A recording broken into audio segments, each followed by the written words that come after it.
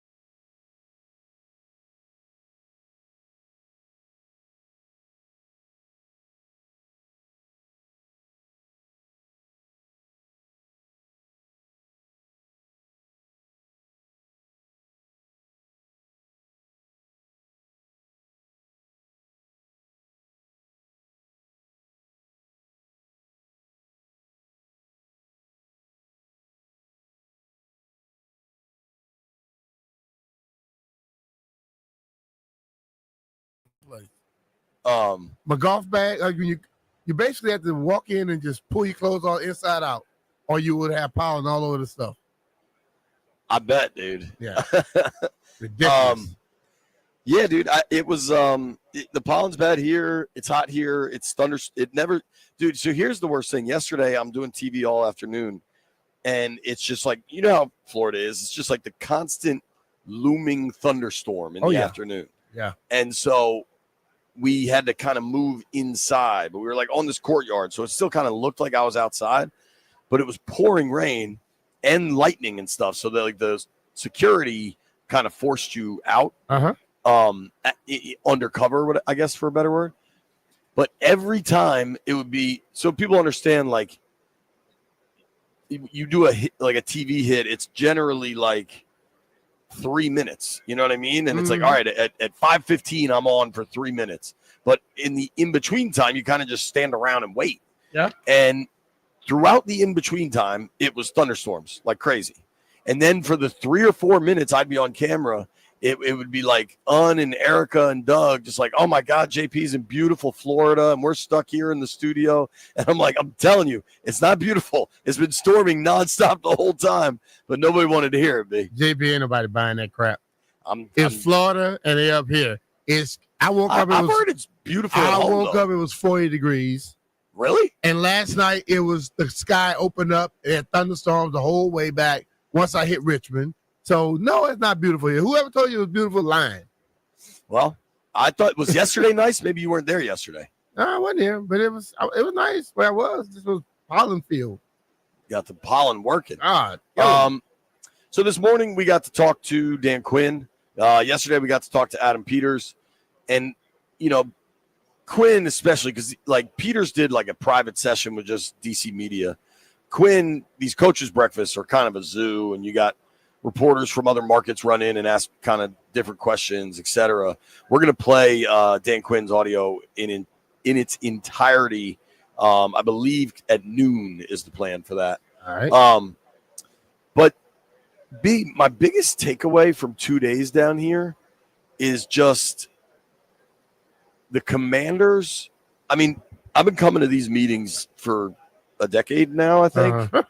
And the vast majority of that time was spent trying to chase Dan around, seeing if we got a comment or something. Mm-hmm. A lot of it was chasing Bruce Allen around. This is generally where Bruce would do his interviews.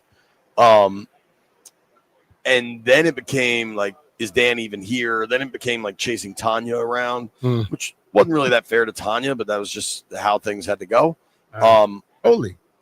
And now it's just so markedly different. It's like you're dealing with a real organization where you're now finding stuff about what you're supposed to be finding out stuff about. Football decisions, players, what their plans are, not the crap that has been done off the field. But even beyond that, and yes, but even beyond that, like last year, it was a new coach and a new GM, and who are they going to draft at number 2, and what? Like now, it's like, so I've made a point of saying hello to Andy Reid every year at this thing, right? Yeah, and I always find it remarkable that Andy Reid, for all you told him success, what I said, didn't you? I did not. The reason they lost is because he didn't come to my show this year. I'll let you tell him that one. I'm going to tell him. I believe you will. But dude, I've always been kind of amazed, or at least interestedly confused at the lack of media surrounding Andy Reid at these things. Like, you have a future Super Bowl winner, a future Hall of Famer, a 3-time Super Bowl winner head coach. Can I tell you why? Andy is not going to give you anything.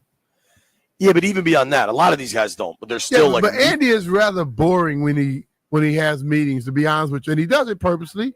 If you listen to if he doesn't know you and he thinks you're trying to get something, when you get home and you run back to your stuff, you go, this dude just BS me for 45 minutes.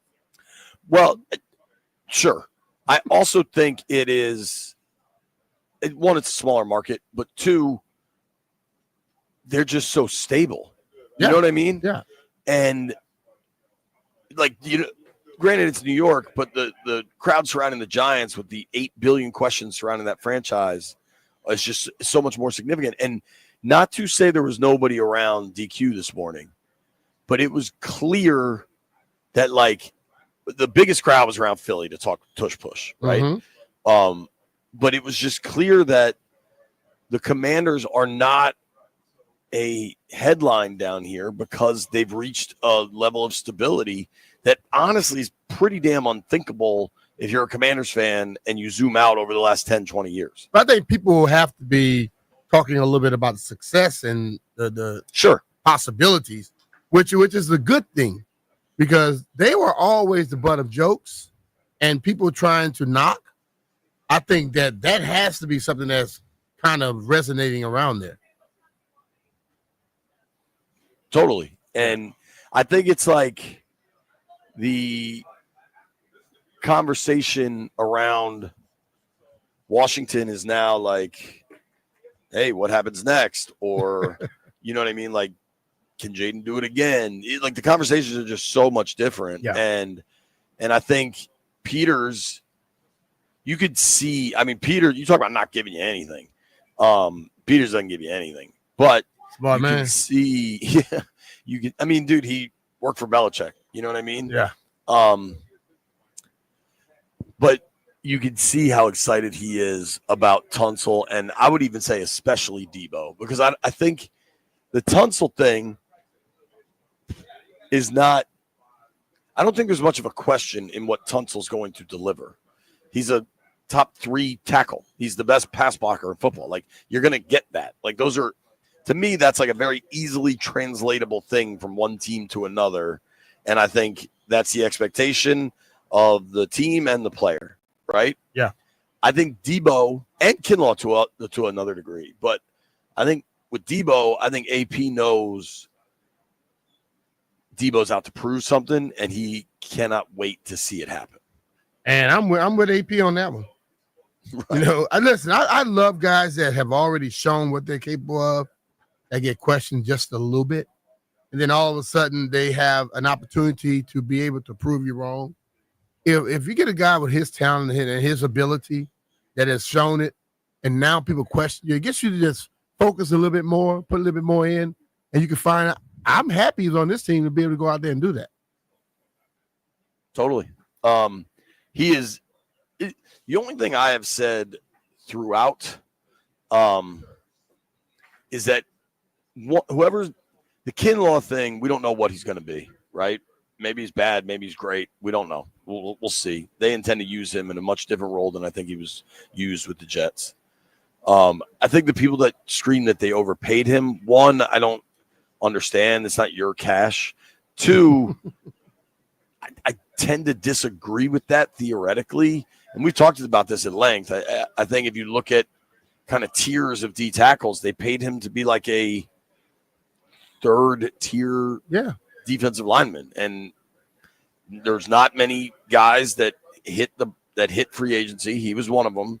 And I frankly don't think it should be like a surprise. I just, if you grinded the tape and didn't like what you saw in New York and you thought he got moved off the line too easily, maybe there's some reality there. But if you're convinced they overpaid, I don't think you have a true understanding of how much guys in free agency get overpaid. Yeah. I think getting overpaid in free agency is the norm. It happens all the time. But to get overpaid, to say a guy is overpaid, and as you stated, he's in the third tier, doesn't make much sense. You know what I mean? That's just he's at the third tier of levels, and they say he got overpaid. No, if he had broken the bank and was playing like a number one, then I would understand. I don't understand that. I guess people forget that in the NFL, that's the money that people make. Right. B, we are starting to get some news here. So what happens is there's a ton of meetings yesterday, and now the owners sit down and start voting on proposed rule changes and such. DQ was very smart and political and did not offer an opinion on the tush push. And my guess is if you're Dan Quinn and you know you got to play the Eagles twice a year, no chance are you mentioning how you feel about the tush push. Because if you say, hey, they should outlaw it, then you just become a wimp that doesn't want to deal with the Eagles. You know what I mean? Yeah. The one thing DQ did mention that I asked him specifically was about the Lions' proposal to reseed with the playoffs. You know that to get rid of division winners hosting a game. And it kind of made me smile because the exact reason I say I don't want to see that go away is I remember the Marshawn Lynch run when the Seahawks hosted the Saints. And that was he's like, man, I was there for the Beastquake. I love the Beastquake. I don't think they should change that. And I don't know. Me and DQ were aligned on that one. Dude. See, I'm with you with that one because you go out, you win your conference division. I mean, your division. You're supposed to go out and win your division. That's the whole thing about it. And then if you win your division, you get a home game. And I still believe you should have that. The teams that go out there, let's happen. All of a sudden now you go out and you get to play. It's not fair to you get to play a AFC division that's weak. So you rack up some victories on that. Right. You know, some out of the division get to play the AFC team that's strong. So they may not win, but if they win, you win your division, you get a home game. That should always be the same. Yeah. And we'll see what happens. We do have some stuff starting to get passed now. The owners have now passed a rule. Both teams get the ball in overtime. I don't like it in the regular season. That's the rule in the playoffs. I don't like it. I think I don't see the need in the regular season to add potential minutes. Now, the rule proposal was for it to be a 15-minute overtime. Now it's 10 minutes of overtime. I feel like it's only a matter of time till the NFL goes to the college football overtime rules, which I really don't want to happen. I think that would be stupid. The college football is entertaining, but it's not football. You know what I mean? Yeah. Dude, one thing DQ often points out, so they're also moving. We talked to Quinn about this a little bit about touchbacks now go to the 35 instead of the 30. Yeah. And the thought is, okay, they're trying to get more kickoff returns. And so if a touchback goes to the 35, you really got to question kicking that thing out of bounds, right? Or just out of the back of the end zone. Because if you're at the 35, the way these dudes can kick field goals now 2 first downs and you're in scoring range. Like you don't need a lot to get into at least field goal range. Mm-hmm. And DQ, and dude, the way that Lee tries to spin it is such junk. With injury rates down on the dynamic kickoff, this was the next step to generate more returns. Well, I think that is what happened because they adjusted the rules to make people, and they put it on the 30 at first, thinking it was going to hinder people from kicking it out the end zone. But you got a lot of these guys didn't care. They just kicked it out the end zone anyway. Instead of trying to come up with a mindset like Izzo did and a lot of other teams, kick it short, scrib it, make the guy return it. So they kept kicking it out. So the league goes, okay, move to the 35. As I stated to you before, how Joe would say, get the ball in the 20, 25, 30, 35. You see the differences in the percentage of scoring opportunities you get from those starting positions. Now putting it at the 35, I would think that's going to hinder some people from just kicking out the end zone all day. And then you get more of the return guys or teams being able to utilize the return game again. So per Kevin Seifert, who I'm hoping to get on the show today with ESPN, he said, with the touchback spot change, the NFL has been projecting an increase in the return rate from about 33% last year to between 60 to 70% in 2025. So, I mean, that's doubling the rate of returns. I mean, that's pretty significant. I don't know that it'll be that high. I don't know that it'll be that effective. Yeah. I made my feelings on the tush push banning pretty clear. I think it's trying to legislate a single play that a single team does really well. And it just seems too specific to me. I don't think just because one team does something really well, you should be able to take it out of the game. I think they could broaden the language and make it more applicable elsewhere. Well, the thing for me is I don't think the way that they line up is a problem. But I think the fact that you have an initial surge and everybody stopped, and then someone grabs the quarterback, lift him, and push him across the pile, that's illegal. Now, if he just goes up there and he just tries to sneak the ball and he gets stopped and people knock him back, cool.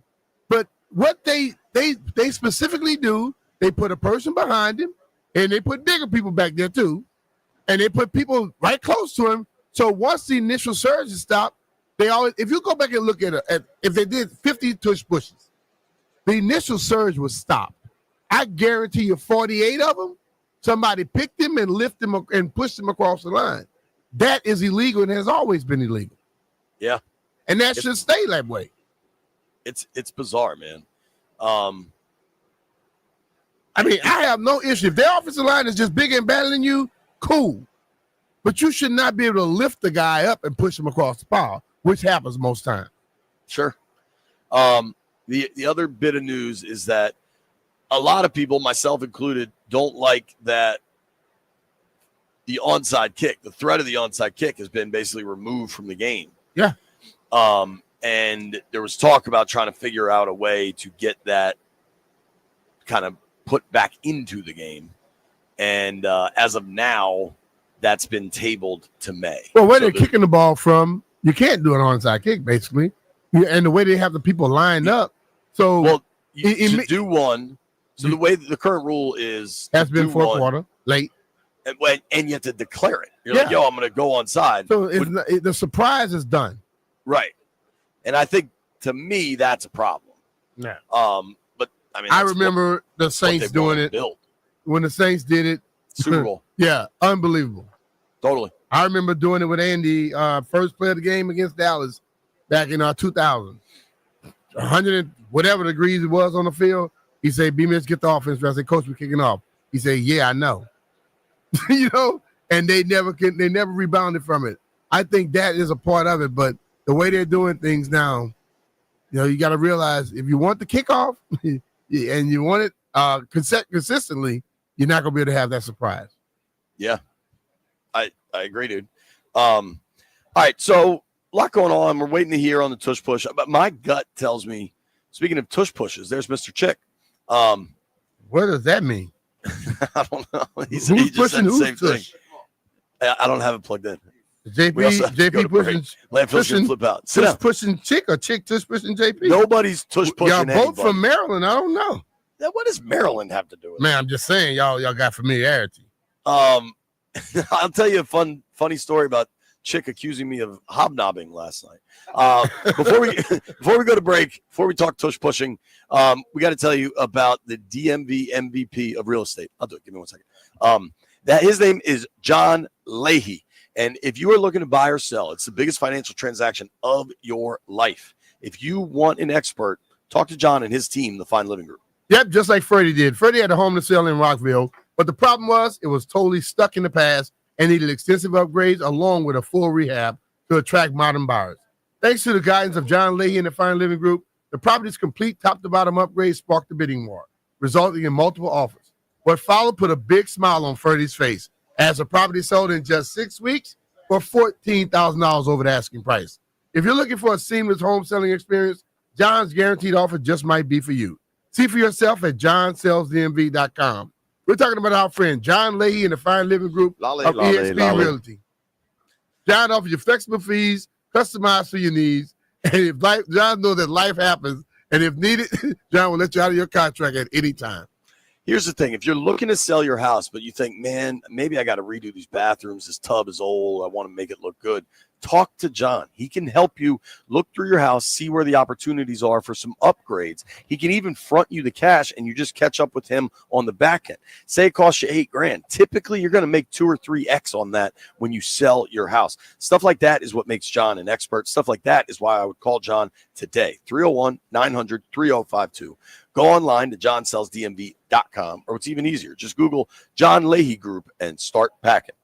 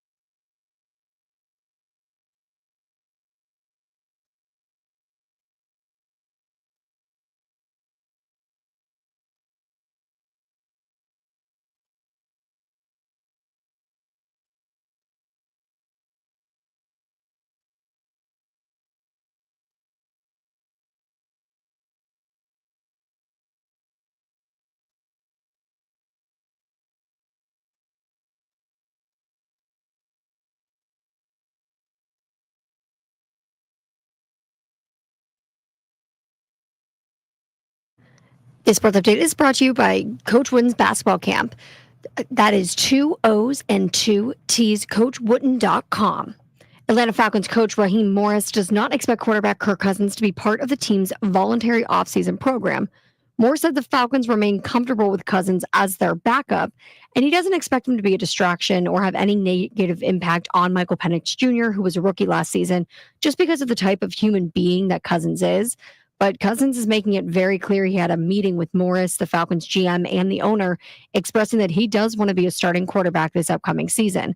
Now, Cousins does have a no-trade clause in his contract. He said he is willing to waive it given the right opportunity, but he wants to play this season as the number 1, but it looks like the Falcons are all in on Michael Penix Jr. Coach Wooden's basketball camp, they instill a love of the game by teaching kids how to play, the values of the game, and having fun. Join the rite of passage for beginners all the way up to rising high school stars and experience the legacy of the Coach Wooden basketball camp.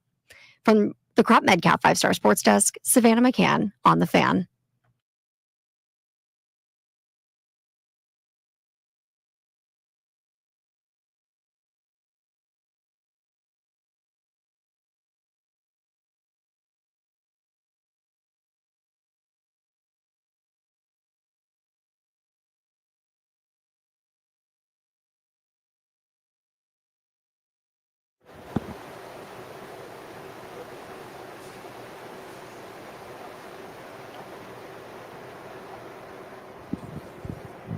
B. Mitchell Finley, 1067 The Fan, live down in Palm Beach, Florida.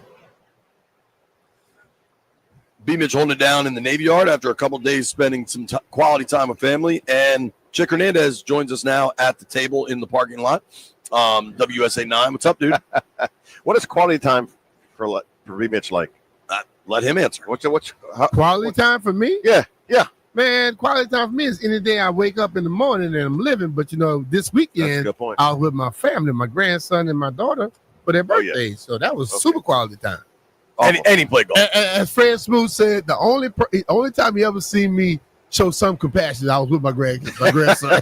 I think that's true. The smile on your face and the tear in your eye when you talk about your grandkids. No doubt. No doubt. Yeah, definitely. All right, boys, we got a little bit of news. The Tush push has been kicked down the road. They're going to talk about it at a later date. Wow. But you know what? I just told you that's what I was expecting. Let me tell y'all what's going to happen. They're going to start calling a penalty when they lift and push. And then all of a sudden it's going to make them have to adjust what they're doing. And then it's not the actual lineup that's the problem. It's the fact that someone grabs your quarterback and carries him basically across the line. That's illegal. Yeah. I mean, and it was a hot button topic, and the coaches today were very adamant. Raheem Morris was like, heck to the no. I'll use proper language here. And Sean McVay was like, anytime I can tick off Nick Sirianni, I'm all for it. So I guess he got his way.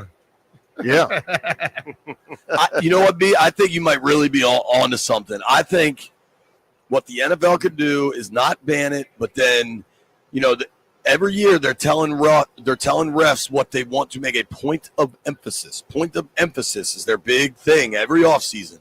And what if this coming year, hey, we didn't ban anything, but we're going to make a point of emphasis to properly referee the neutral zone on these plays, on goal line plays. So, in other words, what these other teams did, both of y'all, is they basically are telling the league, do your damn job.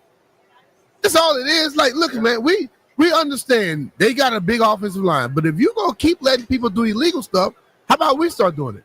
Yeah, totally. So if the NFL does their job, then they'll stop all of the problems. Because Jalen Hurts, they try to tell him about how much he's squatting and all this stuff. I could give a damn about that.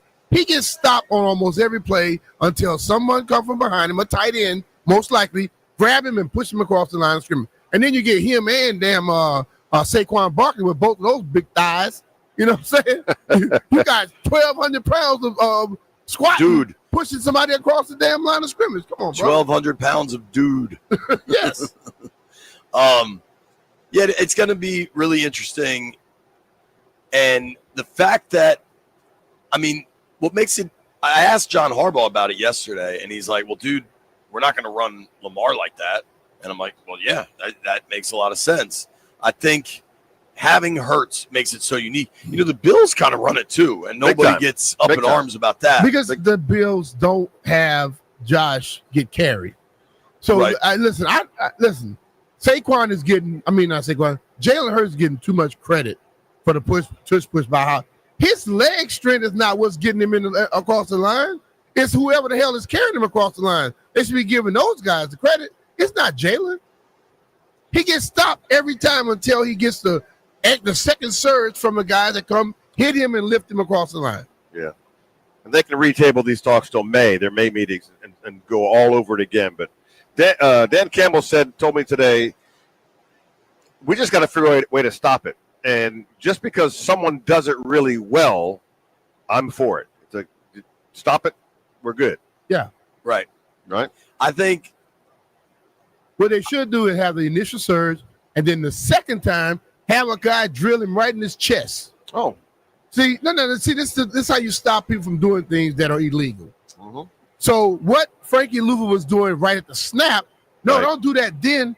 Wait till they surge, and then you know he's going to come with the second surge, bullet him right in his chest. And they'll quit doing it. Yeah, I think you might be onto something, B. They already have kicked the can, just a nice little political diplomatic move where the best decision is no decision. And then you just you try to emphasize to the refs, hey, man, let's call this. Let's just – refs can start – we saw it at the beginning, the season opener, Ravens-Chiefs, when they called the false start like 4 times on the first drive. Yeah. Like, they can make an impression real quick, and you do it in the first game, and voila. You know what I mean? This whole thing can go away. Good to finally get some news out of these few days here, by the way, at the league meetings. It's been a lot of food, a lot of drink, a little bit of golf, and some I was saying y'all just down there for no reason? No, I got to sit in this parking lot and be on the radio all day. That's a good point. And I think we changed the rule earlier. We got here, and we were here on Sunday trying to shoot an interview, and JP knows where it's at because he used the section yesterday. And we got told you can't be on the grass here. You can't show the resort in the background. You can't show the fountain. And I'm like, I wanted to ask the young lady, do you think no one knows the league meetings are here? Well, dude, Chris Kerwin, my photog down here, said it perfectly. He's like, our bosses sent us to Florida. They need to see Florida. We can't just do these interviews in these makeshift tents. Yeah, brutal. The league is hilarious, dog. I think that was the hotel. I don't think that was the league. It was the hotel. Yeah. It was the hotel. Originally the hotel. And I said this. I told her this is going to change because we got a lot of folks coming. Right. A lot of folks came, and there was no room. There's one little section where TV could shoot with palm trees in the background. But it was next to a dumpster. And 7 TVs wanted to get in there. I was like, that's not going to work. Anyway. It was funny. Obviously, dude, this thing might wrap up pretty soon. I think Tush Push was last thing for them to vote on, right?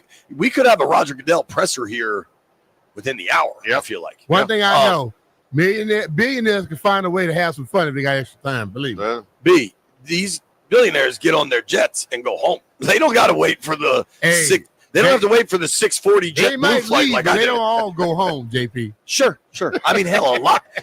A lot of them have homes down here. A lot of them have families here. A lot of them have the kids in the hotel, and they're out here playing. And I'm going to kick one if they keep yelling at me. Between the AP and the DQ stuff, kind of similarly to these meetings, not a lot of news, but 2 men that seem pretty confident with the team they're putting together. And here's the behind the scenes that me and JP know very well.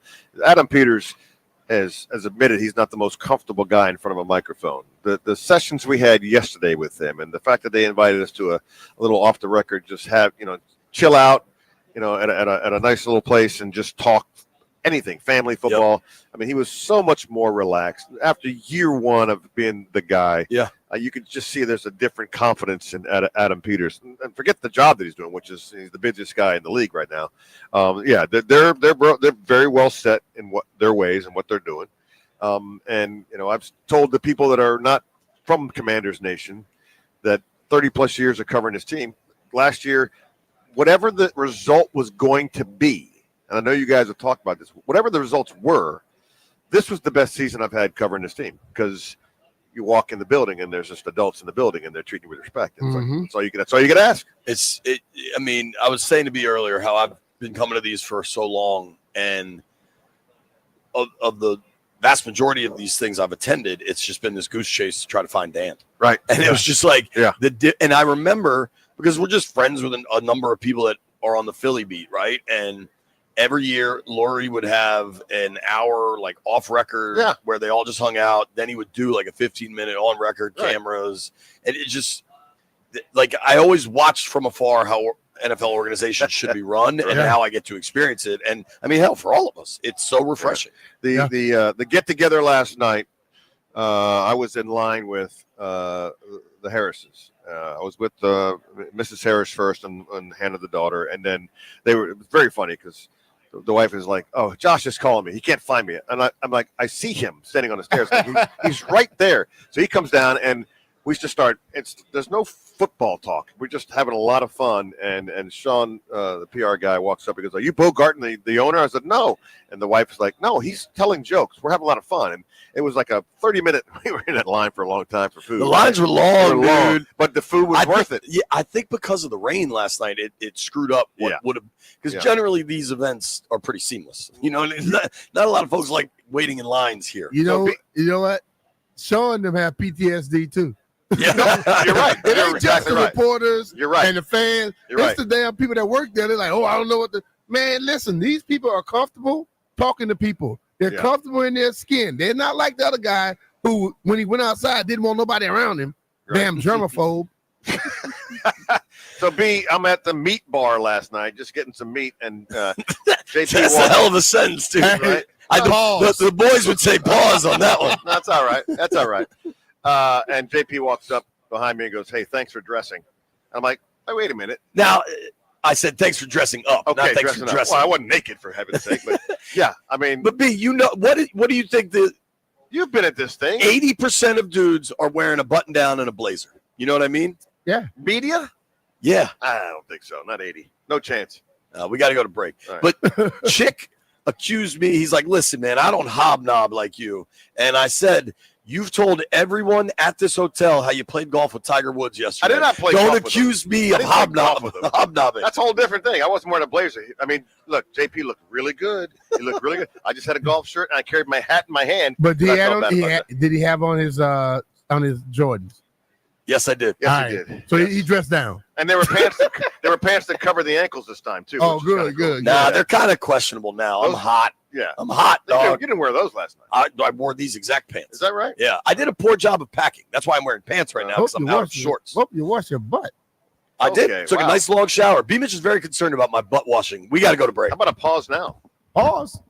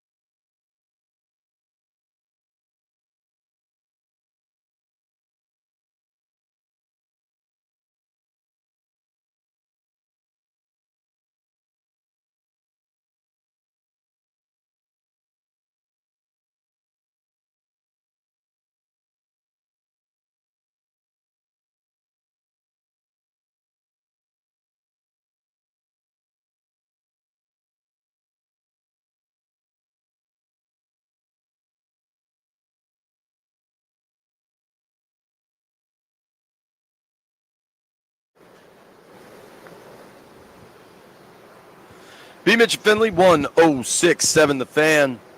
About 10 minutes, our guy Barstool Nate will join the program.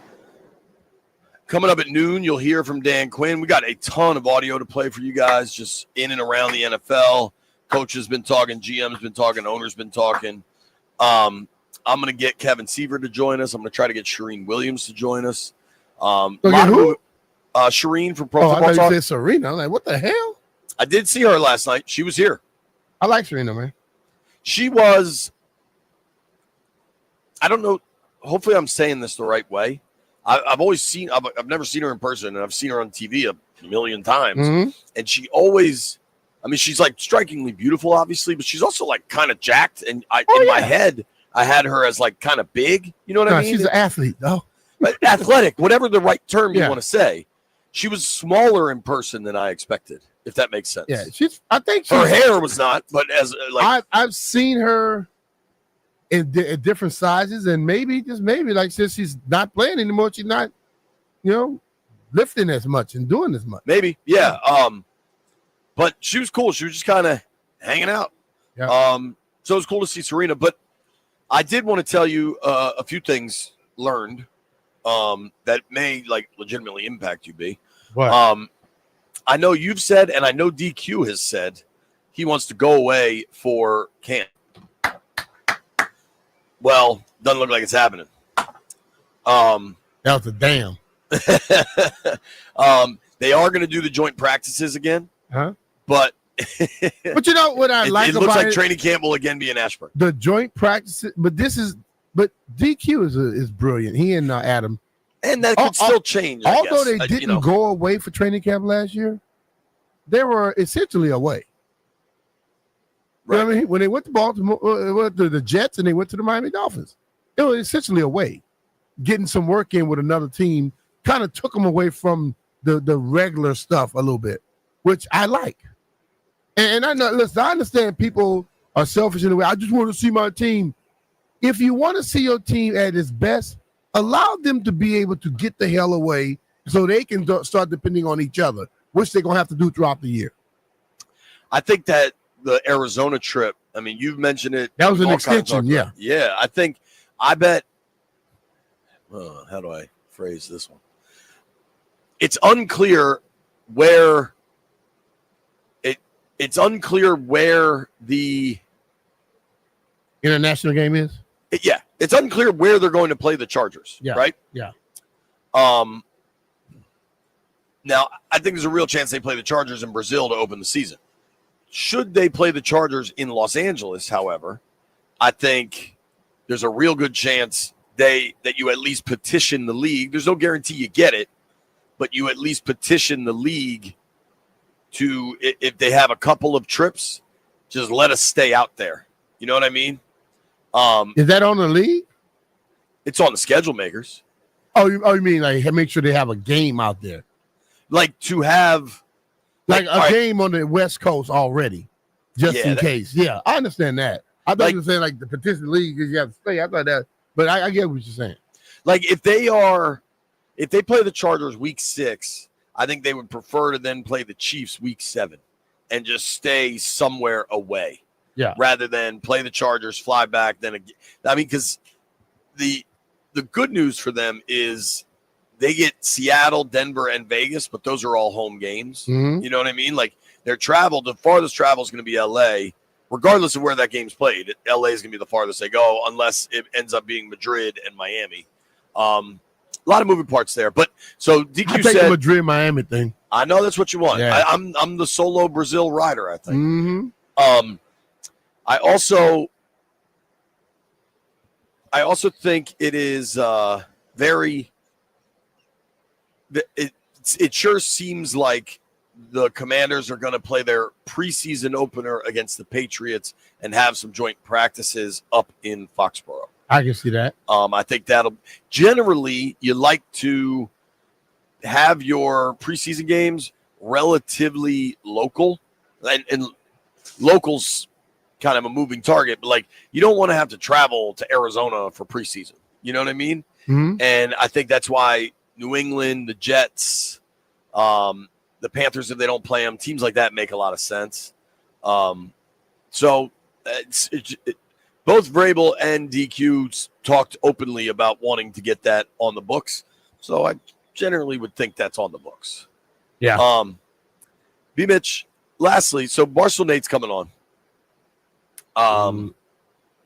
I think we're going to have some certainty in College Park here soon. I can tell you that much. Uh-huh. I think you luckily got to avoid a lot of this the last couple of days. I planned that. Yeah, I don't blame you. Yeah.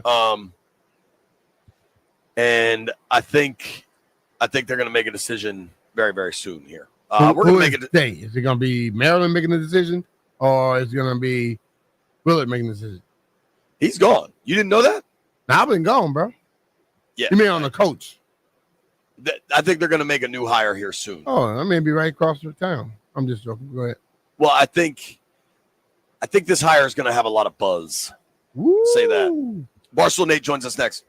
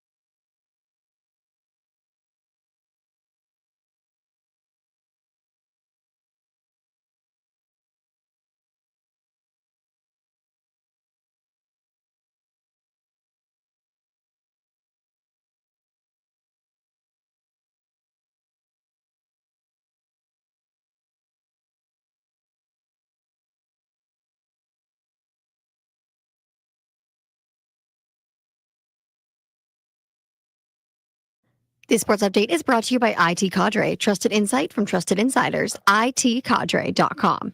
The NFL is altering the overtime format again. Both teams will now be able to possess the ball in overtime in the regular season, even if a team scores an offensive touchdown on its first possession after the proposal was passed. Now, the original proposal also asked for a 15-minute overtime period, but that was amended to a 10-minute period. Next up, owners approved proposals to extend the league's replay assist system. So the on-site replay official is now permitted to reverse flags that are thrown for hits to defensive players, along with fouls for face mask, horse collar, tripping, running into the kicker, roughing the kicker. But the replay official will not be permitted to call a penalty for a play in which no flag was thrown. And finally, owners approved moving the touchback spot to the 30-yard line to the 35-yard line. But proposed changes to the offside kick rules were tabled for the next meeting in May. Speaking of things were tabled, the Tush Push ban. We'll have to see in May what the fate of the Tush Push is. IT Cadre's trusted insight, helping leaders of the nation's most important organizations understand complexity, align efforts, and make the best data-driven decisions to achieve success. IT Cadre, your vision, our purpose. To learn more, visit itcadre.com. That's itcadre.com. From the Crop Metcalf 5-Star Sports Desk, Savannah McCann on The Fan.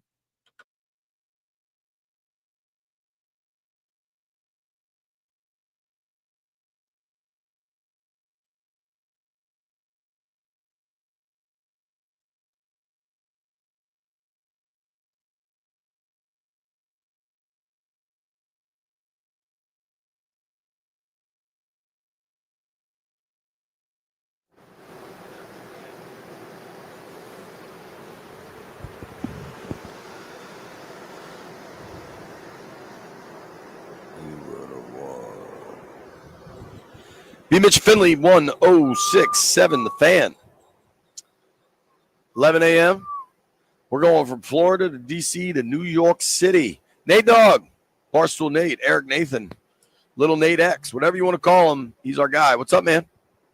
You can call me the King. I'm good. How are you guys? Do a lot of people call you the King? Nope. Mostly everybody, yeah. Nope. Just not you haters, but real ones know. The real Nateaholics, they know. The real Nateaholics. All the people under 5'4" in the world. Oh, Jesus. The Tush Push has been tabled, Nate. Are you going to be okay? I flip-flop on how I feel about the Tush Push. On one hand, I'm always like, well, everybody can do it. Like, you know, nobody's stopping your team from doing it. On the other hand, I'm always just like, it's not a real football play. It's just kind of just, it doesn't feel right. They're lined up offside every single time, and the refs don't call it.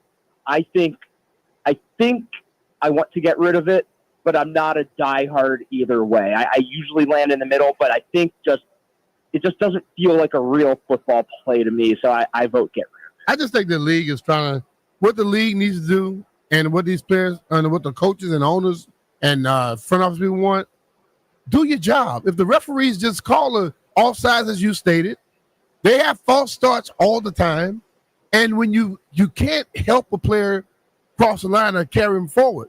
If they call those penalties, then guess what? Tush Push will go away anyway. Yeah. Yeah, I think that might be the path, dude.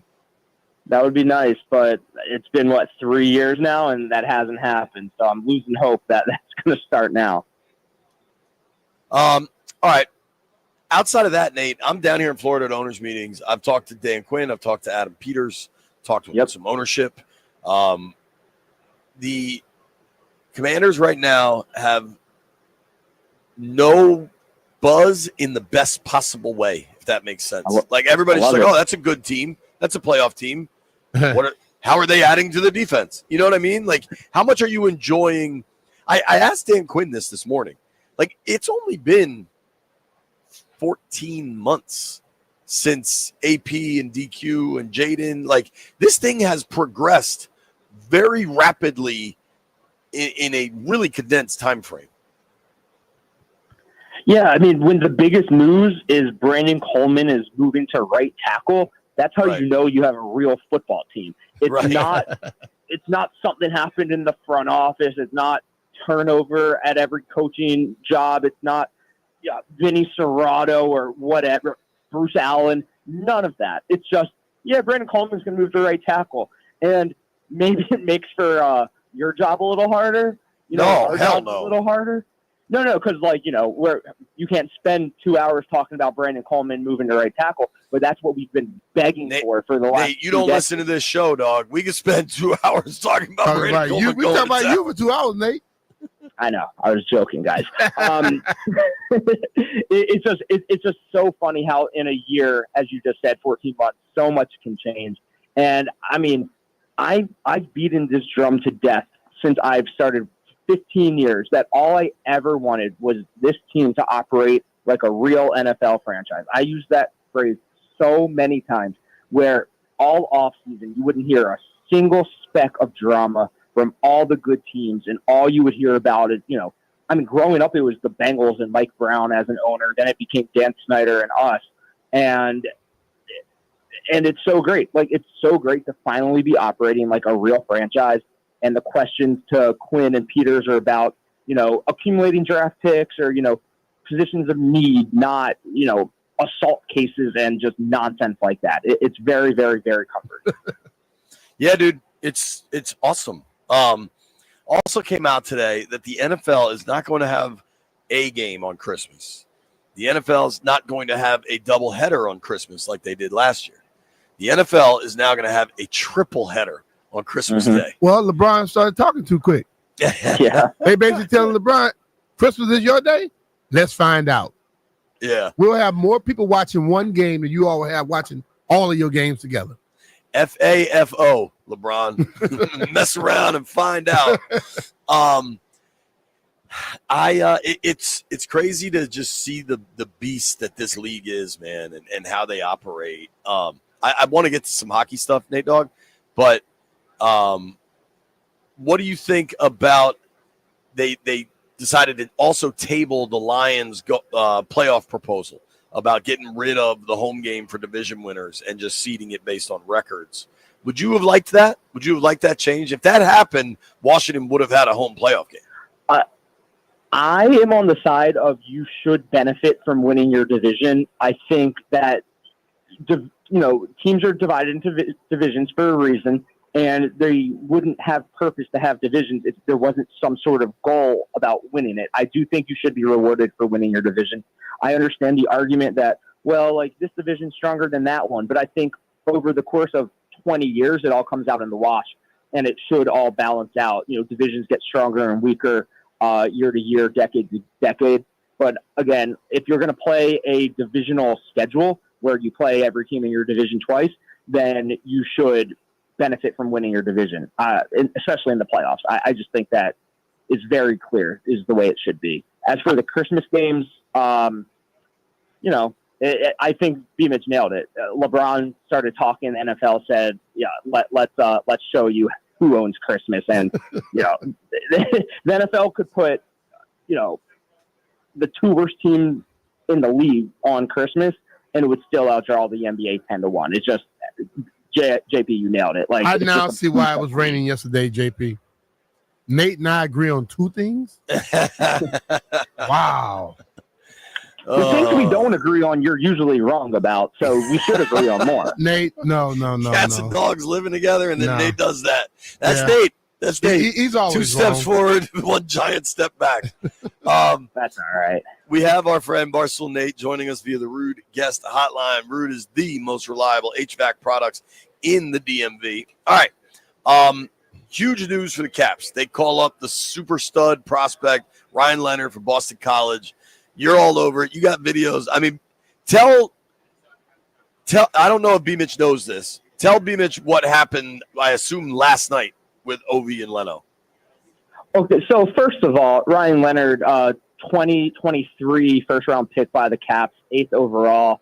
Ton of skill, plays like a quicker Tom Wilson early in his career before Willie put it all together. That's kind of where Ryan Leonard is now. Some people call him the best player currently not in the NHL. He could have played on the Caps this season. He chose to go back to Boston College, And then all he did was lead college hockey in goals and game-winning goals, 49 points in 37 games at Boston College. Very, very, very good hockey player. Should immediately make an impact on the Caps. And then last night, so he played at Boston College. They just got eliminated by Denver to go to the Frozen Four.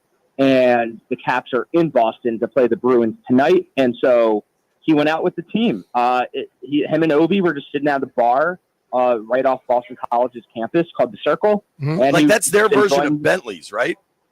More or less, yeah. And Ryan Leonard was just enjoying some nice waters and Coca-Colas while it looked like Chikrin and Ovi were having some Bud Light. And it looked like a good time was had by all. I think it's very impressive that this kid, 20 years old, Ovi, double his age, took him out and said, hey, you're one of us now. You're part of the team now. I don't think very many captains in the league do that to a kid who has never played one professional game. But that's the difference between this Caps locker room and this club and who Ovi is as a person and everybody else. Yeah, that's a good thing. I mean, I think more people do it though, Nate. But I think Ovi and all basically want the kid to feel like he's a part of it already. I just love that they did it the first day he signed with them. And, I mean, hockey guys, football guys too, but the rosters are just so much bigger. I think hockey guys are just so down to earth, you know what I mean? And generally can kind of like fit in anywhere they go. Yeah. I thought the pictures, I just thought that was so cool. That's a good thing. I mean, but it's like he's coming to your team. Right. And like I said, even back when I got drafted, I thought all the veteran people hated the young people. Wasn't true. But that's what people told you all the time. You know who told me that all the time? People that didn't play the game. Oh, man, them veteran players, they're not going to put up with y'all. And then you get there and everybody's offering you their help. I think it happens in all sports like that because now the person's coming to be with you. Although you know that they may be trying to take your job, you still want to make the people feel comfortable because if they make the team, you want them to be the best they can be. Yeah. Absolutely. Why I put you under my wing, B-Mitch, showed you the ropes of how to do this whole radio thing. Nate, I've been doing this longer than you've been living, dog. Such an idiot.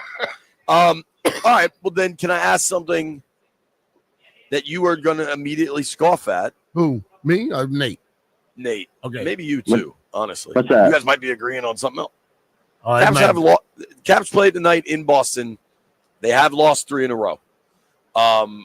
They're way up in the division. They're way up in the conference. They've already clinched playoffs. They soon will clinch the 1 seed. But, they got 2 more roadies on this road trip they're on. They got at Boston tonight and then the game in Raleigh tomorrow night.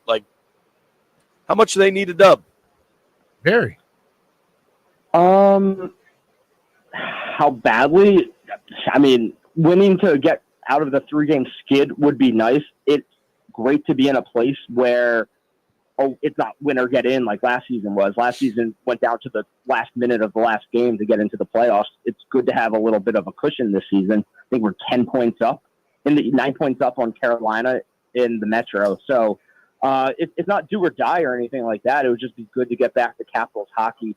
I think the closer, and I think we knew this was going to happen, the closer Ovi gets to the record. He's now 5 away with 9 games remaining. And you see it across all sports. When someone is approaching or chasing an all-time record, I don't want to say it's a distraction, but, everybody's thinking about it. Everybody's talking about it. And it does weigh on the team a little. And you want to get that, monkey off your back. So it's just so nice that this team is so good and has this cushion that you can have a little bit of a distraction. You can, lose on the road to the Jets and then on the road to the Wild. And then the Sabres put up an 8 spot on Sunday in Washington. It's okay for those to happen because going back to how close and good this team is, they understand the goal and the mission. And, I mean, if Ovi doesn't break his leg, he breaks the record a month and a half ago, and none of this is even happening. None of this pressure at the end of the season is happening. So, it's a give and take. This skid type of thing could have happened a while ago. It's happening now instead. I'm 0% worried about the team overall. I mean, it could have happened, but you know what? They're professionals. They got to find a way to get past that and focus on what the task at hand is winning these games. Put yourself in the best position possible, get into the playoffs and handle business. And I think you gotta people deal with all kind of stuff. Like hell, he dealt with a broken leg earlier this year. You know what I mean? And then he came back and immediately was right back where he was. A lot of the other players, this pressure's not on them really. They have to understand their job is to go handle their business and then Ovi's going to take care of him. And if they're sitting up here letting that Ovi's pressure or making it affect them, that's going to be a problem because it doesn't leave immediately. I'll say this about tonight's game. The Bruins are giving up a ton of goals in the month of March. If you go back to March 4th, I'm going to skip around some games. 6 to the Predators, then 6 to the Senators, 6 to the Lightning, 5 to the Golden Knights, lost to the Sharks, which is just terrible, 7 spot to the Kings, 6 to the Ducks. So if there's a time for Ovi and the Caps to break out, even though it's on the road, it is tonight against Boston, who is just playing terrible hockey. Let's get one. I mean, if he dumps 3 on somebody or even 2, I'll take a hat trick tonight. So before we get to that, the Caps are saying Ryan Leonard's going to make his debut tonight in Boston. Tell us what the Caps are getting in this kid. Just type of player and level of physicality. I mean, he seems like he is the real deal. And also like who's going to probably head to the bench because of it. Yeah, I mean, everything that we know about Ryan Leonard from watching at BC is that he's very skilled. He's tough. They call him Mini Tom Wilson for a reason. He has grit to him. He takes some, gives more in physicality, and he's just going to immediately provide a spark. Hopefully he can fix the power play. I don't know if he's going to get power play minutes, immediately, but he is just so skillful, and everybody says that he's just, when you think of just a Boston hockey guy, that's who he is. He's just from Massachusetts, grew up loving the game, hitting and scoring goals, and if what they say is true and he's the best player not currently in the NHL, which ends tonight, then the NHL screwed up. Every other GM screwed up letting us get him 8th overall because it, by all accounts, and we'll see how quickly it takes to adjust to the speed of NHL, which obviously is way different than the speed of college hockey. But, if he has the speed himself to keep up, and we'll just see how he adjusts, but they trust him enough that he's in the lineup tonight. That speaks a ton of volume for what they think about him. Oh, yeah. Yeah, absolutely. And that may be, well, isn't it? I mean, let's go ahead. What? That I was about to say something else. I pull it back. Okay. I don't want to overload, Nate's little mind. brain. You know what I'm saying? Yeah. All right. Now, Friday night, for all the Nateaholics, the dog will be in the building. You will be at Blackhawks Caps Friday night at Cap 1, correct? That's correct. You declined my invitation to join me, but I will be there regardless. You can invite me, Mitch. I already filled the spot. Oh, that's rough, B. I might try to get down there. I got to get home and see my children for a couple of days. Then I'll recalibrate. All right. Well, you can also come up Sunday, April 6th to Long Island. I would love to host you. Okay. When do you think this record is happening? So there's 9 games remaining. He has 5 to pass it, 4 to tie it. Let's say he gets 2 tonight. We could be looking at next Friday, this coming up Friday, April 4th, or next Thursday, April 10th. I don't want him to do it on the road. I want him to do it in front of the home fans, and I'm going to will that into existence. We won the Cup on the road. I think he's going to break the record at home. It would be very, very cool if he goes on a tear, puts 2 in tonight, then goes down to Raleigh, puts in another one, then breaks it at home on Friday.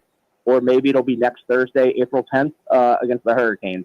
Even if it's not, there's still 4 more games after that. I do think he gets it done this season, though. Okay. Lastly, you and I are both Maryland Terrapins. It hasn't been the best week. I've decided I have no more emotional energy to talk about what happened. Rather, I am completely focused on whoever the next coach is. I am going to support more than I've supported previously. I'm in on the next guy, and I'm going to root for him. And I think there's a lot of buzz growing, Nate. A lot of buzz for who, though? A lot of buzz. So I want someone. B, can you tell Nate's not picking up what I'm putting down?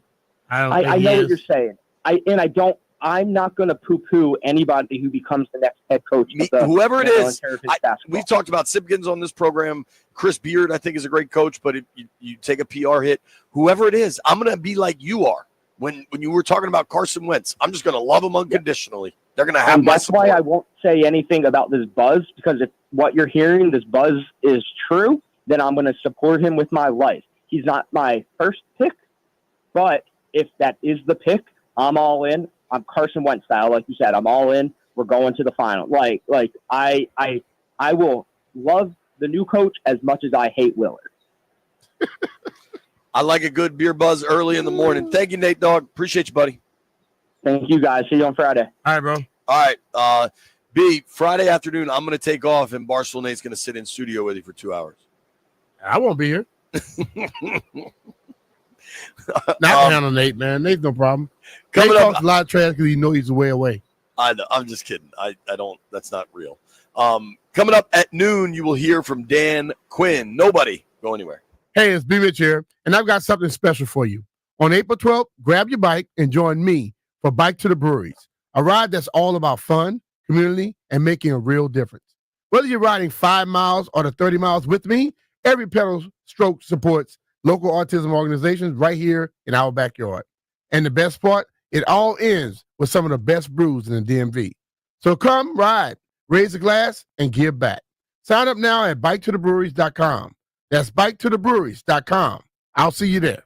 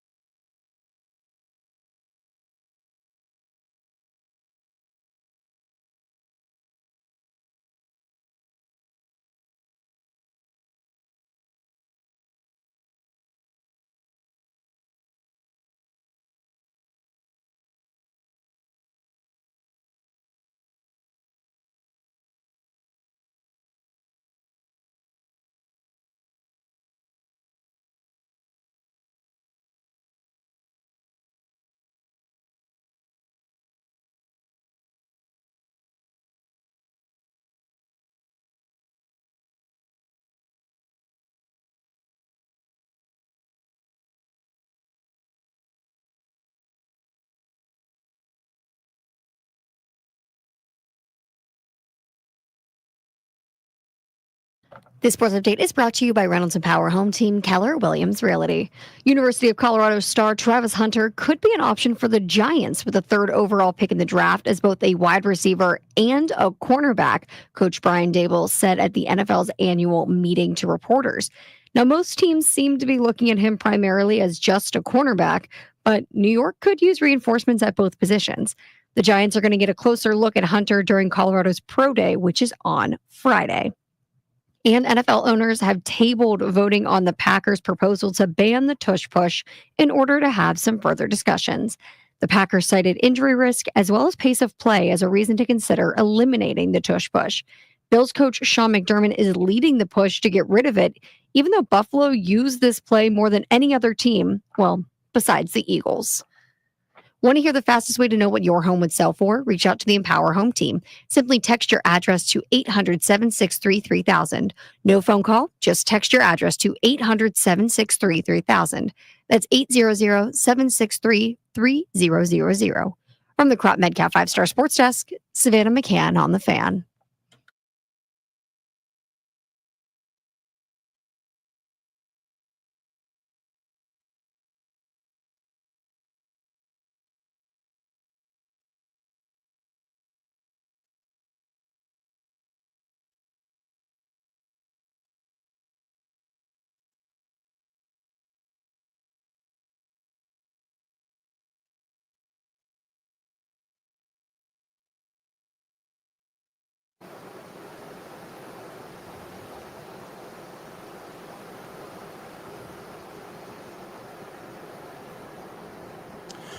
B. Mitchell Finley, 1067 The Fan. All right, we've been waiting for B to join to come back before we're going to do our B. Mitchell Finley NCAA private bracket invitational results. We're going to reveal those a little later. I haven't heard this. Some of this I have heard. Some of it, I think I asked the question, but some of it I haven't heard. And there's a few things I want you to hear, and I want your take, Mr. Mitchell. Is that okay? Yeah. Let's start with number 4, your former coach, Andy Reid, talking tush push and Jaden Daniels. With the tush push being the big rule discussion this week, how do you guys feel about that in KC? Yeah, I mean, I already went over all that, but, there's a whole medical side of it. I give them credit because they've done a heck of a job with it. Tough play to stop. But then you're listening to that and the medical side, and you probably could go either way with it. But I would say if it's putting a player in a bad position, then you probably have to do something about it. But if it's not, heck, it's a heck of a play. And with the Commanders on your schedule this year, do you take any time to look at Jaden and just what he accomplished as a rookie and think at all how it compares to other young quarterbacks? Yeah, I watched all their games. He's a good player. Real good player. Yeah. What stood out to you when watching him? Well, I thought his poise in the pocket, his accuracy, I thought those things he did a real nice job with that. For a young guy, and then he's one of the faster guys on the field. So when he does decide to go, and it looked like he had good judgment there, then he take off and run as faster than anybody. Obviously, coaches always have a lot of pressure on you, but when you have a young quarterback like that, which you guys have too, does it put an extra pressure to maximize what a young quarterback can do, having a quarterback like that? Yeah, so you want to maximize it, but you got to do it within reason. So that's the balance there. You got to be careful with how much you add to it. You end up diluting what he does great. So. That's the trick, right, B? Oh, yeah. Balance it. What'd you think of Andy there, just kind of talking about the Commanders situation? Factual. I mean, he's seen it. He worked with Donovan. He came back with Pat. But you have if that quarterback is good enough, you want to try to capitalize off of it, but you can't just throw caution to the wind like most people want you to do. Yes, he will get to a point where he's going to make a lot more money. But hopefully you built, in those 4 to 5 years, you built something to where now you have players on that team that are going to be very good that may not be the top of the market players at every position. You know what I mean? Yeah. So when your quarterback transitions, Now you got to have those guys in their second, third, fourth year who are still making rookie money but playing outstanding football. It's funny, dude, because AP kind of got asked about that, especially if you look at the type of, bringing Debo in and Tunsil in. Like, on the one hand, they had to make some moves because they only had like 47 dudes on the roster. Like, they had to get some people in. Oh, yeah. But when you add veteran players and you use draft picks to do it, it's also a sign of, I think these guys are worth it. These are big name players, and I want to get better right away. But AP got asked, like, are you able to be more aggressive right now? He's like, yeah, eventually we're going to have to pay Jaden. And he said, it was really funny. He goes, I can't wait to pay Jaden, although I'm not so sure how Josh feels. Just joking around. No, he said, it ain't my money. Right. I don't know if you saw, we had J.I. Halsell on last week, I think. He did like a detailed breakdown on his Twitter of why he thinks Jaden's at least the first 90 million quarterback, which I thought was pretty interesting and pretty telling. Trey Hendrickson is a player you and I have discussed plenty. I asked Bengals head coach Zach Taylor about Hendrickson's potential availability. Zach, how active had the calls or just the market been for Hendrickson? Are you not? Yeah, you'll have to ask Duke on that one. So my phone doesn't ring. That's not part of the process for me. How important is it to get him back with the Bengals this fall? He's a big part of what we do, so we'll keep working through it. That, folks, is what you call getting dikembe'd by a head coach when you try to ask a question about a player he clearly doesn't want to be traded away. A lot of times it's not the coaches who want the people gone. Yeah. It's the front office guys. So I'll give you the best update I've gotten on Hendrickson here. And clearly the on the record with a microphone in my hand update was what you just heard. Not much. But he really wants a new deal, and they really don't want to move him. So I think we're headed for an old-fashioned showdown in that one. Mm-hmm. I think I would not expect to see Hendrickson at any of the voluntary stuff. And that's never the type of player he's been. He doesn't miss stuff, but I think he's going to miss some stuff. Oh, yeah. I think he's going to put his foot down a little bit, and rubber might meet road. But I had previously thought if there was action on it, it would be at or around the draft. And I'm not so sure on that anymore. People always say what players shouldn't do, but you notice that most times players don't get no respect until they not go to something or show something publicly.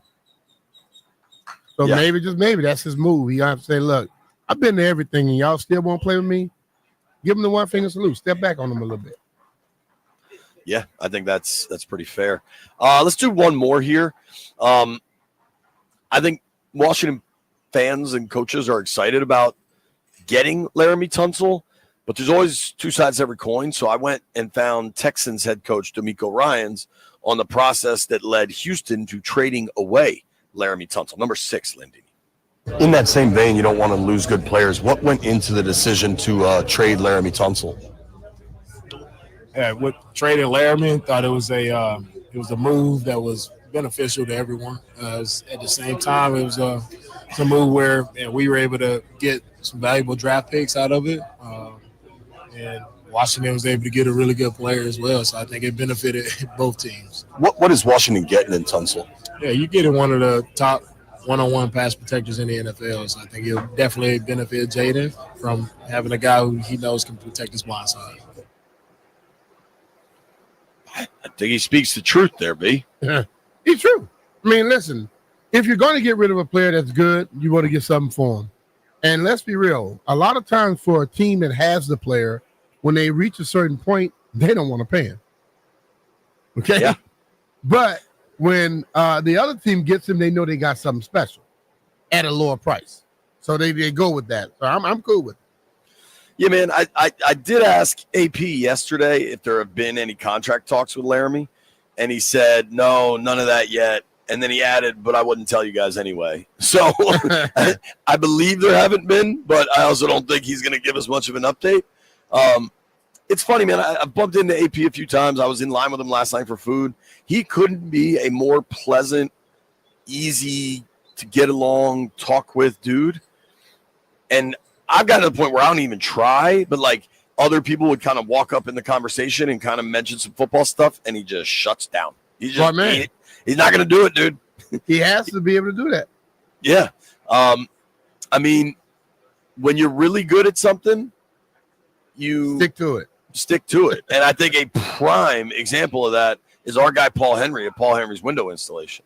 The work he's done on my house, the work he's done on your house, B. I mean, he completely changed my home by building out my sunroom, and it's all his windows and doors, and it's beautiful, and it's just remarkable how it all shakes out. And you know, my energy bills have gone. Honestly, I don't know that Paul wants to drive to South Florida, but he should come and do windows down here because it's hot and it's humid, and he could probably save some people some real cash.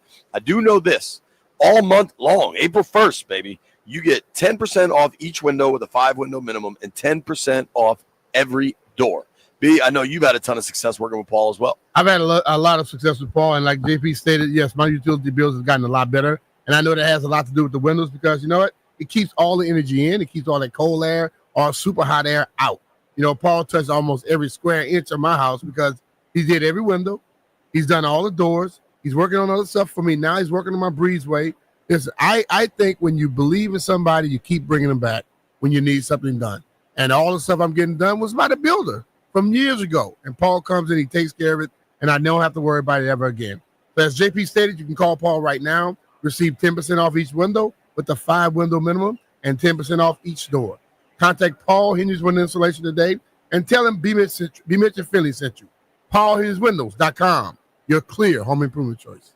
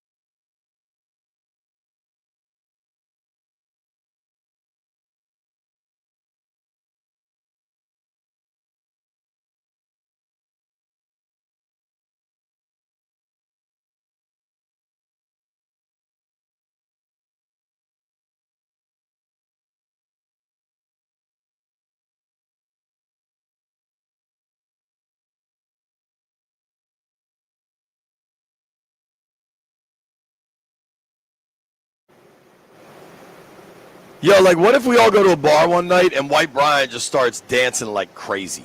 Like that. This song to me screams of White Brian. I would love to hear it. I want to see that. I want to see that. B, I think you'll also laugh at this. This is pretty indicative of the traveling road show vibes of the prison cell studio. You're holding it down in the prison cell. I might as well be. I'm in a version of it. And do you notice, so behind me, if you're watching on the stream, over here, the folks from 98.5, the Sports Hub in Boston, they have a backdrop. And over here, the Ravens folks, the Lounge podcast, brought to you by DraftKings, they have a backdrop. And you see that there's just nothing behind me, Brian? Well, if you take off the headphone, we'll know who you are. Hey, baby. JC Ears. You missed them? Why don't you have a backdrop?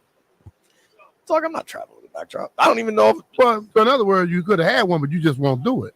So that's your fault. No, we didn't even have a backdrop at the Super Bowl when half the Odyssey sets had like huge sets. We had a with front cameras. drop. We had a front drop on our table. Whatever. You start traveling one.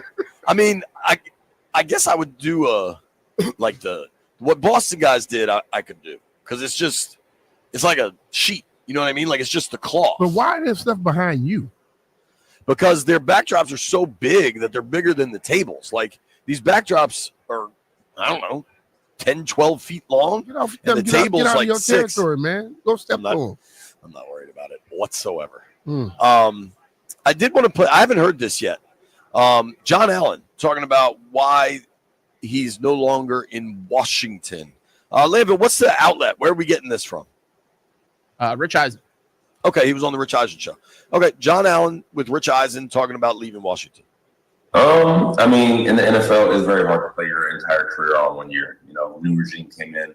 They had a path that they wanted to follow, and I wasn't a part of that. So, I mean, I got to give them a lot of credit for doing me a favor and releasing me when they did. But, you know, things just didn't work out for whatever reason. But super excited, super excited to be part of this new team and reunite with Coach O'Connell. And, yeah.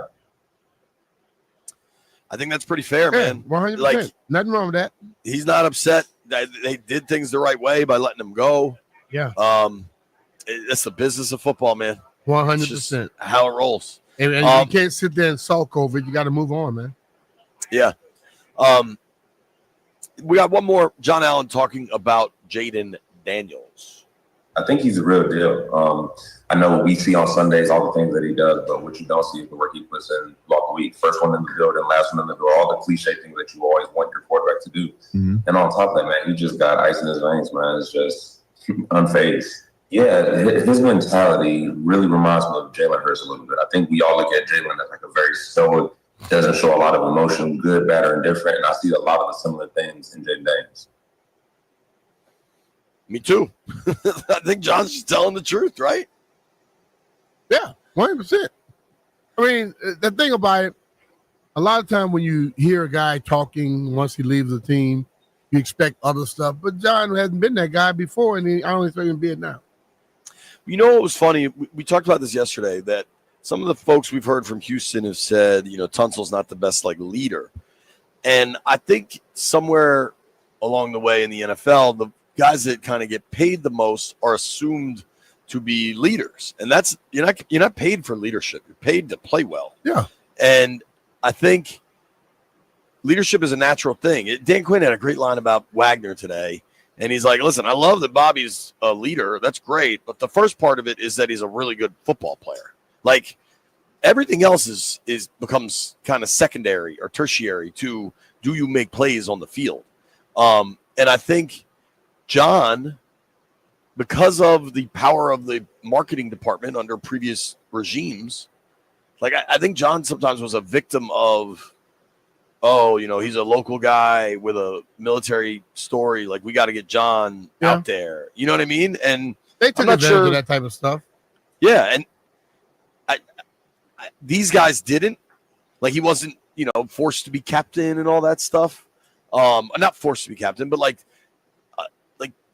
Dan Quinn doesn't even do the season-long captains because he just isn't like he's not doing anything for clicks or human interest stories. You know what I mean? Yeah, yeah.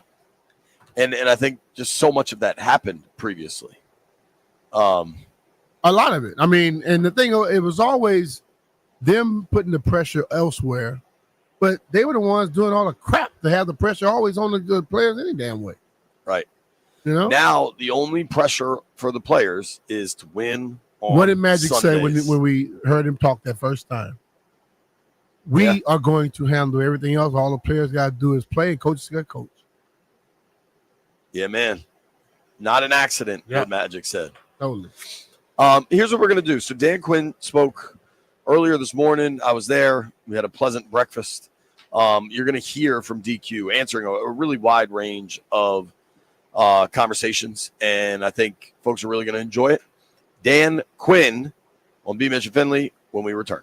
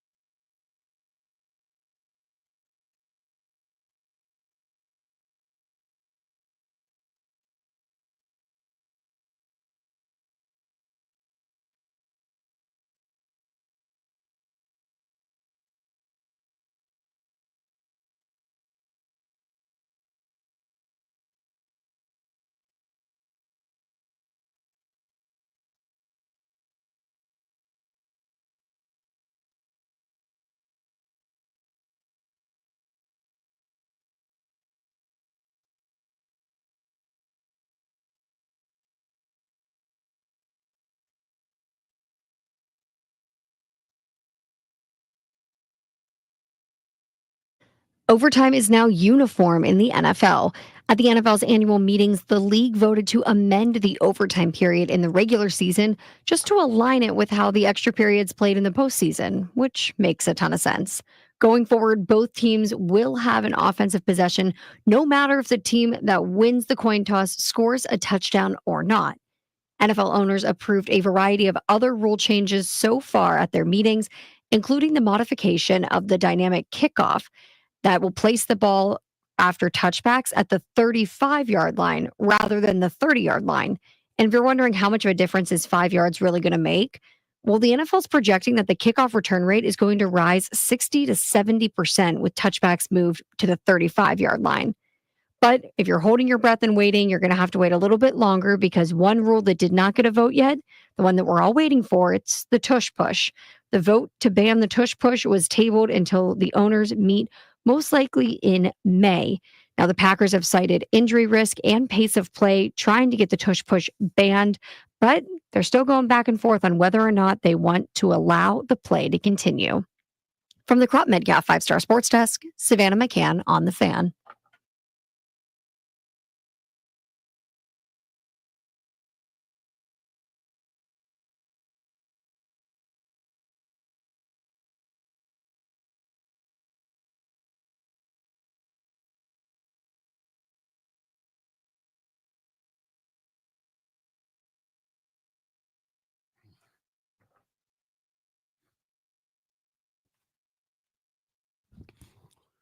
Welcome back. Be Mr. Philly, 106.7 The Fan.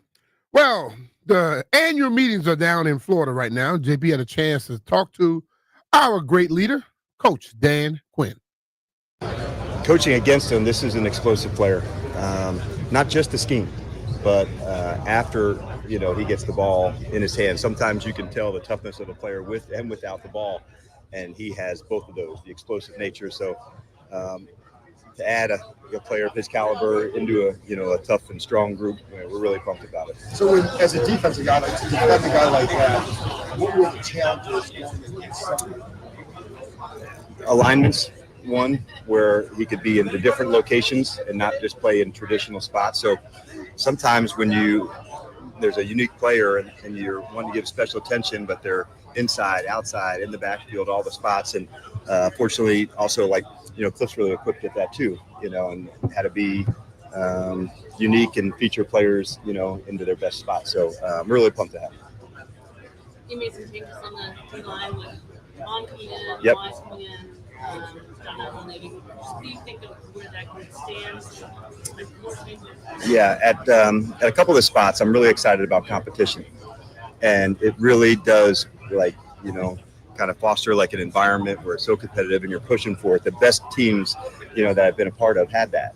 And at the line of scrimmage, that's so important of how we want to go and how we want to play. And so I love the guys that we've added. We certainly did a lot of research on who they were, not just as ball players, but as men and teammates. And so that was really important for us. How important our locker room and, our attitude and who we are and what we want to be. That was really an important part of it too, Nikki. So we're excited to add these guys to the crew, and I'm really excited.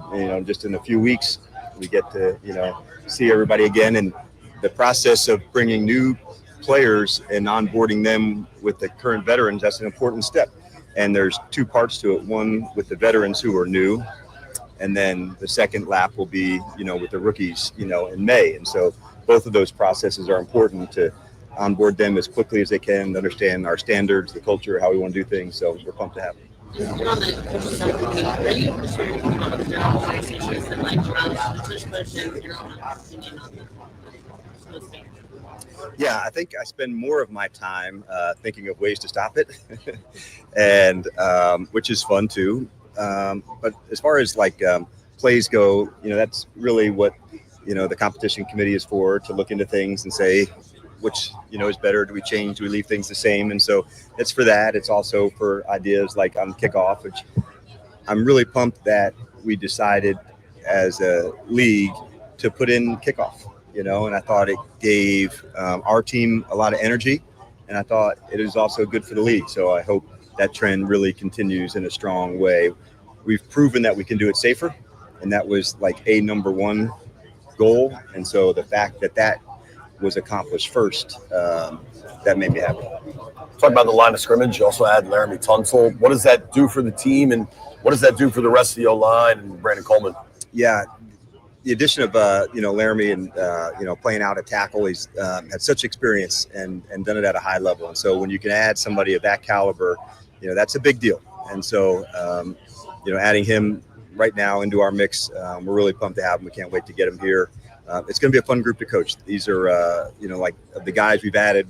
Adam and his staff did an excellent job. We were very specific about the commanders and who we wanted to have as part of this. And so he's an ideal fit for us. And then for Coleman, who, rookie season gave you a lot at that spot. Yep. Probably moving now. Yes. What's the plan there? He'll go to the right side. Tackle? Yes. Wiley kick in for Cosby? Yeah, you're getting way too far down the line. We got a lot of practice to go still. So, but yeah, he'll go on the right side. But as far as tackle or guard, we'll start at tackle. That's where he's got lots of experience at, and we'll go there first. So that's the plan. You're welcome. You touched on this a little bit already, but like last year was helpful. You guys obviously were able to come in at the ground floor and get people. Now you're bringing just new people, regardless of who they are. Is this like a real main test for what you built? So it's not just off 1 year vibe. It's like now I was sustain this with new people. For sure, I don't know if I would call it a test, but this is just how we'll move forward.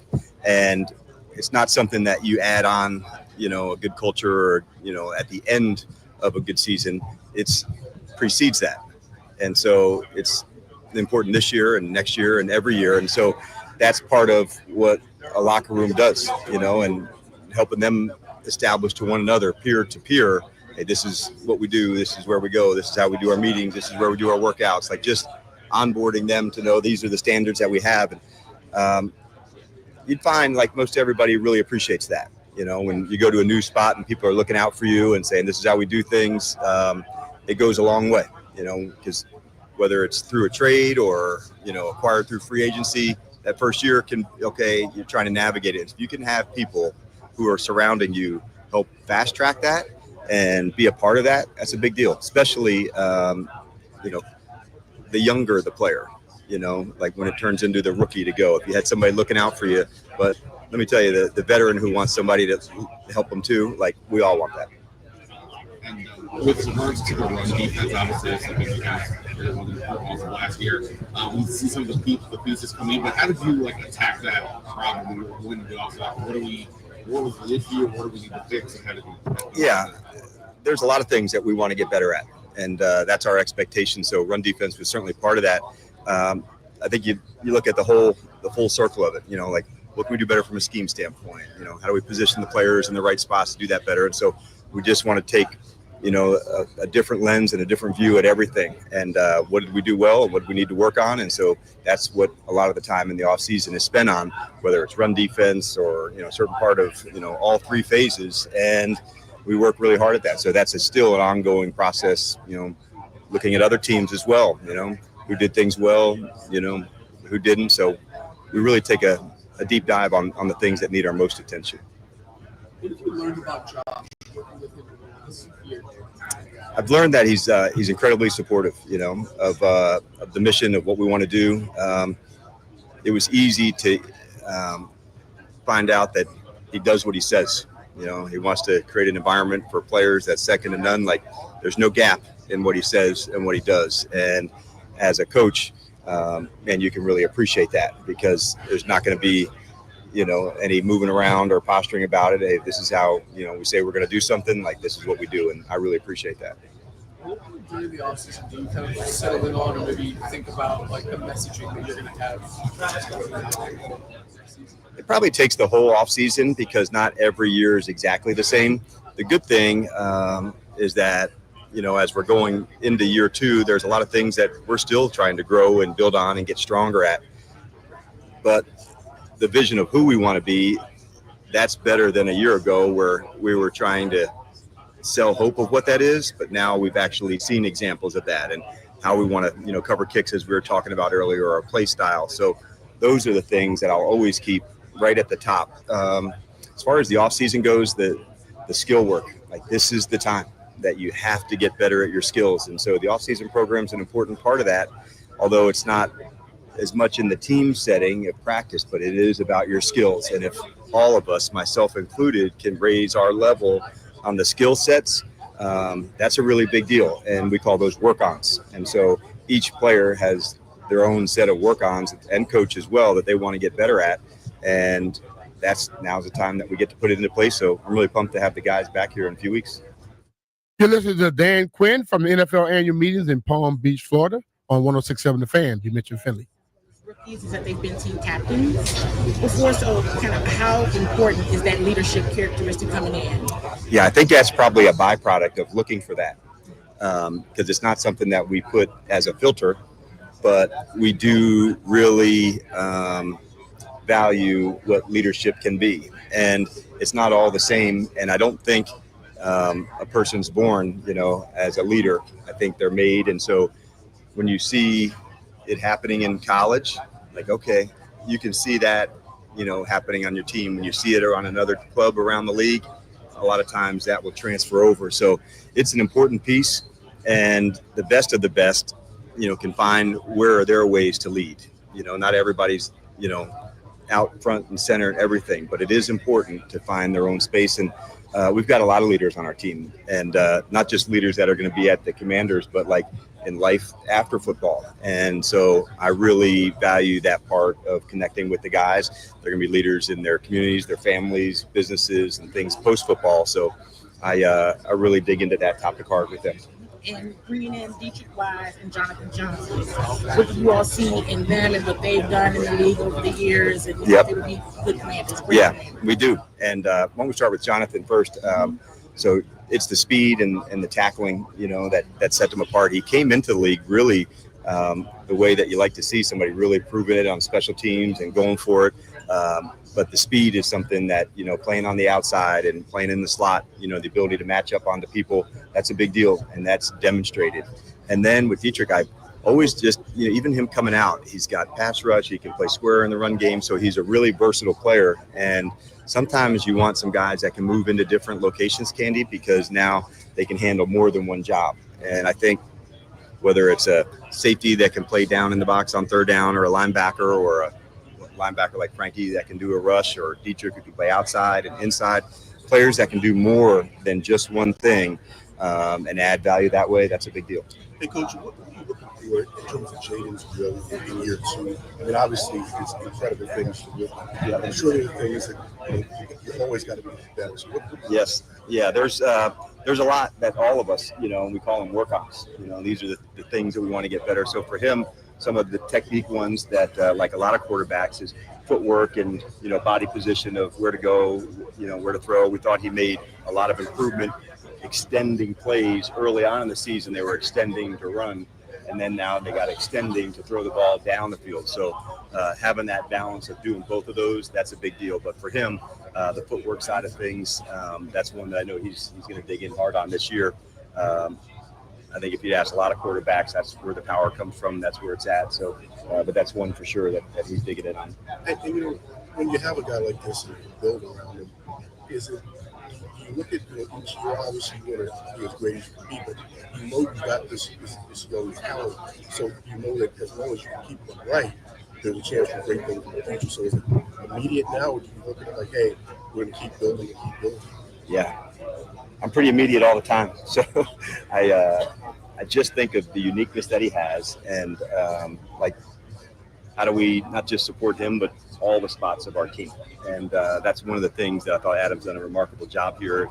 It's the strength. We're looking for depth and adding, role players in certain spots that can do their thing at a really high level. And adding offensive linemen or receivers or, pass rush, whatever that looks like, that's a really big piece to putting a whole excellent team together. So think of it probably more in a big picture view. Building off that, as a defensive guy, how much do you get, from a schematic standpoint, how teams might try to take him away? How much do you scout like that, and then just batter out ideas to try and combat that aspect? Yeah, I think he's established the throwing side. If he wasn't a dynamic runner, he'd still be an excellent quarterback. And so I think that's a really big deal. He adds the value of mobility and being outside the pocket and creating on scrambles to run and on scrambles to pass. But if we had played him only as a pure pocket passer, he would still be excellent. So it does present challenges, John. It really does. Sometimes that's in the season also. The teams wanted to try a certain unique thing, a spy or what have you. But, we'll just continue to look at that, as we progress. This is a far-range question, but like a few years, was talking about NFL players maybe playing in the offensive flag football. What would you think about that? And would that be something like? And I know this is I'm not going there, right? All right, I didn't think so. I was asked to ask that. Yes, I think that like the addition and the popularity of flag, man, I'm really pumped about it. I think it's awesome. I think it's growing the game, and I can remember driving with Stacy and going past a high school that there was a flag game going on. I think, imagine if you had that in high school, I would have been all over that. So to me, to know how important, how much it's growing for boys and girls coming up, and I'm hoping that the college thing takes on that space for this as well. So I'm really pumped about it. I'll look forward to the Olympics are fun. They're always in training camp, so that's why I'm avoiding your question at all costs right now, John. But I do enjoy the Olympics, and being in camp is always a lot of fun. You watch this final of this thing or this end of the basketball game. There were a few meetings we had to delay this year thanks to USA basketball and track and field. And I'm glad to do that to allow the guys and myself to watch those moments because they don't come around every year. Thank you for indulging. Hey, this is B. Mitch from B. Mitch and Philly. You're listening to Dan Quinn from Palm Beach down at the annual meetings for the NFL. And how did you get to know that, before you were on the field or in the office? I'd say probably just the opposite. Coming there, I wanted fresh eyes on everything. And so I knew there were a lot of excellent players and people that were part of the organization. And if I had, went to look back to say, I didn't care what that was, I was interested to know this is how we're going to do things from here on. And I thought that was an important piece if you're putting something together for the first time to make sure everybody's on the same page moving forward, whether you had been on the team before or you're on the team now. And so we wanted to make sure that everybody was going to, be on the same footing and no bias about before or after or older or new or just who's down for it. And that's really what we looked at. Dan, as a defensive guy, over the years, what's it like having the game plan midweek for a dominant running back compared to a dominant passing attack, especially with the way the game's played now? Sure, I think both are. That's kind of what makes coaching in the NFL fun, because it could be a dominant running attack, a dominant passing attack, a mobile quarterback, a certain receiver that can just ruin the game if you let it, and so it does force you to have. Flexibility into a game plan and not just be so rigid this is the only way we do things. So it is part of the fun. There's unique players that you face every week, but that's part of the fun of it and the challenge of it. What's the hardest part about game planning for Saquon, especially with how well he's played? I think you have to have a really good tackling plan because of the explosive runs when there's a gain of 4, a gain of 6, a gain of 7, a gain of 50. And so those are challenges against him or any guy who has the ability to make the big plays. It's the tackling. Do you know yet? Pete Carroll's rolling up the sleeves on this journey in Las Vegas. He talks a lot about team building. When you hear Pete Carroll talk about that, having worked with them, what jumps to your mind in terms of the work of Yeah, I think the last one you said is what's the fundamentals of that? He's exceptional at making the complex things simple. And I'm talking about the fundamentals of at practice of doing things over and over and doing them correctly.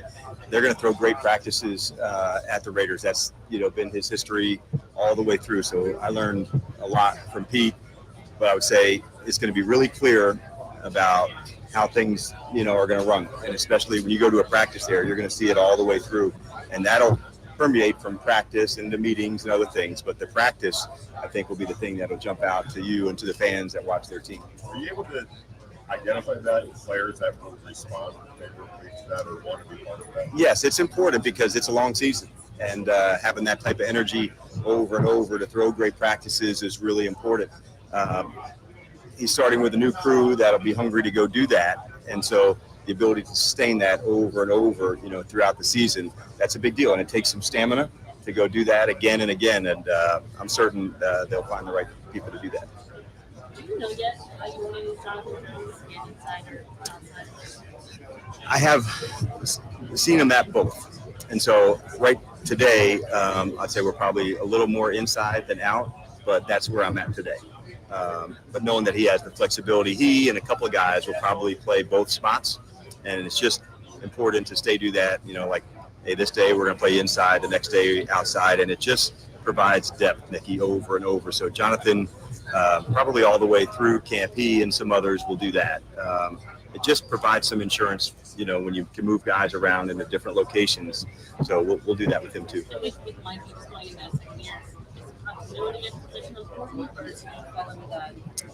He falls into that bucket as well. I wouldn't ask him to do it if he wasn't capable of. So you're right. I don't know if continuity is the right word, but if I felt like skills or something would be diminished, then I would only leave him at one spot. But he's shown the ability to do both. Is that like sort of the new norm, or is that just finding I'd like to try to find more that can play more than one spot. It can usually settle down into one space, but I'd rather find out, okay, Nikki can do this and this.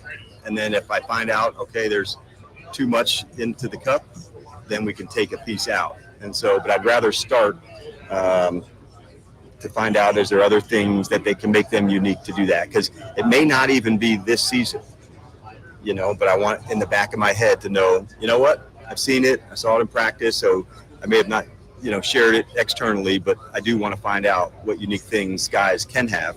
And then you may never lean back on it. But if you have to, I think it's important. Hey, it's Brian Mitchell here. Baseball fans love the long ball, and FanDuel is giving you even more reasons to love home runs every Tuesday during the MLB season. Because with Dinger Tuesdays, all FanDuel customers get a home run profit boost. That means when you bet on the moonshots, you can take your winnings to new heights. So whether it's a big blast or an Apple Taco, FanDuel is your home for betting home runs. Just visit FanDuel.com/Brian and gear up to go yard all season long. That's FanDuel.com/Brian to claim your Dinger Tuesday profit boost. Make every moment more with FanDuel, America's #1 sportsbook, official sports betting partner of Major League Baseball. FanDuel Sportsbook is the official partner of 106.7 The Fan. You have to be 18 years old and present in D.C. Opt-in required. Bonus issued as a non-withdrawable profit boost tokens. Restrictions apply, including any token expiration and max wager amount. See terms at sportsbook.fanduel.com. Gambling problem? Call or text 1-800-GAMBLER. That's 1-800-426-2537.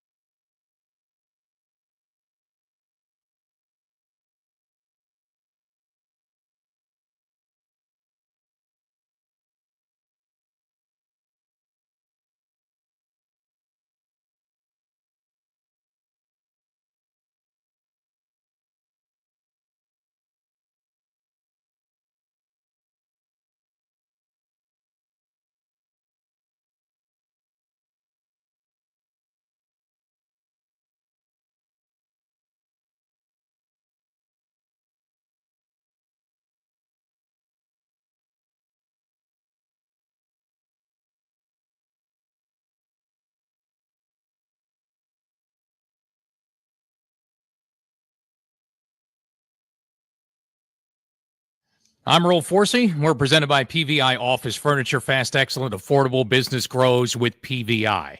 Hockey, big game for the Capitals tonight on the road in Boston. 7 p.m. faceoff. That's going to be on the Team 980. Capitals trying to snap a season-high 3-game skid. They'll get a little boost, though, tonight. Top prospect Ryan Leonard expected to make his Capitals debut after signing with the team Monday. Just 9 games left to play. And Ovi, 5 goals away now from breaking Wayne Gretzky's all-time record. Baseball Nationals in Toronto, game 2 of their series against the Blue Jays, 7:05 here on the Fan. College hoops, Maryland's still looking for a new head coach, but Georgetown season continues. Hoyas winner last night over Washington State at the College Basketball Crown Tournament in Las Vegas. Hoyas will take on Nebraska now in the second round tomorrow night, 9:30 for that one over in Bloomberg 99.1. Looking to upgrade your office game? Swing by PVI Office Furniture, where we've got everything you need to take your workspace from the bench to the big leagues. Mention the Fan to score 15% off your in-store purchase. PVI Office Furniture, where productivity gets a hat trick. Visit PVI.com because business grows with PVI. From the Crop Metcalf 5-star sports desk, I'm Earl Forsey on the Fan.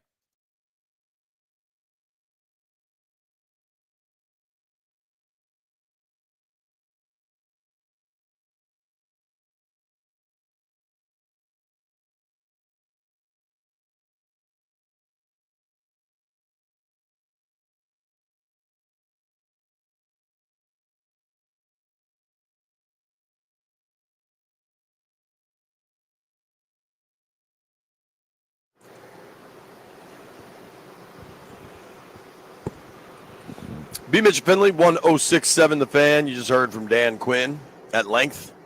What'd you think, B? Anything stand out to you? Well, Dan is always cool with it, dog. Yeah. The fact that the man, he explains stuff and he doesn't go above your head by trying to use words that people don't understand. He's telling you exactly what he's doing, but he does it in such a calm way where I know there are people saying, man, he ain't telling us everything. Which he doesn't tell you everything, but he tell you more than other coaches will ever tell you. He just does it in a way to make you think he's BSing you. And he's damn good. Yeah. And all the little information that he dropped about, Coleman and all, we've discussed that. We expect him to move to the right side, and let's be real. Brandon Coleman is ultimately going to be your right tackle. Maybe this year may not be early on because they may have, well, he'll probably be right tackle because let's be real. Wiley could probably move into the right guard quicker than Coleman could. Yeah. So we got clarification on that because it wasn't like overly clear. Mm-hmm. So Nikki asked for them to clarify, and the answer was Coleman and Wiley will start the offseason program at right tackle. Whether one moves inside depends largely on the timetable for Sam Cosby. And let's be real, Cosby's probably out till October. Which means Cosby is going to be, we know that one of those guys is going to be at the guard, which I would suspect the guy who has more experience in the NFL at it, and that would be Wiley. Yep. I'm about to call him man Collie. I'm putting the two words together.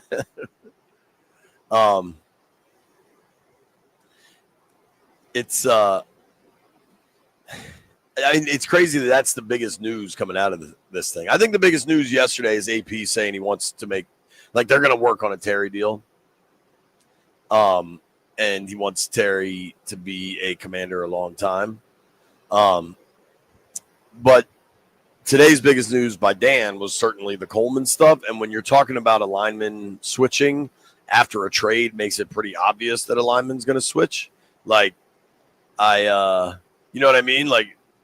These guys are – I really like the line Dan had about last year we had to sell hope. This year we've seen it. I think that speaks to kind of everything going on here, just how tremendously different everything is. You know what I mean? Uh-huh. The guys coming in are going to have to – you have to – a dude like Tunsil, you're going to walk in and immediately buy in. Otherwise – they're not interested. Yeah. This is not a prove yourself spot anymore. It's a show up and get with it. Yeah. That stuff will come down, but I think it's not no strain on either side at this point. No. Yeah. No. And I mean, this time of year, there's a reason they have the meetings this time of year. Everybody just got done with free agency. They think their team is loaded. You know what I mean? Like nobody's missed a field goal or dropped a pass yet. Like now is the time of year where every team in the NFL is feeling pretty damn good. Oh yeah. So everybody's undefeated right now, Jay. Exactly. Everybody feeling good. All right, in about 10 minutes, we'll go through our bracket, the scenarios, lots of scenarios. I did go in there for the tush push, and it is really interesting. I don't want to toot my own horn, but what I've said repeatedly is they should just go back to the old rule where ball carriers couldn't be pushed or pulled. Yeah. That was the rule until 2004. That was the rule when you played. Yeah. Right? That's what I'm talking about. You watch the play, everything is very legal and normal, other than them lining up all sides, the offensive linemen. But the fact that once it stopped, they go grab him and push him, grab him and lift him over the line. That's the part that should have been called, that referees don't do their damn job. Right. And now all of a sudden you got coaches and players and teams have to fight this thing when all you got to do is do what's in the rule book. It already says it can't be done. And there's no new rules need to be put in place. Just go by the damn rules that are already there. And there'll be a flag thrown on every play. Then they wouldn't have to worry about it. Agreed. Some actual football stuff. The Eagles had said Dallas Goedert was able to seek a trade. And there's been no real information about that. Nick Sirianni today said, obviously, Dallas Goedert has meant a lot to us. We'll see how that plays out. He's a heck of a football player, heck of a leader. Wants to be able to bring back as many guys as you can, but that is not the reality of the NFL. The Eagles owe him about $15 million. I don't know, man. They've moved on from a lot of veterans with higher price tags, and I don't know. They're all gone. Hey, and they're more. They may know how to move before they get into trouble. Yeah. Yeah.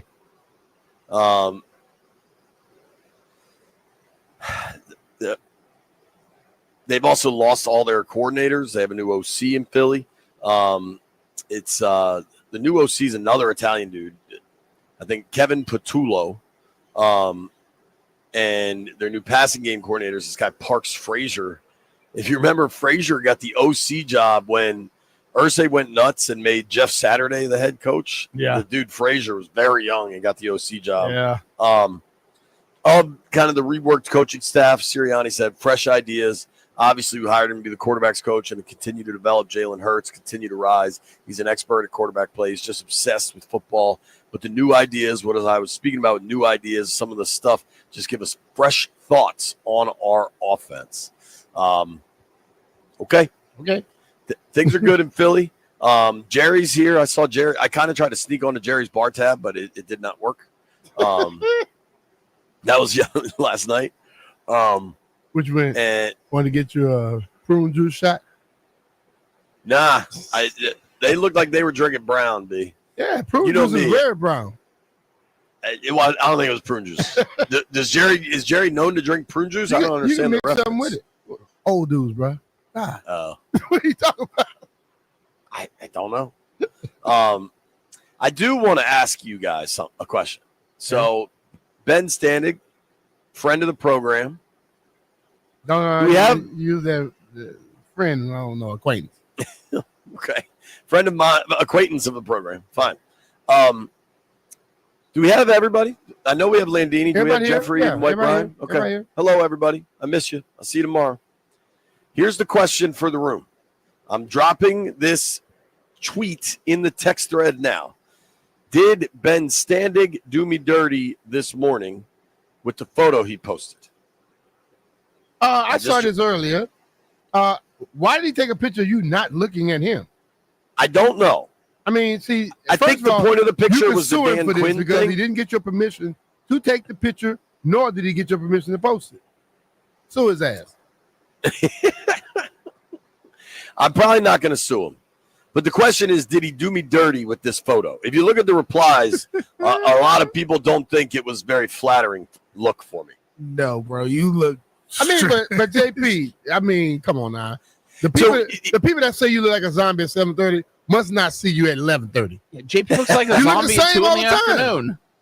Well, dude, here's the other If it's thing. your look that you're concerned about, hell, he didn't do you wrong. That's your normal look. What the hell? I don't know why he. So the only thing that I find kind of odd in this is that picture was taken before DQ sat down for breakfast. That picture is probably taken about 7:15 a.m. I just don't know why you then post it like 3 hours later at 10 a.m. You know? But the thing of it is, that's just the over, what's the word I'm looking for? Zealousness, or just attempt to always put something out there. That picture right there was unnecessary. That's the part of social media I hate. You sitting up there minding your own damn business, somebody posting you for what? To get some clicks? What the hell? Well, Ben, don't do that to me because I'm going to sue your ass. The replies are funny. So one dude, I didn't even see this photo, and then one dude tagged me in it, and he said, "You did JP dirty doing this." Yeah, I saw and that. Ben replied, "Everybody looks zombie-ish at 7:30 a.m." So now we're openly admitting that I look like a zombie in the photo. That's probably why he took the picture now, what I'm finding out. Bergen T Gear said, JP either super excited or he's still coming off his bender last night. I didn't even have a bender. I was home at 11. Like, I didn't do anything crazy. This was funny. Ladies Who Like Baseball said, was JP in Boston with Ovi and the boys last night. Yeah, these are fun times, man. So the overwhelming support, the overwhelming answer is Standing did do me dirty with this photo? Not really. I mean, that's what y'all do to each other. JP, that's basically what you do. I haven't posted a picture of Ben. You don't post picture. You post a whole narrative of what everybody else is saying all day. If that was know me- you're doing it or not. If that I was tweet me, out quotes from the show. You tweet out quotes all day about everybody else but yourself. if that was me, I would definitely respond to Ben. You have started a war you did not want. Well, it won't be easy to catch him looking bad. I told you, JB, I came back guns are slinging now, bro. I'm not holding back no more. All right, let's do it. Let's go. Speaking of not holding back anymore, when we come back, let's take a look at the B. Mitchell Finley Invitational NCAA bracket pool. Only Who's doing well? invited people were you. You made it invitational. Yeah, that's right. It's a private pool. All I know is that it's the kind of thing that you definitely don't want to be in last place. Nobody go anywhere.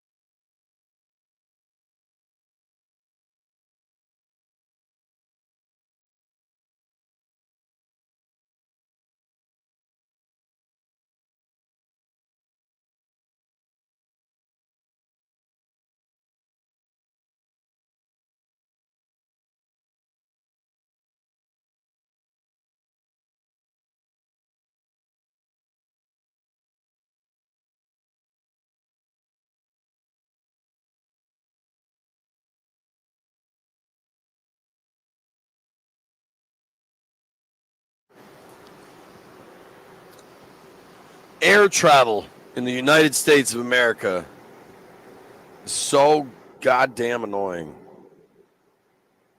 Can't say those two words together on air. Yo, B, what day were you one born? word. One word. Not all of them. What day was I born? No, on Friday you were gone, right? Yeah. I think we needed you, dog. I got a little out of control to start the program. Why? That was Maryland lost that night, and But man, we had already discussed that on Thursday, CJ. I know. But then they lost. Yeah, but you figured that was going to happen. It's like it's a lot for everything to overcome, and he was out the door. And I do remember we had discussed it, where supposedly he had mentioned to the kids already that he was leaving, but that ends up being a lie. He zoomed them, coward. But ultimately, once you kind of figure it's going to be some bad things happening. And I drove all the way down to a Maryland household to hear her act worse than you. She was pissed off at the men and the women. Oh, Bria? Yes. I love that. I'm like, damn, I thought I left JP. Now I got BM over here acting a fool. I love that. I tell you, my next rant might be directed at a certain airline. So let's take a look at our brackets. We know the Final Four. It's 4-1 seeds, and White Brian has added up all the brackets in first place. Ooh, Lord. Brian Mitchell. What? I looked up? Dog, and if Texas Tech had won, you'd have this thing wrapped up. Yeah. So B Mitch is in first place, 78 points. Hot on his heels, our dear friend Mike Beasley. Everybody knows Bees from MGM National Harbor. He has 77 points. And Bees came out of nowhere, didn't he? Yeah, but Bees has Sparty winning it all. Sparty ain't going to win it all. But Sparty ain't even there, right? Right. He ain't going to win. Wild card Scotty in third place. Lord, of all. I mean, dude, that's wild. 75 points. Who he has winning? Houston. But he can't do better than you, so okay, but you're good. Who he likes? I forgot the team he loves. He's a Penn Stater. Penn State. So I don't know. In basketball, Penn State's pretty irrelevant, so I don't really know. Yeah. Sales Aaron, who said she likes taking money from men. There's a big old tie for fourth place with 74 points, and that includes Sales Aaron, Heavy Metal Chris, Digital Lou, and Jeff Too Funny. All right. Now, listen, it is very important in these pools. The only thing that really matters is not coming in last place. Like, ultimately, that's what matters most, right? And I just want to be very clear. I am not in last place. There is a two-way tie for last place.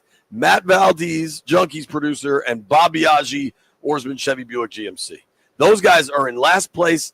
Everyone should laugh at them. They're very far away from the rest of the the pool. Well, very, they're very far away. They're right behind you because you're right there with them.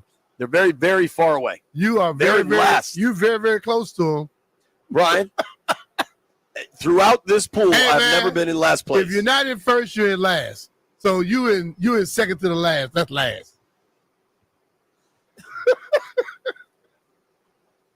I'm not in second to last. I'm just not if last. If they're tied for last and you right above them, that's second to last. Dog, I am not in last place. That's all that matters. Third to Biaggi last. and Valdez have 56 points. That's pathetic. And what you have? That's irrelevant. I don't have 56. I have more than 56. How many points he has? 57. 56 is pathetic. All right. Here are the scenarios to win. You wanted to be Ken Harvey so bad you would have got his scored his number. I'll leave LT's jersey for Biaggi and Valdez. All right. If Houston gets to the championship, B. Mitch wins the pool. If Duke gets to the championship but loses, then Bees wins the pool. If Duke wins the title, B, guess who wins? White Brian? Jeff Too Funny. I'm about to call my aunties in the French quarters to start doing that voodoo. If Duke gets to the title, Jeff Too Funny and Digital Lou share the pot. And if Auburn wins, or I guess if Auburn beats Duke in the title game, White Bryan wins. Wow. So I imagine Duke playing against Houston, right? Duke plays Houston, and What then is they would Auburn play and Houston in the finals, Brian? What happens then? You win. If Houston gets to the final, you win, B. Mitch. Okay. But Houston, let's get to the damn final. I imagine the betting favorites would say the final is going to be Florida Duke. That was the betting favorites say? Right. What they mean? The referee's gonna call a game a certain way they wanted to go? No, I'm just saying. You can't count out Auburn or damn Houston because those dudes play defense. I'm not counting out anybody. It's the Final Four. Yeah. But I think all I mean is I think Duke and Florida are the favorites in those games, right, White Brian?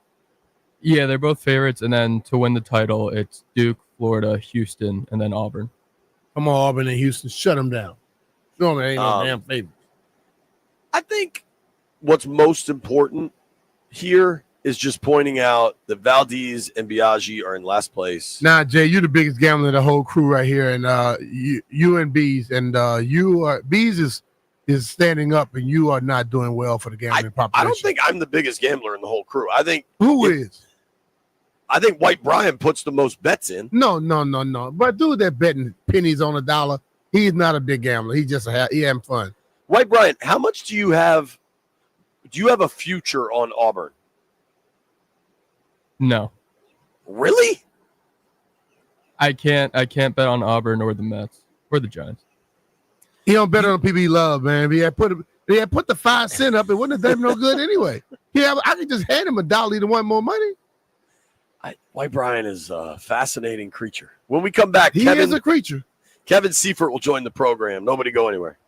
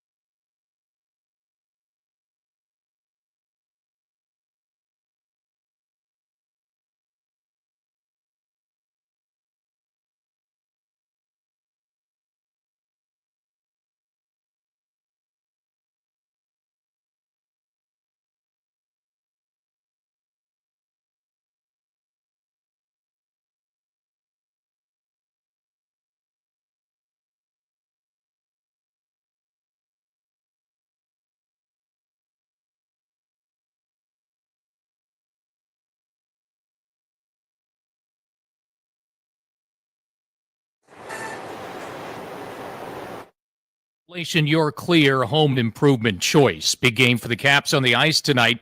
Hockey on the road in Boston, 7 p.m. face-off on the Team 980 for the Caps tonight, trying to snap a 3-game skid, and they will welcome their top prospect, Ryan Leonard, to the lineup. He will make his Caps debut tonight in his hometown. Should be a pretty special night for him. My dream come true. Meeting all the guys, and I'm really looking forward to tonight. My whole team's coming. They'll be here, and a lot of friends and family from back home, so it should be a lot of fun. College season just ended this weekend. He signed with the team yesterday. Now he's part of a big playoff chase still for the first-place Caps, even though they are 3 points behind Winnipeg for the best record in the NHL. They will try to get things righted tonight, and Alex Ovechkin, of course, continues the Gretzky chase, 5 away from breaking the Great One's all-time record. NFL Commanders head coach Dan Quinn said today at the league meetings that they plan on having joint practices with other teams again this summer, that they will hold training camp once again in Ashburn, and that Brandon Coleman will move to the right side of the O-line now after the recent trade for Laremy Tunsil. This April only, get 10% off each window with a 5-window minimum and 10% off each door at Paul Henry's Window Installation. Schedule your free, no-pressure, free estimate today at paulhenryswindows.com, your clear home improvement choice. From the Crop Metcalf 5-Star Sports Desk, I'm Earl Forsey on the Fan.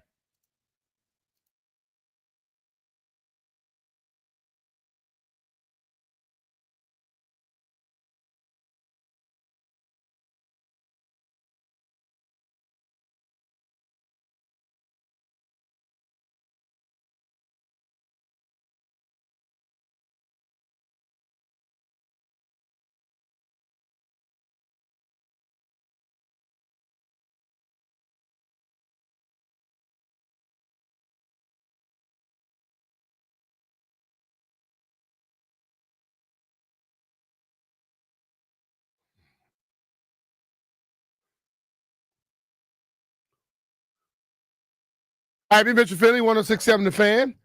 I am here in the studio, Navy Yard Studio. JP is down in Palm Beach, Florida, for the annual meetings, NFL, and they didn't change the rule that everybody thought they would change today.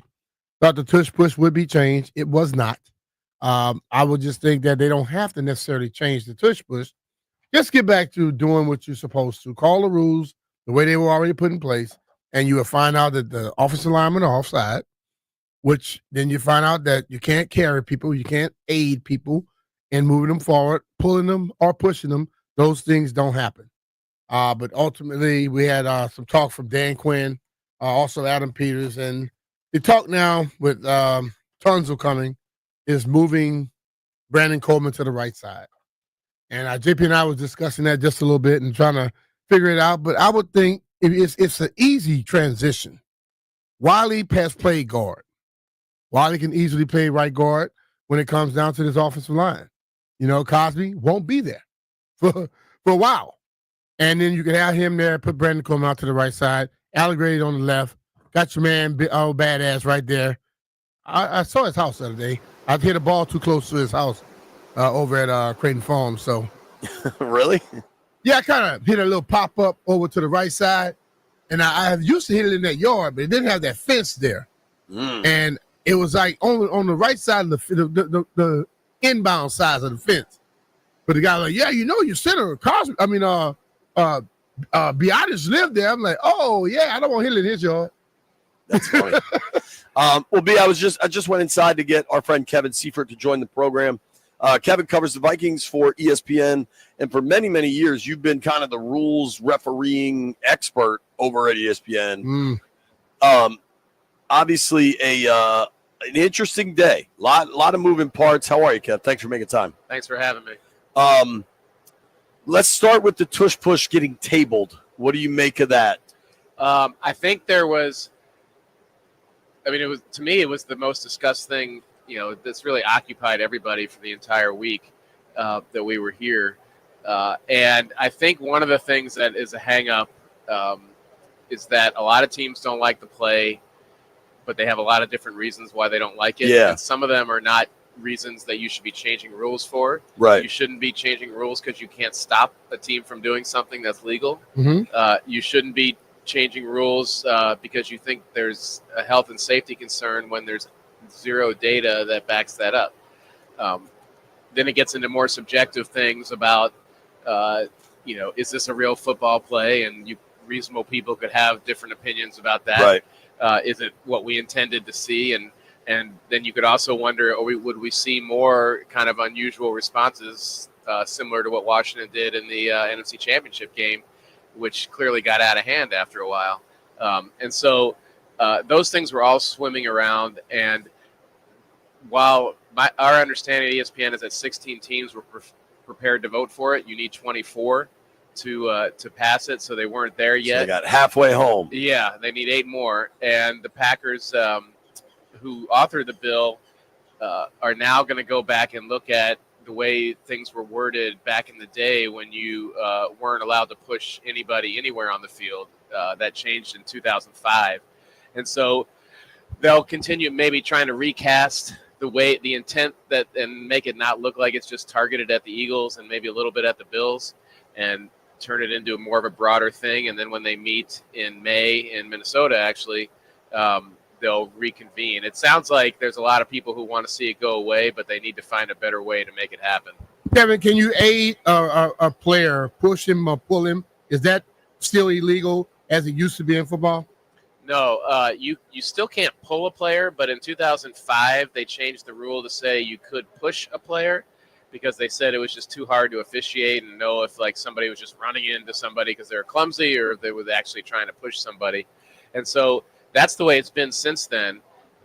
And that's why it is legal for the Eagles to push the quarterback the way they do and any other team that wanted to try it. And then this rule was targeted just to prevent you from being behind the line of scrimmage and immediately push the quarterback or whoever is taking the snap. Like the Packers have a version of this where their tight end comes in motion and then they push him. And then you would still be allowed to push people downfield. And that, to a lot of NFL people, feels like it's just targeted at a very specific thing. And if you're going to ban push behind the line of scrimmage, you got to ban it everywhere. And so maybe that's where it's going, where they'll say you can no longer run downfield as an offensive lineman and push basically push the pile, the way we see a lot now. But that should be stopped because that has a direct impact on getting players injured. Yeah, I think and which would make this whole argument easier to justify, I think. So you could say like, hey, we're trying to keep players healthy. We know they get hurt when an offensive lineman slams into the pile downfield and that sort of thing. And so I think that maybe is where it's going. We'll see if that helps them get those extra 8 votes that they need. I've been saying all along they should just go back to the old rule, and I think it was way too specific trying to go after Philly. Yeah. I mean, they wrote it like letter of the rule, and I think I was reading ESPN stuff that Vrabel was like, well, the way this rule's written, what if he starts lining up behind the guard? Yeah. Like this rule wouldn't exist to that because Yeah. it's so hyper specific. What about the overtime change? Can you tell folks kind of what happened and what were you surprised? Right. So the past few years, I think 2 years ago, they changed the playoff overtime rule to guarantee both teams a chance to have possession during the overtime period, and they expanded it, I think, by 15 minutes. To 15 minutes. And that was just so that you couldn't have somebody get the first possession, score a touchdown, and win like the Chiefs did against the Bills in the playoffs a few years and never have the other team's offense even get on the field. And so this proposal was to basically make that rule apply to the regular season as well. And what they ended up doing was splitting it. They said both teams are guaranteed a possession, but there's still only 10 minutes. So in theory, you could get the opening possession of overtime and start running your 4-minute offense right there and try to drain as much clock as you can. And if you happen to drain the entire 10 minutes with a long drive and then score on the very last play, that prevents the other team from having an opportunity to possess. So it's I don't know whether that's likely to actually be a scenario, but they did pass that rule, which means both teams are. So even if the first possession team scores a touchdown, the second possession team still gets a possession unless there's no time left at that point. Yeah, that's going to be really interesting. And then it was Rich McKay talked about how, he's also the team president of the Falcons? Yeah. The Falcons Commanders game almost went to a tie, and then Washington was able to score late. And if somebody scores, if somebody scores on the last play of the 10th minute, the game's just over. Yeah, and there's not a ton of 10-minute drives out there. Right. But by the time you get to overtime, the defense might be pretty tired. And so, like, your chances of a 10-minute of being able just to kind of overcome a defense and over a 10-minute exhausting drive are probably better in overtime than they would be, like, in the first quarter. Yeah. We're talking with our friend Kevin Seifert here on the Reid Guest Hotline. Reid makes the best HVAC products in the DMV. What's your Twitter? Say, I'm not rude. No, it's R-U-U-D. I got It's a you. little I different. got you. All right. Not rude, Kevin. It's not right. I'm trying to think. I mean, outside of that, the playoff seeding, I was kind of surprised that didn't just get voted down. Yeah, but Rich McKay, the competition committee chairman, said it wasn't necessarily because there's just a few more arms to twist. That sounds like they just want to have more discussion about, are there any ways we can change the seeding? Like maybe keep it division winners and then wild cards, unless you're a team that was 500 or below as a division winner, and then maybe you get put behind the wild cards if you're 500 or below, or something like that, to at least address a little bit of what we've seen in some years, where Sure. like a 7, I think this is the old 16 game schedule, but 7-9 team winning your division because it's a bad division, and then getting seeded ahead of a 11-6 wild card. So I asked Dan Quinn about it. Yeah. And he was like, man, I was there for the Beastquake. I would never want the Beastquake to go away. Yeah. And that Seahawks team gets rolled if they're playing the Saints in the Superdome. Yeah. You know? Yeah. So they won that game because they were playing in their home field, which they earned by winning the division title. Even though they were 7-9. They were 7-9. Yeah. When are we gonna get to the point where football is just a tough sport and sometimes you got to deal with it? We're changing rules every year now, where the game ain't gonna be what none of us remember. Yeah, and sometimes it feels like it's just very reactionary to what happened the previous year or the previous couple years. And so some of these things I think are good and have led to things that are I think the kickoff thing eventually is going to be pretty good if the goal is to have more returns, which I think we all want. They're going to get there. We're getting closer than they were last year, and they made a big improvement over the previous year. And so like some of these I think have a good impact on the game, but I agree that there's a lot of time wasted in just kind of going through scenarios that are not broad enough to really impact the game. Let's switch to your beat to the Vikings. Why was there ever an Aaron Rodgers conversation? Yeah. So, and Kevin O'Connell's the head coach. You guys know him from when he was on the Washington staff. Yeah. He has a pretty good relationship with Aaron Rodgers going back to when they both were players. They're roughly the same age, which is wild. Although Aaron's a couple years older than him. And, the organizational plan for a long time has been turn it over to J.J. McCarthy as soon as he's ready. He didn't play at all last year. He didn't practice at all last year because his injury happened before the season began. He's not a rookie, but he's not really a second-year player either. And he went through college, with a lot of fewer attempts than a lot of the quarterbacks drafted. And so there's some unknown about him. But the big thing is, I think what happened is when Aaron Rodgers calls you and says, I'd love to finish my career for you. You're the guy, and I'm paraphrasing, but like you're the team I want to play for. Is that what happened? Yeah. Wow. He calls O'Connell and says, you're the coach I want to play for, if I can, and got these other teams too, and we're talking to them. But like, what would it, is there anything even in the realm of possibility? And so, in theory, Kevin O'Connell could have politely said, thanks for the call. I love you. I can't wait to see you enshrined in the Hall of Fame, but we're good. But he didn't. He, listened and talked and listened and talked, and then brought it to the bigger decision-making group within the Vikings. And they talked about it for a few days as something they hadn't necessarily expected could be a possibility. And is this something they want to upend their timetable for their young quarterback with? I don't think the money was going to be such that it was going to break their salary cap, but you still get a benefit from having a starting quarterback on a rookie contract. And this is a team that's built to win now. I mean, they just spent $300 million in free agency. Signed a bunch of guys, like a Jonathan Allen, still really good players, but on the older side, and so like not going to be around for another 7 or 8 years probably. And so, they're built to win now, and like there's something to be said for dropping Aaron Rodgers, even in his current state, onto a team like that. Have him throw to Justin Jefferson, have him hand off to Aaron Jones, have him be protected by an offensive line that they spent a lot of money to rebuild this offseason. And so they thought about it. It was never like the likely scenario, but it was worth their time to think about it, they thought. And then they finally said, you know what, we're going to move forward with J.J. McCarthy in the spring and the OTAs and minicamp. And, this little 1% break the glass in case of emergency chance that if he gets injured or like somehow just demonstrates that he's like woefully unprepared, like there's just no chance he'll be ready to play this year. And I don't even know how you would judge that in OTAs. But if it came to that, and if Rodgers hadn't signed anywhere else, then maybe it's something they could revisit. But like I view that as a smallest of the smallest possibilities. I think it seems kind of done, like it's Pittsburgh for Rodgers or bust at this point. Yeah, or unless he wants to say, no to Pittsburgh and just wait and see either if something happens with JJ or if another team's quarterback gets hurt in training camp. That's so bizarre. And he's what does he not like about Pittsburgh? that I don't know. I don't know.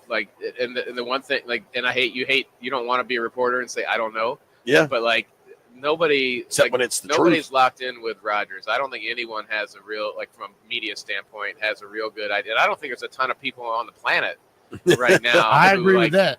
Who are really locked in and can confidently say they know what Aaron Rodgers is thinking. This is his agent, him. McAfee.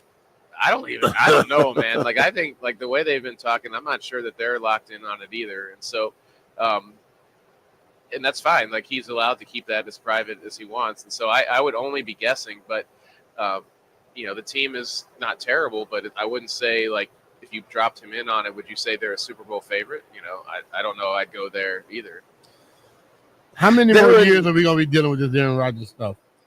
B-Mitch hates Aaron Rodgers. Yeah, I know. I don't hate him. I just don't. I don't like. Listen, you don't like all the drama. I know that drama at the quarterback position is the worst thing for any team to be successful. And I know he's been great. I know he has great talent. But if he keeps up the crap he's doing, his teams aren't going to win. No, and maybe the league will retire him. There's always that phrase. That happens to some players. Some players decide when they're done, and more often the league decides when you're done. And so. I don't know. I would think that we're nearing that point. It seems like it, man. Were you surprised how the Vikings season ended? That I feel like Darnold was Cinderella and the clock struck midnight and it was over. I think we saw how good he could be, and we saw his ceiling, I think. And his ceiling maybe wasn't as high as a team that wants to make a long playoff run could be. And he's still only 27. He'll be 28. So you can't say crazy. You can't say well, we saw the best he'll ever be. He's never going to be any better. But sure. There's a lot. I mean, I don't think you don't have to I don't have to spend 10 minutes telling people how good O'Connell is with quarterbacks and the results that he's gotten that other people haven't. Sure. And there's. I mean, I hope Sam does great in Seattle, but it's not the same setup that he had in Minnesota in terms of the skill level, the coaching, or anything. And so, we'll see on that. But I think they got to that last game of the regular season in Detroit. It was super high pressure, intense Sunday night football. The game, there hadn't been a regular season game with that level of stakes. Winner gets the number 1 seed, loser's a wild card in decades in the NFL. And he just had his worst game. I don't say choking and all that is kind of subjective and everybody can use whatever word, but that was by far his worst game of the year. And then he was a little better in the playoffs, but not much. And so, and I think it's fair to take that, the 2 biggest games they had were his 2 worst games of the year. And it's fair to associate what that means with that. Our friend Kevin Seifert, kind enough to join us on the Rude Guest Hotline here in the Florida humidity. You're the commissioner of the NFL. What are you doing to the tush push? So the commissioner's job. You can make the decision. You have all the authority, whatever the job is. 'Cause I was going to say, like the commissioner's job is not to make the decision; it's to try to find a way to get to the place that the important owners want it to get to. Right. Like if we don't do that and we just say what's best for the game, like I don't think the rule as written is the right way to the Packers to move, proposal. to move past this. I like, agree. And I also like after talking, if we talk through it, like finding a better semantic argument isn't it either. Like, I just like I've never been in this situation where like teams are basically or seen the situation where teams are throwing up their hands. Like there's so many good defensive coaches out there and so many good defensive players.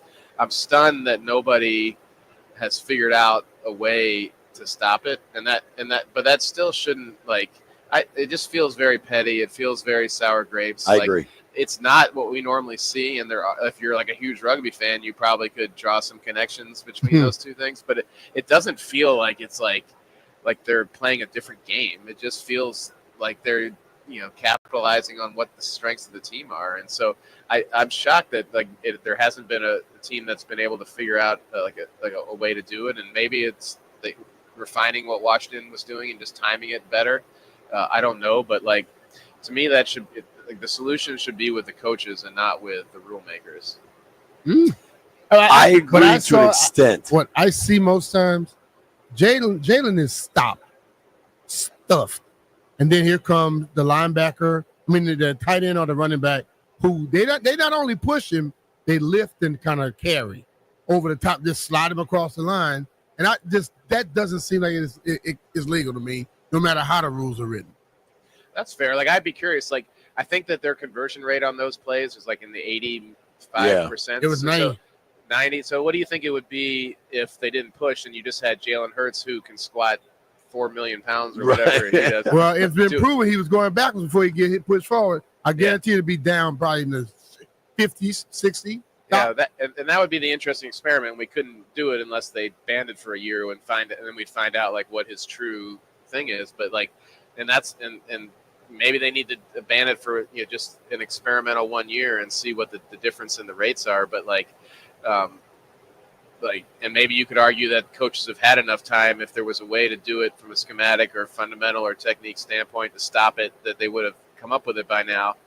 But I don't know. It just feels. I just don't like seeing rules that target one or two teams. Buffalo does it some too. It's pretty specific to Philly. If they're gonna do it, they gotta just do all push. All pushing is out, not just from behind the line of Just scrimmage. go back to the old rule. Yeah. It existed. I don't know why you ever lifted it in the first Well, place. they thought it was hard to officiate because you couldn't tell if a guy was pushing or just being Still blocking a big it, offensive yeah. lineman. Yeah. Yeah, but the thing you got as a result of it is really hard to officiate. Yeah. They line up on side. Kev, thank you for the time, man. All right, Kev. thanks for having Appreciate me, you, man. guys. All right, see you guys. It's our guy, Kevin Seifert. Here's what we're going to do. You get to be the decision maker on this. You get to be Roger Goodell and Jerry Jones and Josh Harris. You get to decide what should happen with the Tush push. 800-636-1067. 800-636-1067. Me, B, Landfill, we'll all tell you what we would do, and you could tell us what you would do. Nobody go anywhere. B. Mitchell Finley. Phone lines are open.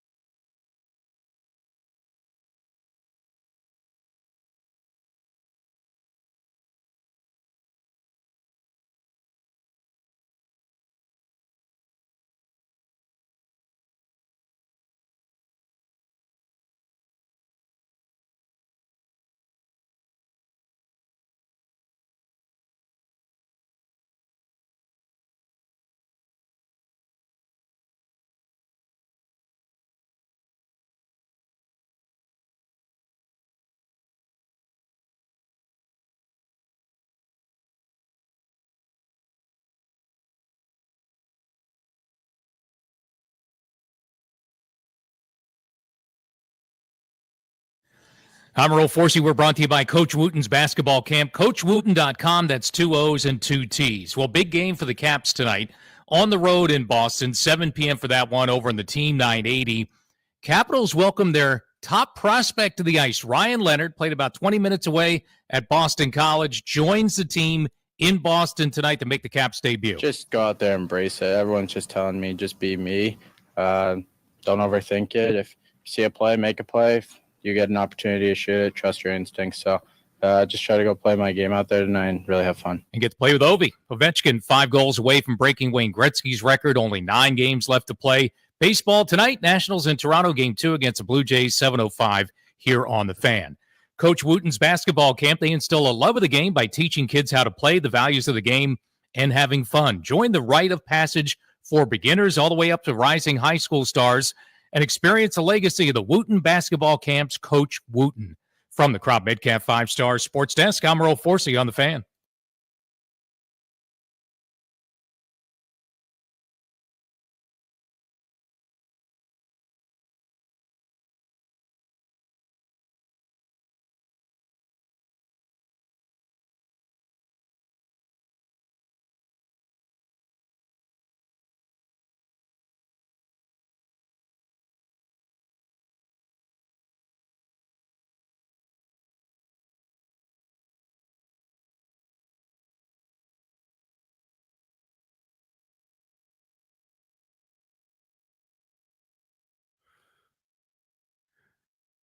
Be Mitchell Philly.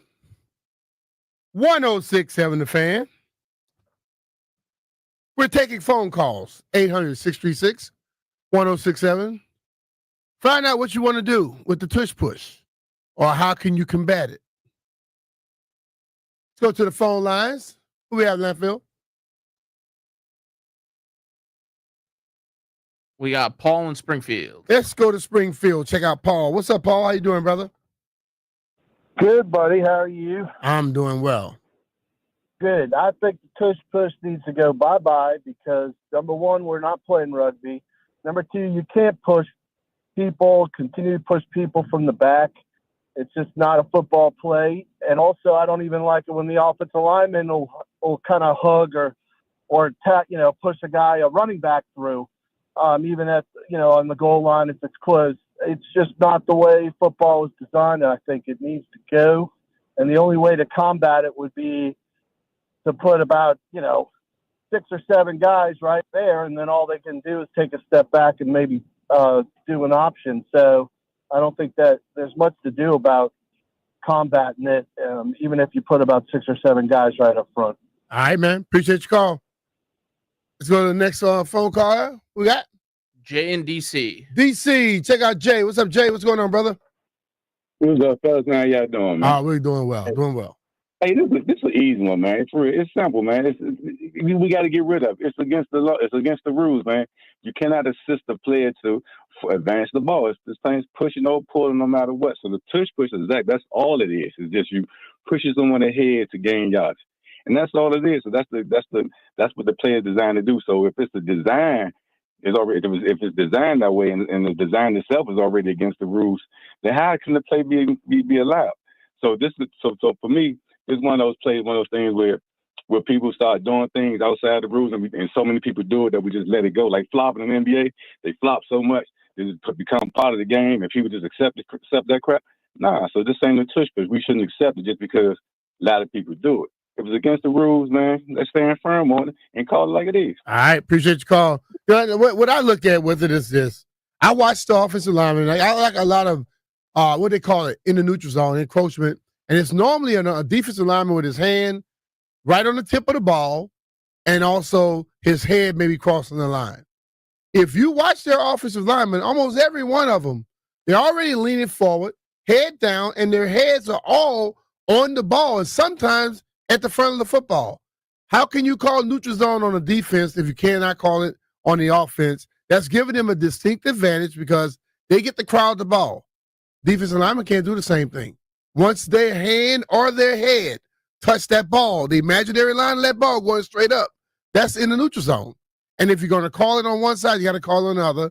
And I just think when you watch the play, he gets stuffed on the first move.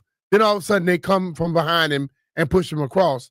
You got to do something about it. If you can't, if the defensive players can't do something crazy, then you can't allow them to keep doing it. Let's go to the next caller. We got Landfill. Terry in Danville. Danville. Let's go to Terry. What's up, Terry? How you doing, man? Hey, everything's good. Thanks for taking my call. Appreciate you. Yes, I definitely think it should be banned because of the fact that they banned blocking field goals. You know, you can't pile up to do that. And I just think it's a rugby play. It's not football. I mean, who can deny someone they want to bring something else in the game from rugby? I like the NFL football, not rugby. All right, man. Appreciate your call. See, I listen a little bit because you look at the call, you can no longer line up over the center. You cannot line up over the center on a field goal or extra point. And if you even want to come from one side and try to swim to the other, they call that on you. They don't want people jumping over the offensive lineman. But you can line everybody up that close, and they're just road grading the guy, whoever's in the middle, and they try to get under him. So what? Because you're trying to get under them, you cause a big pile, and now we lift the guy over the line. The rule, if you're not going to change the play, the rule has to be changed about what occurs around it. Because I believe the actual play is not a problem to me. That's just like a regular, when you're about to go quarterback sneak, all the defensive players slide inside the offensive player, but they normally line up the exact same way they line up for every other play. Do they not? Offensive linemen do it from the 2-point stand. They do it from the 3-point stands. Not everybody's in a 4-point stand that far close to the football. So it gives them an advantage in that point. Let's go to our next call, Landfill. Who we at? Kevin and Culpeper. Go to Culpeper. Check out Kevin. What's up, Kev? How you doing, brother? What's going on, B. Mitch? Doing well, bro.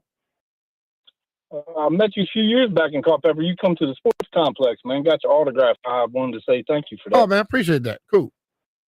I think they should ban it. Just from the standpoint, I think of what you were saying earlier from the rule that was changed back in 04, 05 is pushing a player, because, I mean, that's really where that play gets its traction at, is being able to push Jalen. So I'm not so much like pointing just the Eagles. I think it's a league-wide thing from injury standpoint. You know what I'm saying? I think it's I don't like it. I haven't liked it. And to your point about them lining up off sides, that I swear every game I watch these days, nobody on either side of the line seems to know where the ball's at and where they're supposed to be. All right, man. Appreciate your call. See, this is what gets me. The NFL, they sit here and they'll discuss stuff. Why is it they have rules in place? They change rules every year to try and answer or address something that someone has a problem with. You already had rules in place, and you have rules in place that can address this situation right here. And they have done stuff with the referees all the time. Why not have the referees control this? And since you all now have come back and you added more of a position where you can now come in with the replay assist, you can't tell me you can't call it. You can police this thing. You can figure it out. But the problem is they don't like to figure out certain things till after the fact. If you don't like having a bunch of big pile-ups that's causing stuff, then what is this? This is exactly what you were trying to get rid of, and you refuse to address it. It's about damn time they go out there with their refereeing and get it done. Stop making all these teams have to go out on a limb and look bad towards their counterparts because you refuse to damn do what you're supposed to be doing. You are the end-all, be-all. Make the decision and just solve it. Be done with it and move forward. Let's go to our next caller. Who we have, Lanny? We got Mitch on 95. Mitch on 95. What's up, Mitch? How you doing? I'm doing great. How are you? I'm good. What's happening? Hey, I am against the ban. I want nothing more in my life than to see Frankie Louvu time it up, jump over the line, knock Hurt's helmet in a circle, pick up the ball, and run it back for a touchdown. All right, man. Appreciate you. But see, that's what they're going to make people do. And then someone is going to do exactly what you said, and then they're going to want to call a penalty on him and act like that player was being mean. Well, no. If you do nothing about it, you're going to make me come. When times get dire, you make me find dire solutions. And that's exactly what's going to happen. Like I stated, I wouldn't try to time it right when the ball is snapped because that's not when he makes his initial play. I will time it. I'll let them go the initial play, and then I'm going to come right across the line and hit him right in his damn chest. Then what happens? And listen, look, I believe football is supposed to be played physical. And you know what will happen when you play physical? Sometimes you get hurt. I'm not trying to say hurt nobody. But if you got all this stuff going on in front of me, and the only way I'm going to get you is when your guy try to lift you and push you forward, I'm going to missile myself right into your chest. That's legal. It's not hitting the helmet. It's not leading with I'm going to lead with my shoulder pad in your chest and knock you back. Then what the league's going to say? Oh, it's going to be an illegal hit on the quarterback? Find a way to stop the crap. That's all to it. And if we do that, then we wouldn't have all those problems. Any more calls? We'll be done. All right, no more calls here. We're going to move on. But hey, it's Brian Mitchell here. Baseball fans love the long ball. And FanDuel is giving you even more reasons to love home runs every Tuesday during the MLB season. Because with Dinger Tuesdays, all FanDuel customers get a home run profit boost. That means when you bet on moonshots, you can take your winnings to new heights. So whether it's a big blast or an Apple Taco, FanDuel is your home for betting home runs. Just visit FanDuel.com/Brian and gear up to go yard all season long. That's FanDuel.com/Brian to claim your Dinger Tuesdays profit boost. Make every moment more with FanDuel, America's #1 sportsbook, official sports betting partner of Major League Baseball. FanDuel Sportsbook is the official partner of 106.7 The Fan. You have to be 18 years old and present in D.C. Opt-in required. Bonus issued as a non-withdrawable profit boost tokens. Restrictions apply, including any token expiration and max wager amount. See terms at sportsbook.fanduel.com. Gambling problem? Call or text 1-800-GAMBLER. That's 1-800-426-2537.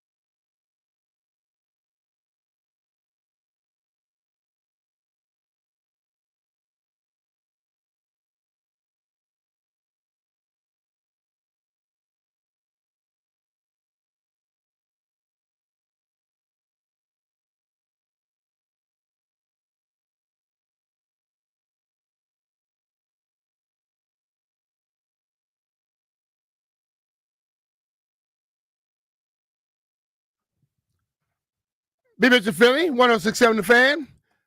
Big Mr. Philly show is brought to you by Reid HVAC Equipment. Head over to Reid.com to find out a contractor near you and available tax credits and rebates. That's RUUD. And remember, if it ain't rude, it ain't right. Good show today. A lot of different things going on. JP is out and getting ready to try to get to the airport to get back here so he can be here tomorrow. I'm being threatened in the studio by some people, but if Jeff and Lanford don't show up tomorrow, I did it. Don't tell the police somebody else did. I did it. Probably both of them won't show up. One of them, they call me out of my name. I'm gonna have to address that. The only person in this studio and on this show that's real cool at all times is White Brian and Brian Mitchell. That's it. The other three asses. That's all they are. Straight up. All right, call number 10 right now. We win a pair of tickets to Where the Party At tour featuring Nelly and the St. Lunatics, Ja Rule, Eve, and Chingy. Wednesday, July 23rd at Jiffy Lube Live. That's way out there where I live. For tickets and more event information, visit thefandc.com/events. That's call number 10 right now. Here's a pair of tickets to the Where the Party At tour. So you're going to win this thing. All right, Landfill, Jeff, I'm going to address you two real quick. I'm going to start bringing to the lines the way y'all be trying to handle people because y'all got the little mics over there and stuff. And if people start seeing y'all show up with little, looking like raccoons, you know what I mean?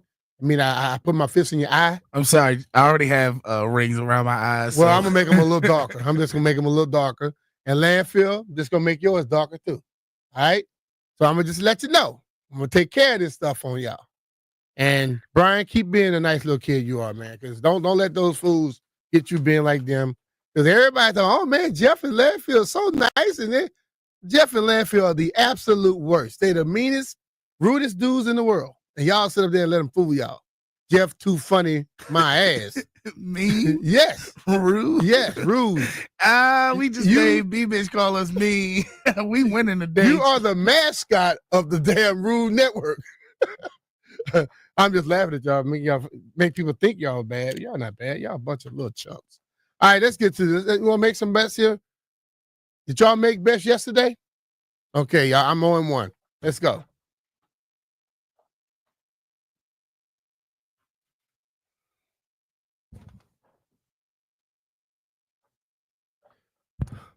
All right, Brian. What's the standings? Believe it or not, we all won yesterday, and you and JP got losses. JP was on the show, so you can't just give him a loss. He left for her to hear first. Today? Yesterday. He left yesterday too? Yep. Wow. So he's 0-2 after the night. Yep. All right. So did y'all really win?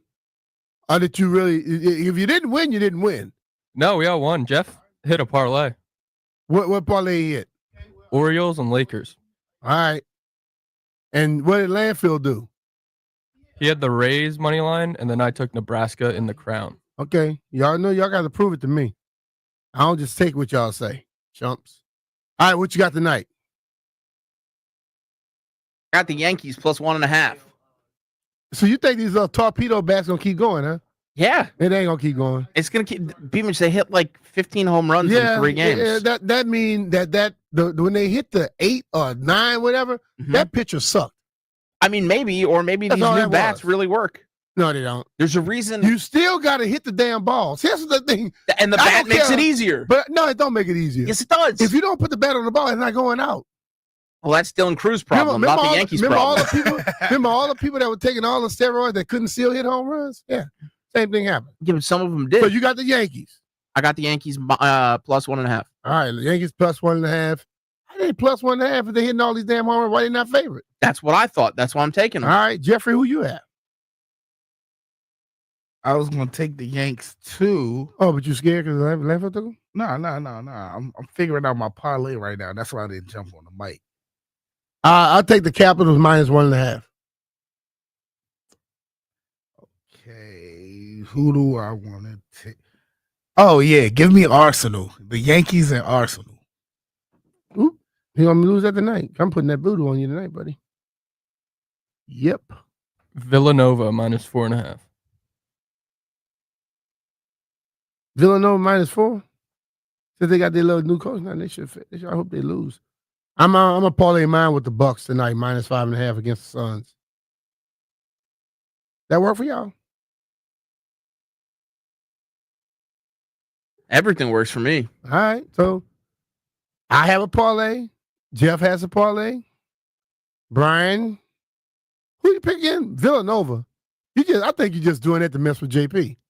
The new coach isn't there quite yet. I don't know. Yeah, who's even coaching? He's still going there. If I'm the other coach, you already hired a coach and I got to go. I'm like, man, the hell with this. I wouldn't even show up for the game. You're sitting up here making me go to work every day. You just went hire somebody else, probably giving them 2 or 3 times more money than me. I say, the hell with you. What they say about the kids? Jeff? They're adults now. They're getting paid. They know what's going on. I don't have time to be worried about the kids. The university pissed me off. I'll be gone. But hey, man, good show today. Want to thank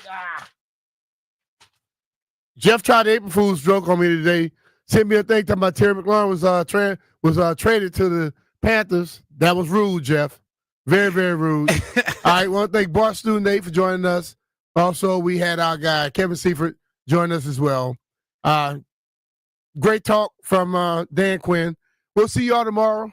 Get rid of all the April Fool's stuff because I'm glad it's gone today. As one day we can all be fools and have fun with it and move on. Thank you all for joining us. We'll see you tomorrow. Take care of yourselves. Peace.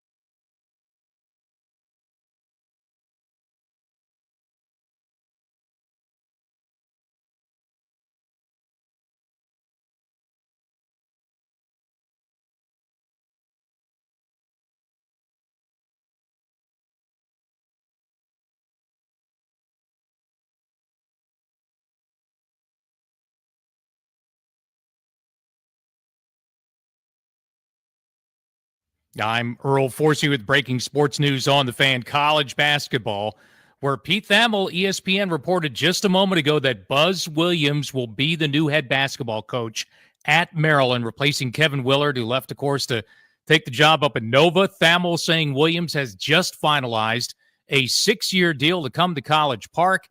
He is the former head coach at Virginia Tech, of course, just finished up 6 seasons at Texas A&M. Williams has been to 4 Sweet 16s with his teams in 18 years as a college head coach.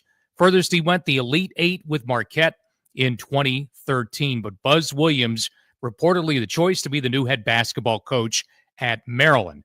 Now, lots of other sports going on. Hockey, big game for the Caps tonight on the road in Boston. 7 p.m. over in the Team 980. Top prospect Ryan Leonard, 8th overall pick in the 2023 draft, will make his Caps debut tonight. Baseball, Nats in Toronto. Game 2 of their series against the Blue Jays, 7:05 first pitch here on the Fan. Again, the breaking news, though, Pete Thamel of ESPN reporting Buzz Williams is the choice, getting a 6-year contract in College Park to be the Terrapins' new head basketball coach. We're brought to you by Coach Wooten's Basketball Camp, CoachWooten.com. That's 2 O's and 2 T's. Coach Wooten's Basketball Camp, instilling a love of the game by teaching kids how to play, the values of the game, and having fun. Join the rite of passage for beginners all the way up to the rising high school star and experience the legacy of the Wooten basketball camps. Coach Wooten. With breaking sports news from the Crop Metcalf 5-star sports desk, I'm Earl Forsey on the Fan.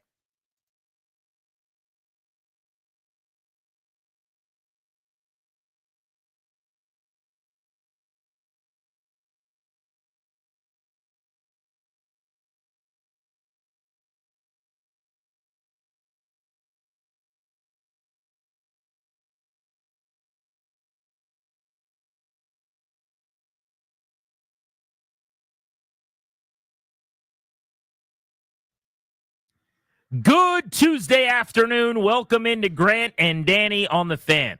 We're taking you up to 6:30 on G&D. Big night of DC sports. The Nats on the Fan. We got the Caps on our sister station tonight. The Deuce.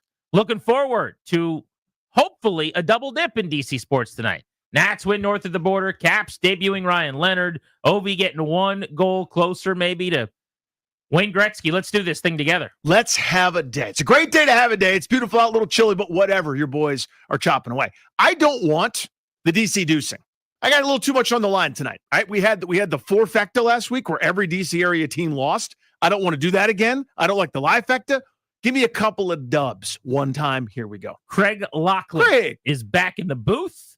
He'll be on the call with Joe Beninati tonight for the Ryan Leonard debut in Boston.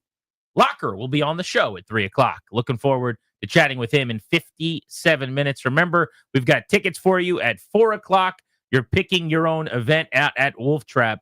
Make sure you're listening in 1 hour for those tickets on Grant and Danny today. Some breaking news to get to right out of the chute, and that is that Maryland has reportedly found their next head coach.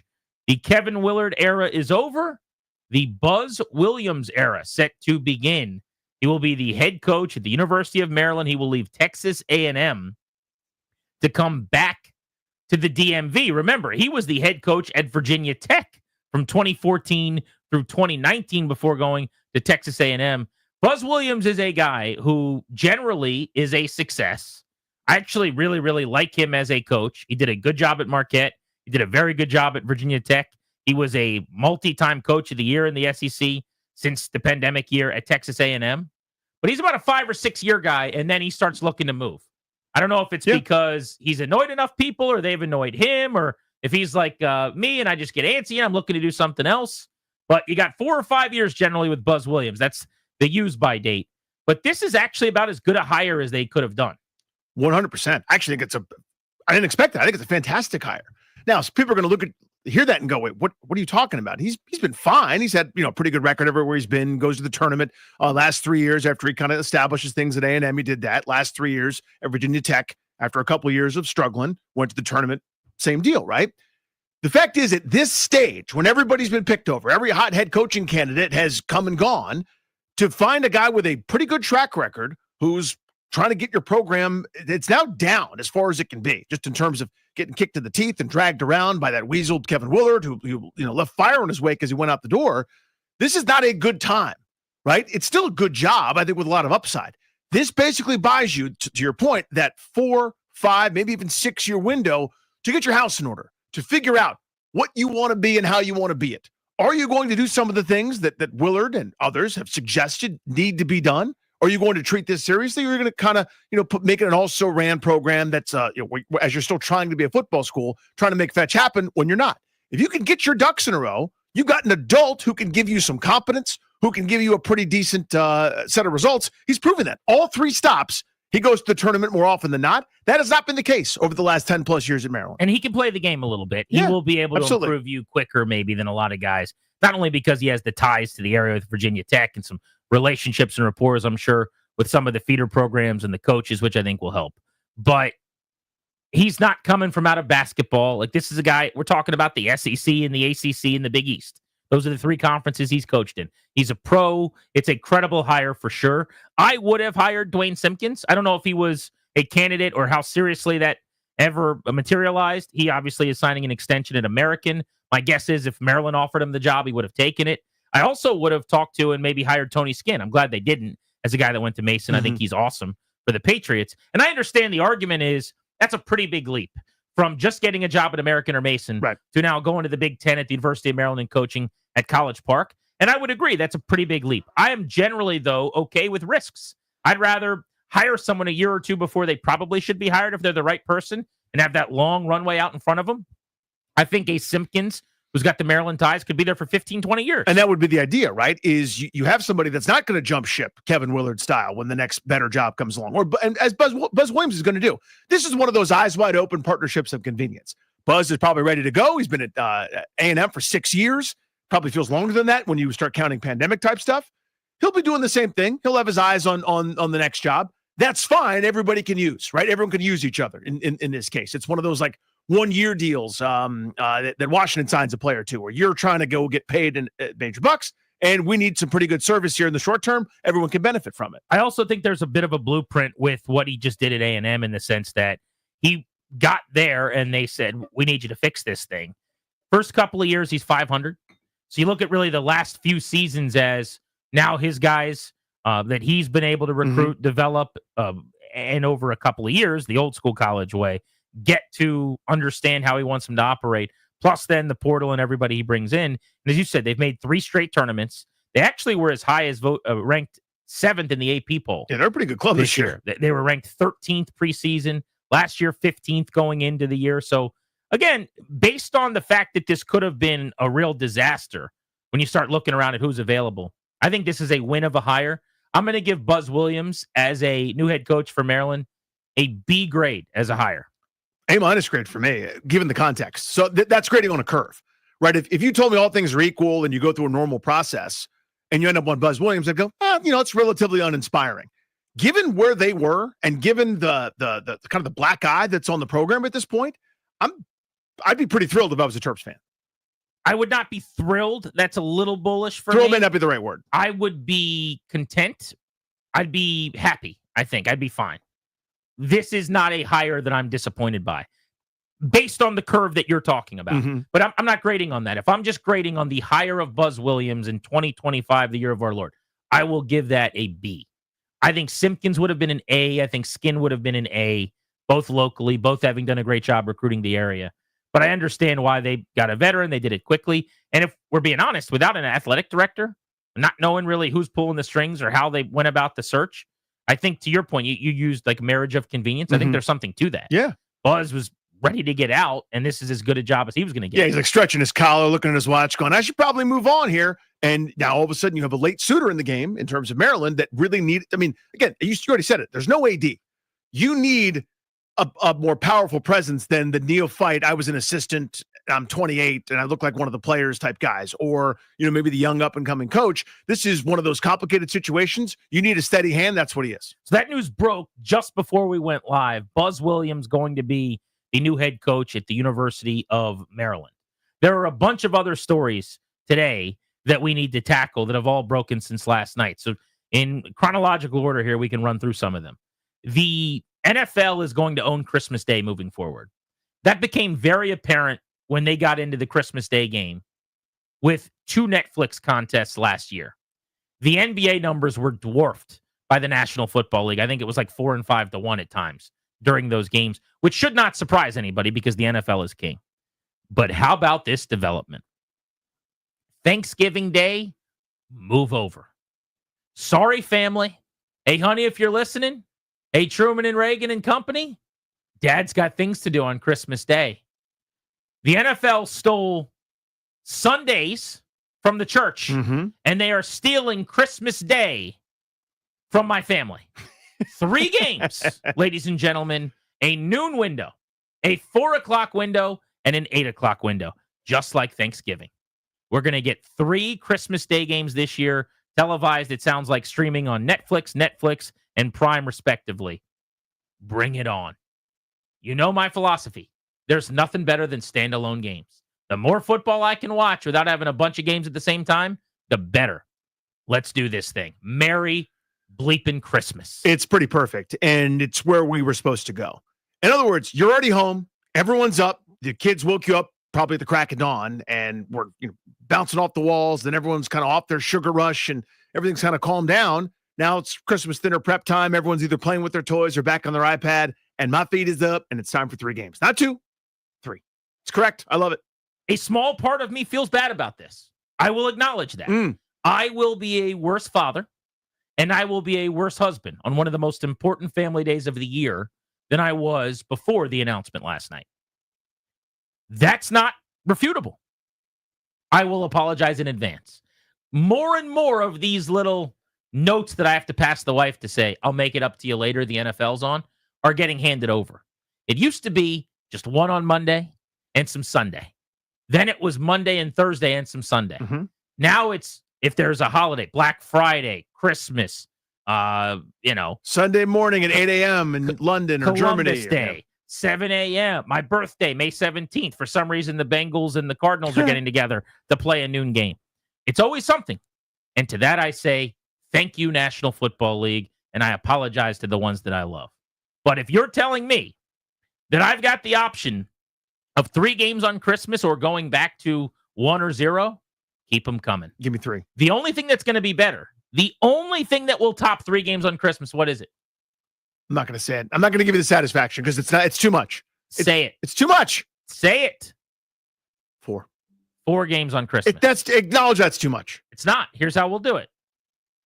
9 a.m. No. kickoff. Danny. No. Danny. Stop it.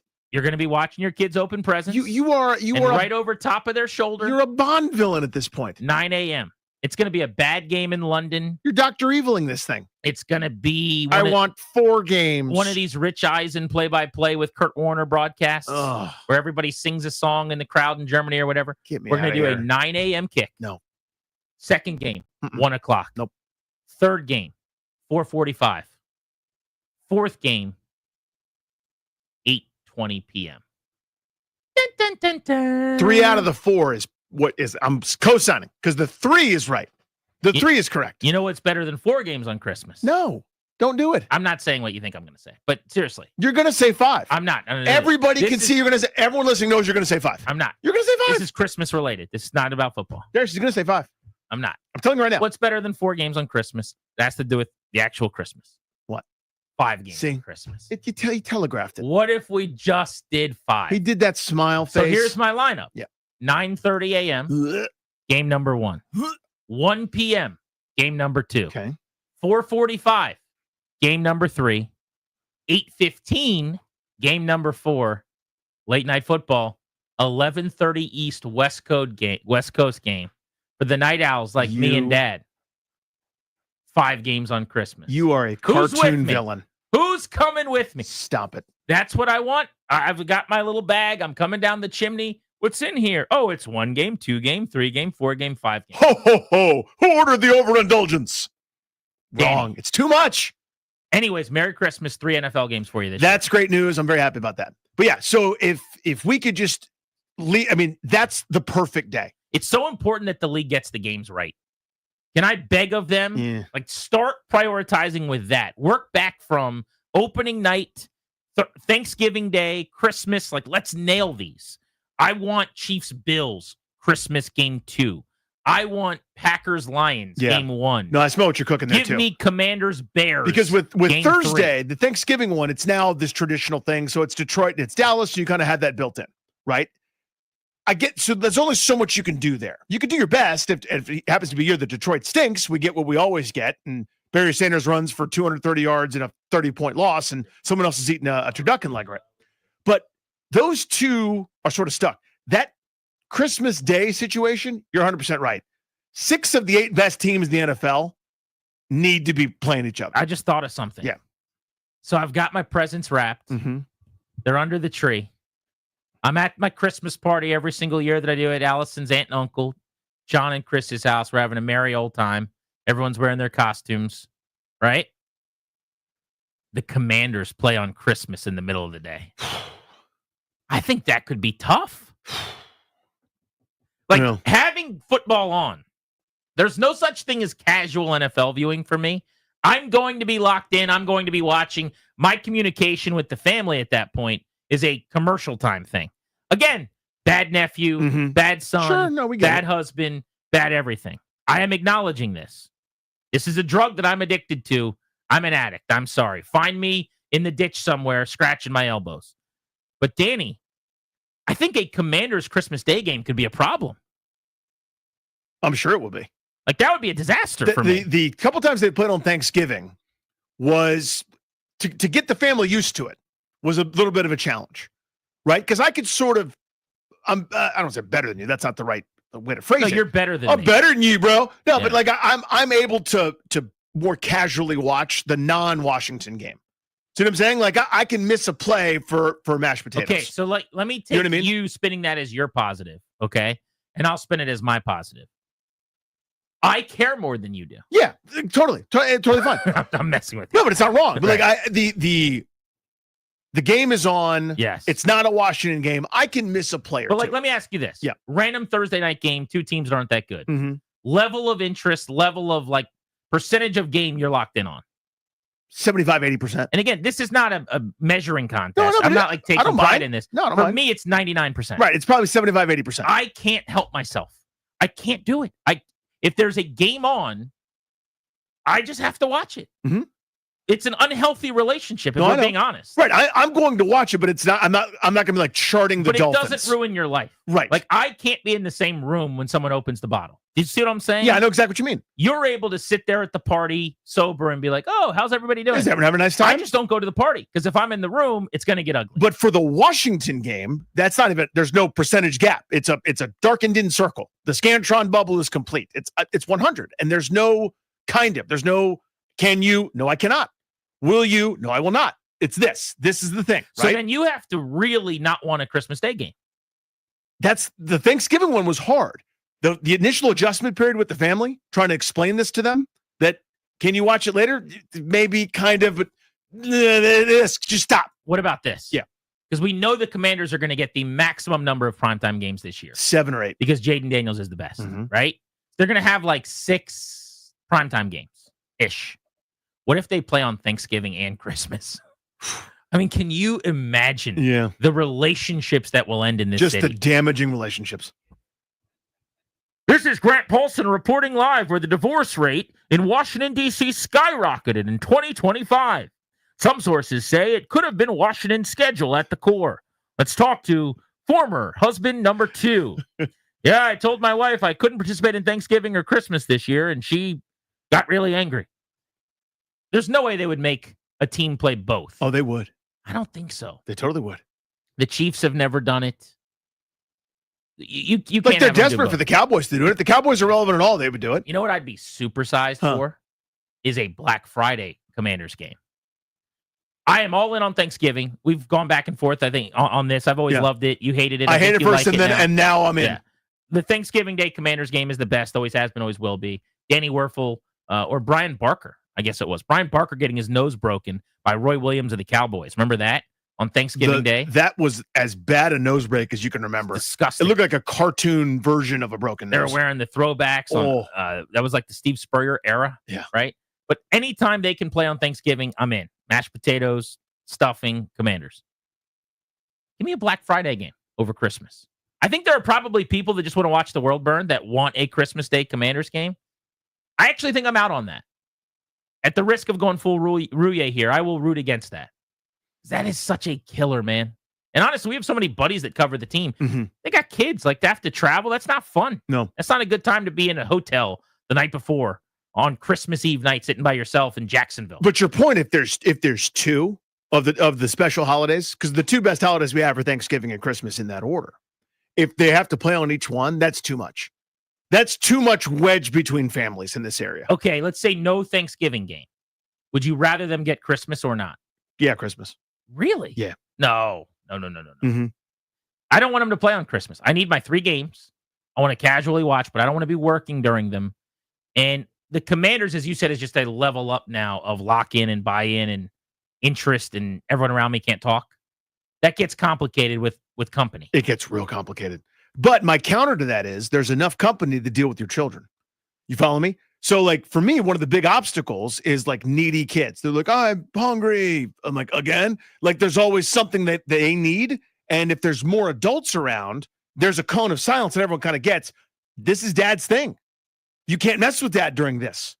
They think they can mess with me during, like, the Jets game. All right, let's get into the 3 new rule changes the NFL did announce today. There are 3 significant changes coming to the league. Also, a bit of a surprise on where Brandon Coleman is going to be playing this season via Dan Quinn when he spoke today. But I want to hear from you guys on this next at 800-636-1067 on the caller lines, 800-636-1067. Would you want the Commanders to play in one of these 3 Christmas Day games? And how do you feel about, for the first time ever, Thanksgiving style, a triple header on Christmas Day from the NFL this year with Christmas falling on Thursday? We're Grant and Danny on the Fan.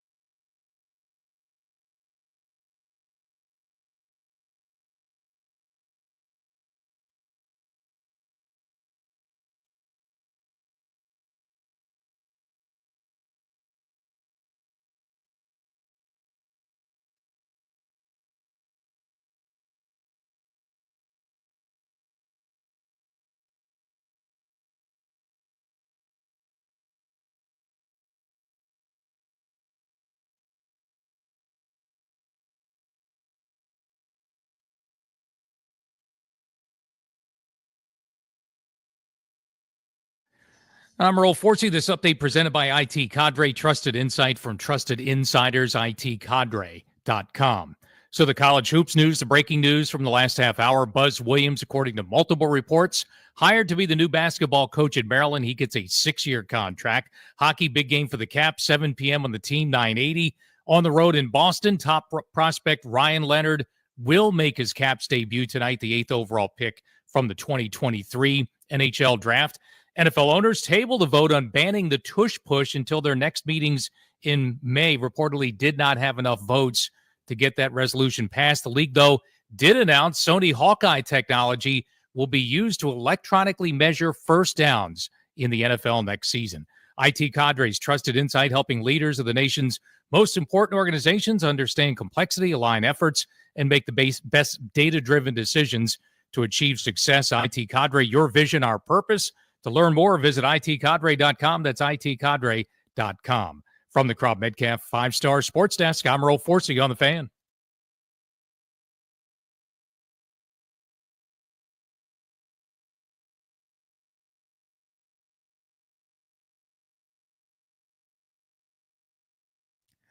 I got a tweet here from our guy Disco, who's listening today. Grant and Danny, welcoming you back on the Fan.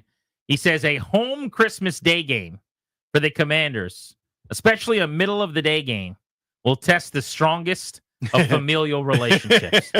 Ain't that a fact? Ryan just asked me if there's a Christmas Day game this year at Northwest Stadium, would you go to it? And my initial response was, of course. I might need to check in. I'm being a tough guy at work. Probably want to run that one up the flagpole. But my initial answer is, are the Commanders playing at home? Then I'll be there. I think I've missed a couple of games over the last 20 years or something. But, man, a Christmas Day game at like noon or 1 or something. That's a tough one. Telling my wife, see it tonight. I don't know, man. I'm not sure how well that one would go over. Like a fart in church, probably. That's a tough one right there. I don't know, dude.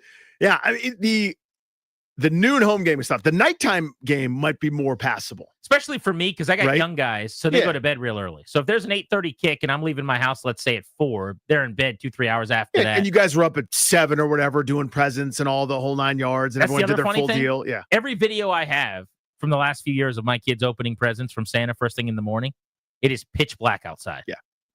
Pitch black. They do not sleep in. No. They are coming into our room at 5 o'clock. Yeah, they're kids. We're begging them to go back to sleep. And about 5:55 or so, we're downstairs. Allison's getting coffee because she does that. I need a hot shower. And then if I haven't had that, I'm half asleep.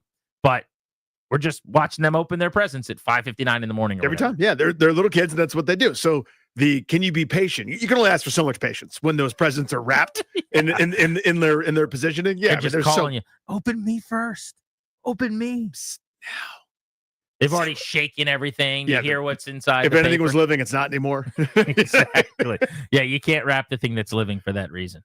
But it's a possibility. There are 3 games. So that means 6 of 32 teams, people, are going to be playing on Christmas Day.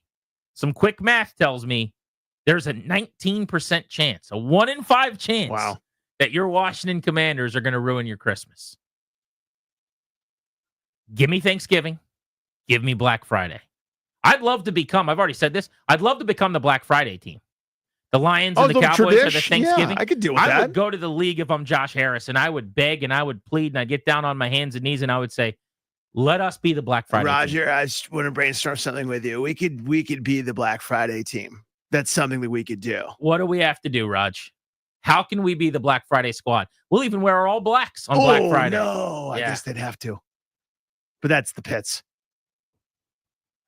That one I don't hate. Because we're like not doing the Stampede at Walmart. No. At 6 a.m. Who's doing that anymore? I don't know. Some people do. I mean, you are an antiquated goose. Like, I'm not doing that. You ride there on your horse and you send a letter to your mom in the mail or via by quill pen pigeon to tell her what you bought. Yeah, out on that. But get online, dude. I'm home, and it's sort of like it's like all the good time from the day before, and we're just sitting there just nursing our food injury because we're all just so full and gross and getting ready for some leftovers. That day is pretty awesome. So give me the Black Friday day. He's Danny. I'm Grant. This is the Fan. Let's get to the 3 NFL rule changes that are now official that are coming out of these owners' meetings that are wrapping up in Palm Beach.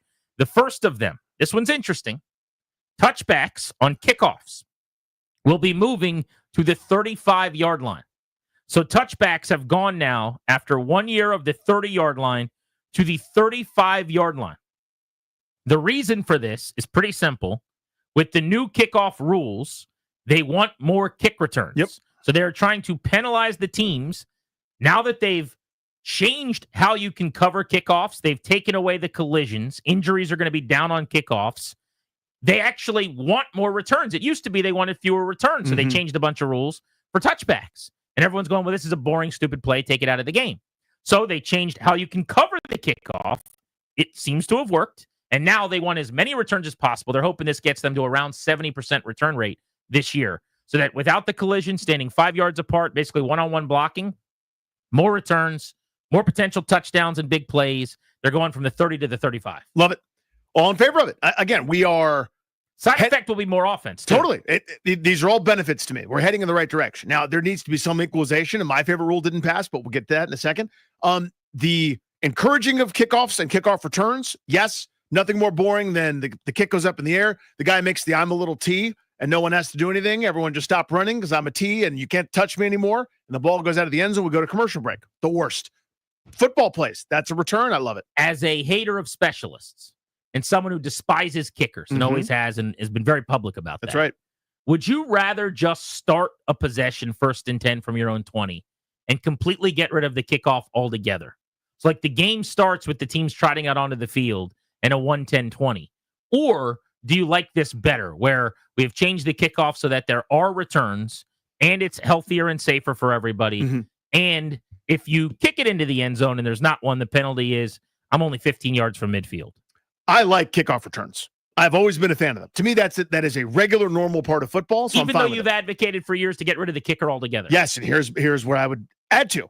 We don't need a kicker to do it. Just a regular athlete like they used to have, and every high school has, and a lot of people are athletic enough to put their foot to the ball. So you don't need the little tiny tot running out there that doesn't look like everybody else that runs up and kicks it. You could have a regular person, regular football player do it, and that would be that much more exciting to me. I'm all in favor of that. Can you have a running back that doesn't also catch passes? Can you have a lineman that doesn't also play wide receiver? I mean, the last part is where you lose me because specialists exist at every position in every sport, essentially. But that's not even the debate. It's a fun little hypothetical to say. It's awesome when Chad Ochocinco tries an extra point. Or Justin Reid, I think it is, the safety from the Texans and the Chiefs who occasionally kicks off and can handle some of those duties. But this is one of the few areas in sports now where even though I'm in my mid-30s, I have seen an evolution massively because I'm old enough to remember my entire childhood was 1st and 10 from the 20. Yep. That was just ubiquitous part of the game. Oh, yeah. I got 40 years of that. 1-10-20 my whole life until right around 2018. Then, for 7 seasons now, we're spotting the ball at the 25-yard line. Last year, for the first time, it's moving all the way up to the 30, and now they're at the 35. I don't want to go any further, by the way. I also wonder if they're going to change the penalty for kicking the ball out of bounds. I think you probably need to do that. Yep. I didn't hear any talk of that. I don't think they have. It's only a 5-yard difference, though, between touchback out of bounds and just kicking it to the sideline. Is that 5 yards a game changer? I'm not so sure. I would actually make that the 45 or the 50 then to make it, again, super punitive, a significant difference. Otherwise, why don't I just kick it out of bounds to avoid Kevontae Turpin? Yeah, the way I'm doing it, by the way, and no one will ever sign up for this, but here's how I would do it. We're not going to have a touchback. What do you mean, Danny? I mean, I'm going to make it impossible for there to be a touchback. We'll back it up far enough. The kick is going in play. And I'm going to make it so punitive. If you kick it out of bounds, to your point, you're getting the ball close to midfield or maybe at midfield. I think that's essentially what they're doing. Yeah, we're heading that general direction, but I would go to the extreme. We are kicking it down the middle or somewhere close to it. There's going to be a person back there. He's catching it, and we're running it back. That's every time. I just wanted to acknowledge, though, because there's all these stats that fly around about the percentage of drives that end in points and how good this offense is and EPA per play and all this stuff. Then we comp it to 10 years ago. This would be like if in baseball, all the ballparks became 40 feet shorter than they have been for a long time. Yeah, they're all prime Camden Yards in left field or something. And we talk about home run numbers. Of course points are up. Of course you score on more drives. Of course your EPA, your points per drive, I guess is the number I'm looking for, is the highest it's been in 19 years last year, Washington. You're starting drives at the 35 when everyone else was starting at the 20. The average field position is improved by 10-ish yards. Now it's going to be close to 15 yards. Just by nature of the rules. You're literally 2 first downs away from field goal range in a lot of cities now where the kicker has a huge leg. Brandon Aubrey of Dallas as an example. You take over at the 35 on 1st and 10. You throw a pass and you get 15 across the middle to CeeDee Lamb. You're now at midfield, and then you rip off a 9-yard run from the 41-yard line. You're lining up after back-to-back incompletions for a 60-yard field goal because you ran 2 successful plays. Yeah. So I don't have a problem with that. I just want to acknowledge it. Everyone talks about these numbers in season without the context of, well, no kidding, dude. They're 15% further upfield than they've ever been before. 100%. That's a chunk play. 20 yards is what we call an explosive. That's almost an explosive that you've handled the offenses over the last 9 years now. Totally right. Yeah. I mean, on, 1st and 10 from the 20 back in the day, a negative play, now you're in the shadow of your own goal line, and people were maybe a bit more conservative.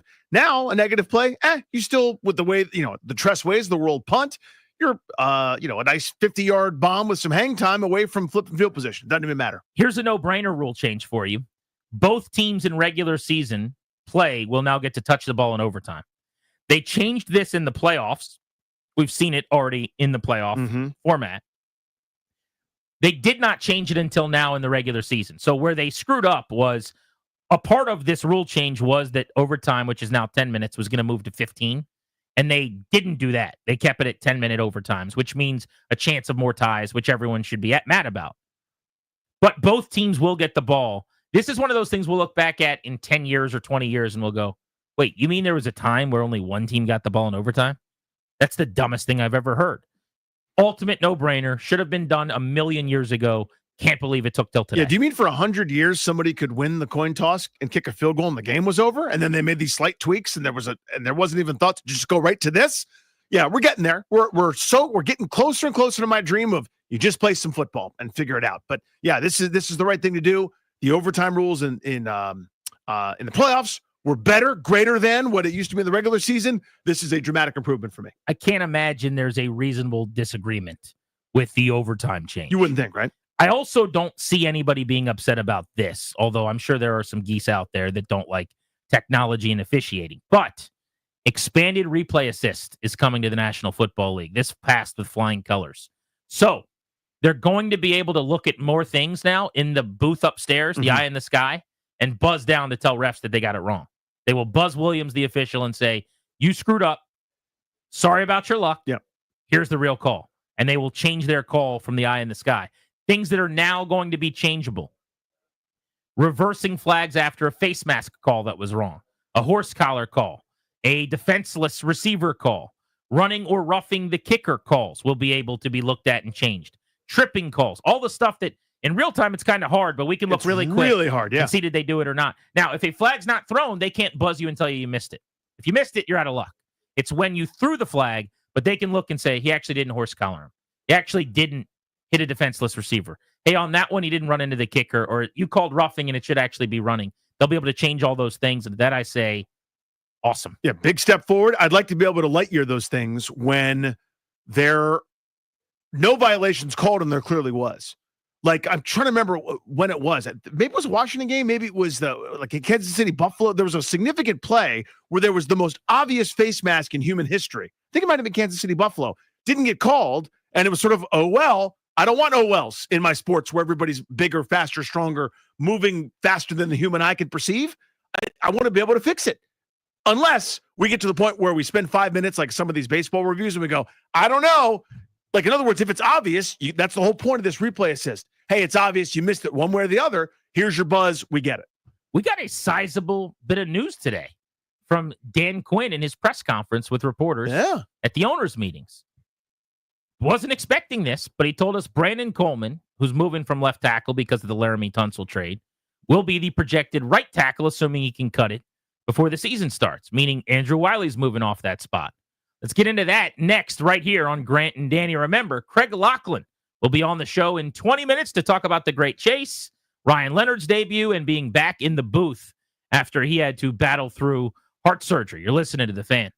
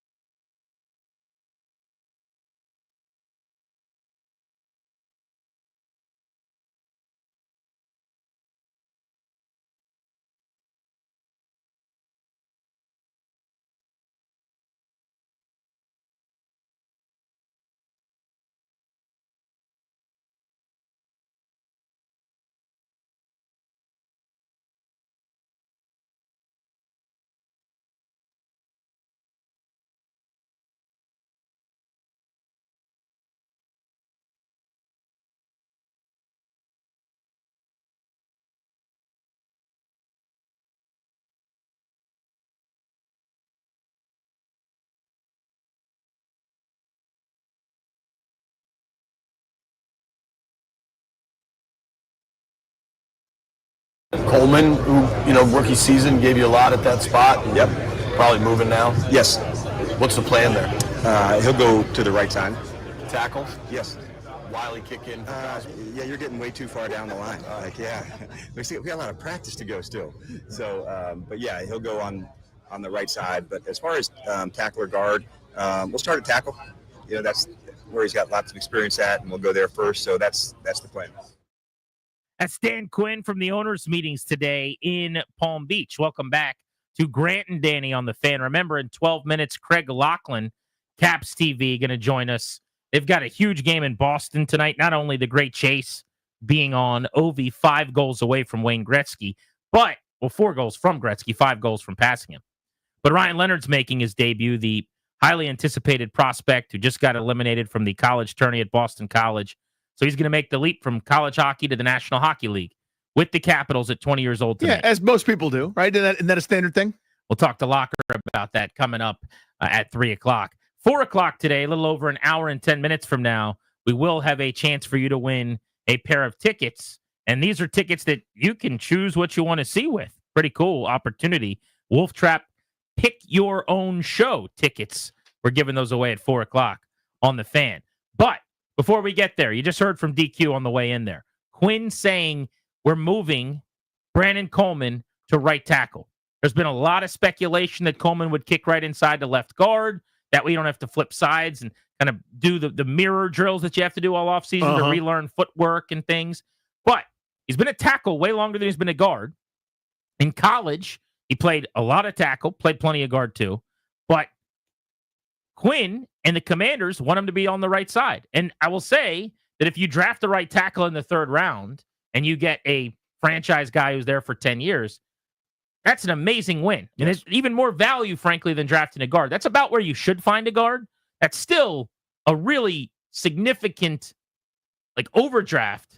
If you get a tackle there, that the war, so to speak, the value of a 3rd round win at right tackle, way bigger than at right guard. Agreed. So my goal setting out this offseason, as if I had something to do with it, but my hope was let's improve 3 offensive line spots.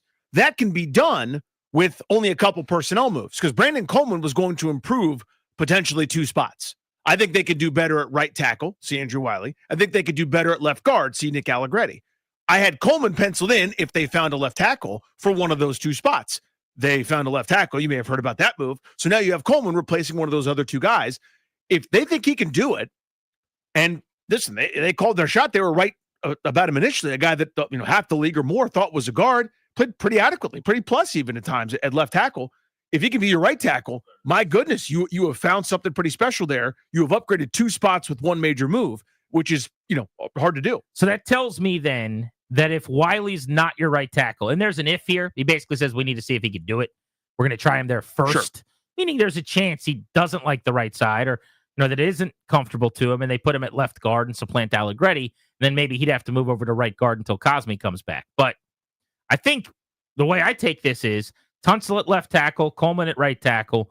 Wiley then moves inside to right guard, where he played a bunch in Kansas City. Has not played at all here over a few years. So it's been some time, but I would think you could do it at tackle. You could do it at guard for the most part as a veteran who's got experience there. And then Allegretti actually stays put at left guard for now. Because remember, you don't have Cosme for several weeks, maybe a couple of months. At minimum, yeah. When everybody's healthy, now you've got a debate and how everyone's playing and what they look like and are they 100%? All that's going to factor in. But when everybody's healthy, I would think then Wiley and Cosme in pencil would be your starters. Allegretti would be the first man off the bench. But maybe if Allegretti's playing really well and Cosme's had some issues, he becomes a backup.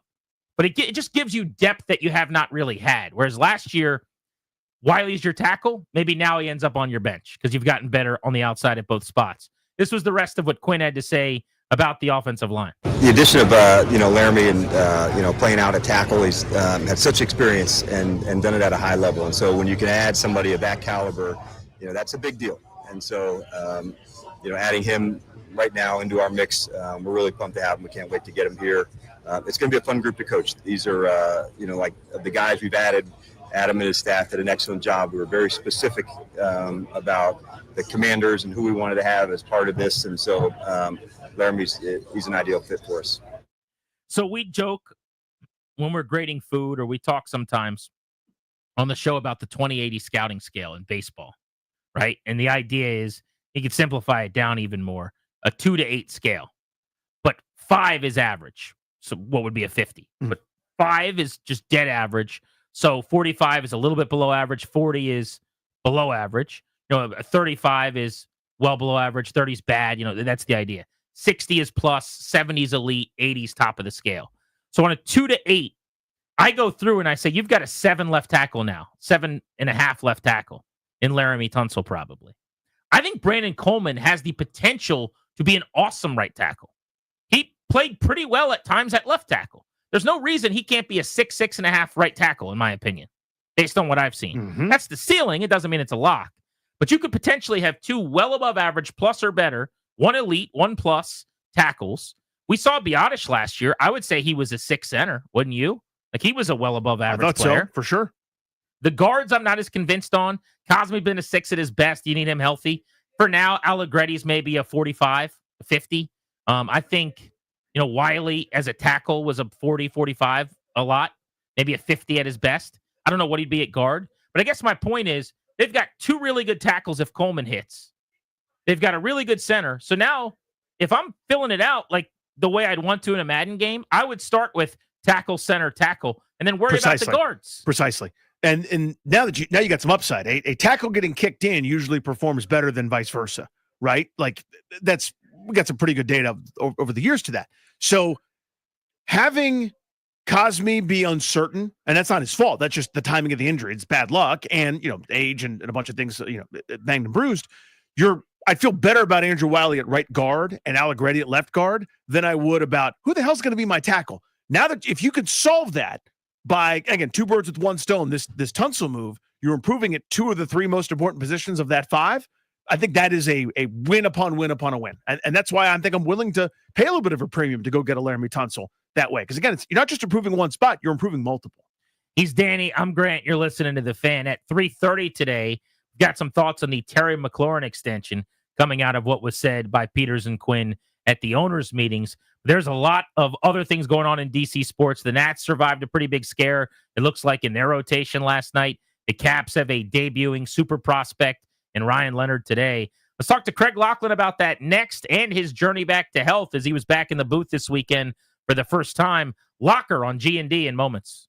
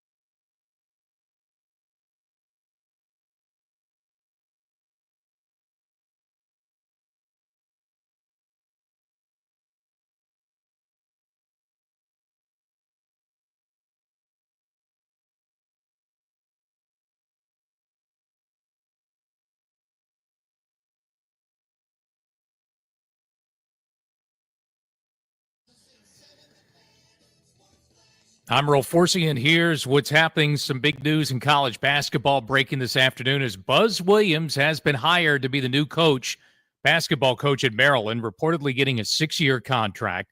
Now, Williams comes to College Park familiar with the DMV, of course, former head coach at Virginia Tech. He just finished up a 6th season at Texas A&M. Williams has been to 4 Sweet 16s in 18 years as a college head coach, taking Marquette to the Elite 8 in 2013. Big night on the ice for the Caps. They're trying to snap a season-high 3-game skid tonight in Boston. They will also welcome top prospect Ryan Leonard to the lineup. He will make his Caps debut tonight. What a crazy couple of days it's been for him playing college hockey just about 20 miles away at Boston College over the weekend. Now he's joining the Caps in the NHL tonight. I mean, it's going out there for a morning skate and just thinking about being here at BC and then now turn the page and being a pro. So, I mean, it's pretty weird to think about, but yeah, it's pretty cool. He'll play on a line with Dylan Strome and Alexei Protas tonight. Of course, Alex Ovechkin 5 away from breaking Gretzky's all-time record.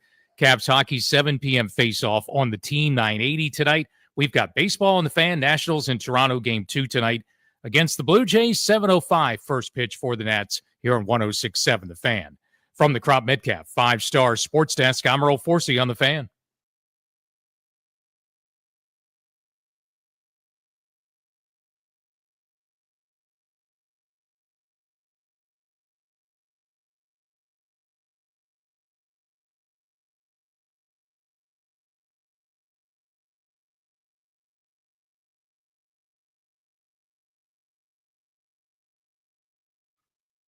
The Grant and Danny radio program is exclusively sponsored by the law firm Kondori and Murad.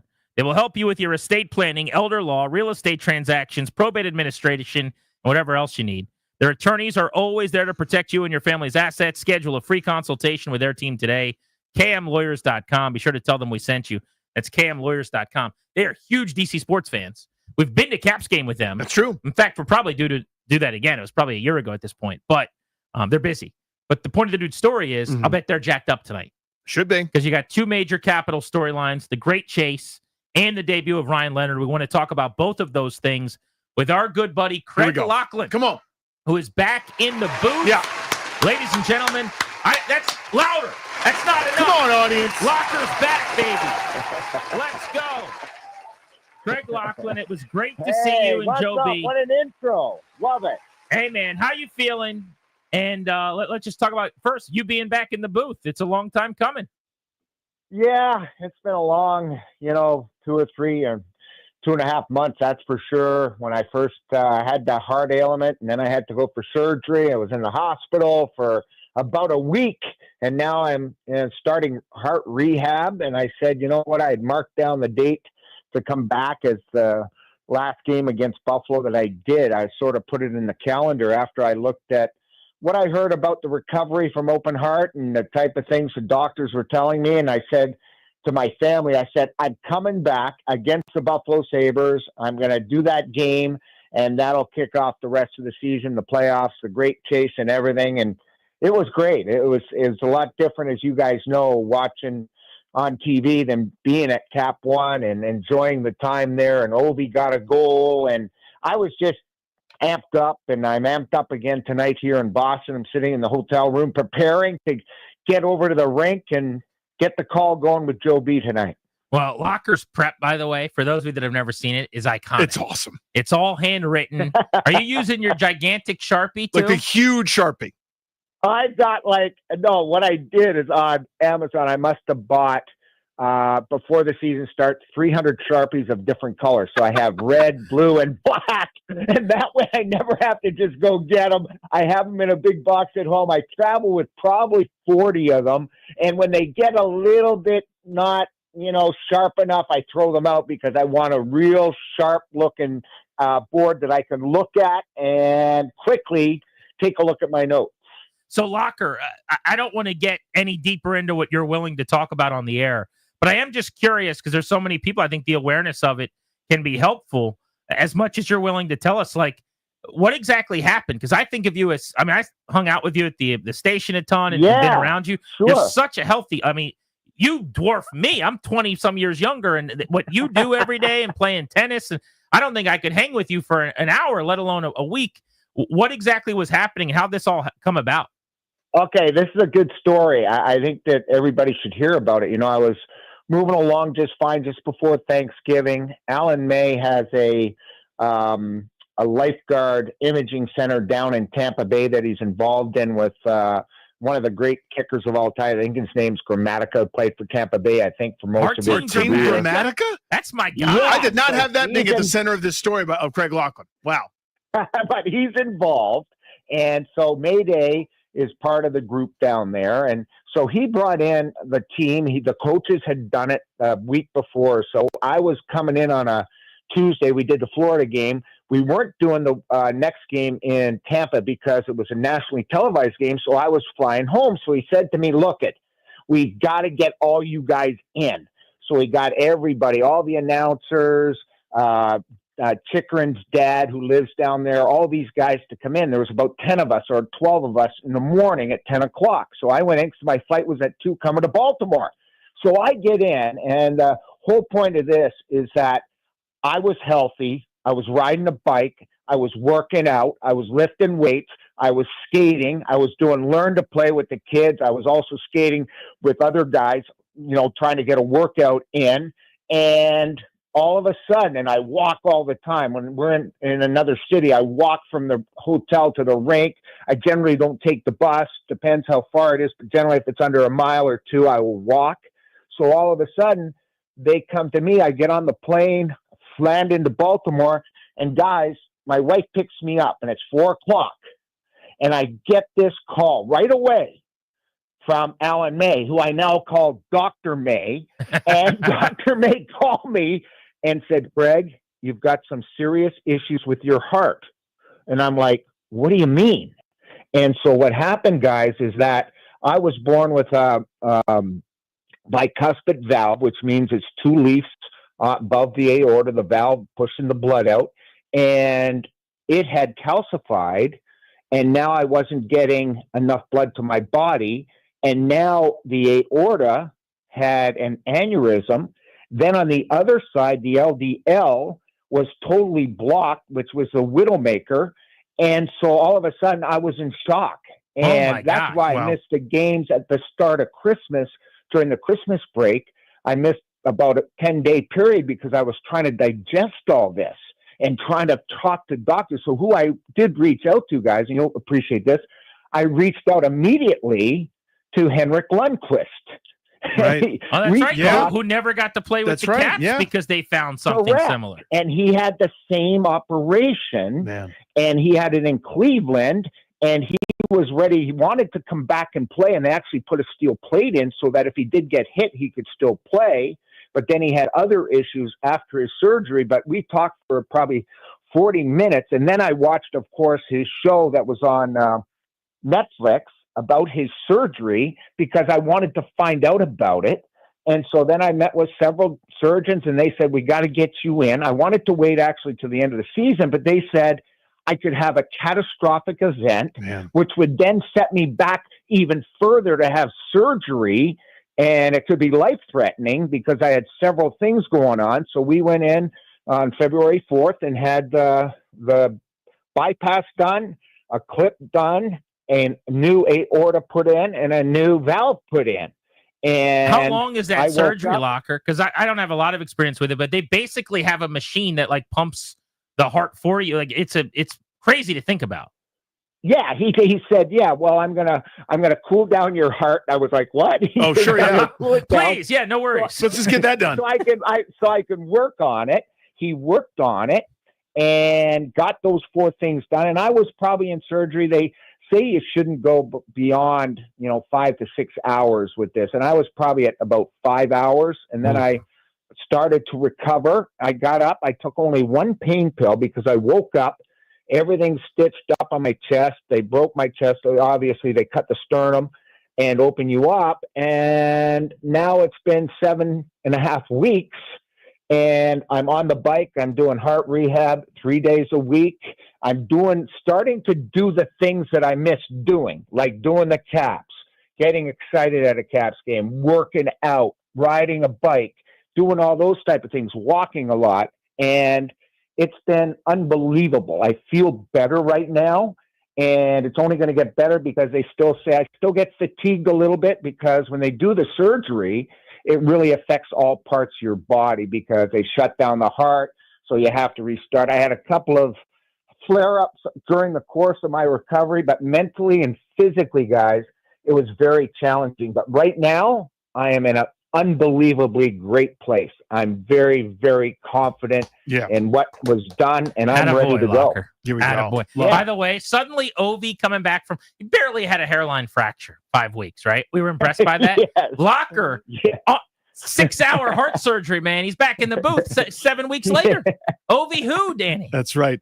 Alexander I know, Laughlin. and Ovi's loving it too. Like, he's been so great, and he gave me a big hug again this morning, and it's just been great. I've had wonderful support throughout the NHL, the team, the ownership group, everything, and they just said, take my time to come back, but I had it penciled in. I wanted to be back for this great chase and the Caps' last 9 or 10 games, and I want a long run in the playoffs.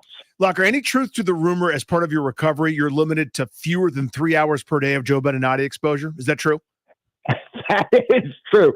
3 hours or less. Less, right? What if you guys go a couple overtimes, Locker? You got to go. You just leave the booth. I know, but him and I are so tight. We went to lunch today. We hang out all the time, but it's like I told him when I came back on Sunday against Buffalo. I said, look at Joe. This is the first time in my career I will tell you the following. I can't keep carrying the show because of my heart. So please carry the show moving on forward.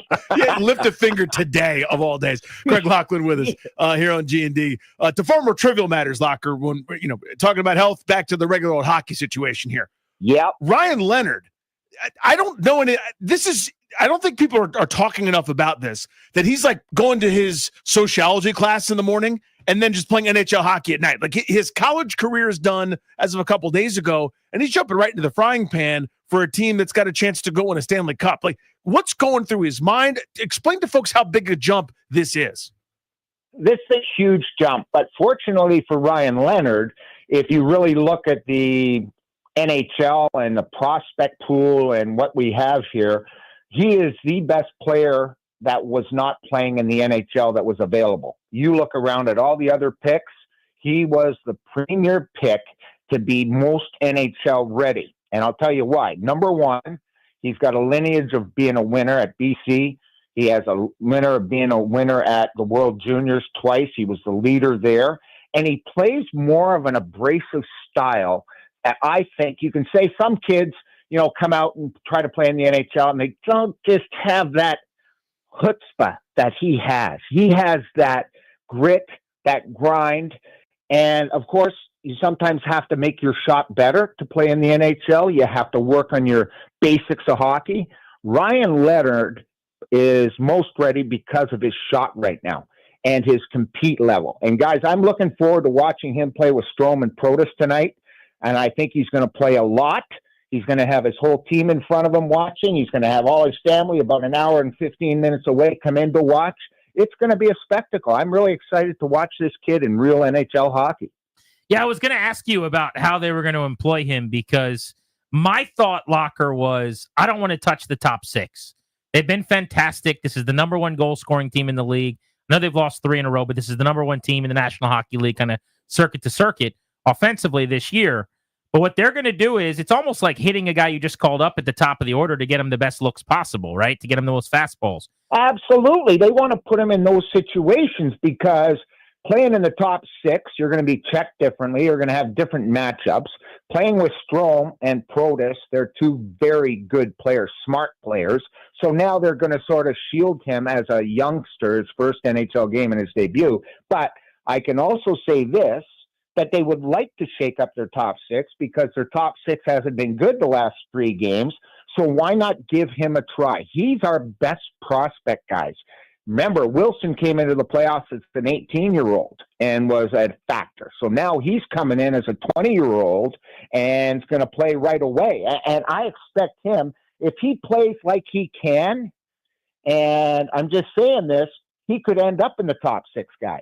Wow. Like he's that good. Okay, because so, let me ask you this, though, Locker. Could he be ahead. that good right away? Like, or that's his ceiling. But what I'm trying to say is, tonight, is he going to be a guy trying to find his way, or are we going to notice him a bunch, do you think? I think you're going to notice him a bunch because I think he's NHL ready. I think he's going to have some nerves playing in his hometown, but I think at the end of the day, he is ready, guys. He's proven himself. He's got 61 goals over the last 2 years. I mean, it's impressive. It's harder than people think to score at any level, and he gets 61. And if you watch him closely, he's got that compete. He's got the fire. He's just got the confidence. Even in the press conference today, he was surrounded by a ton of reporters, and he was just very cool and calm.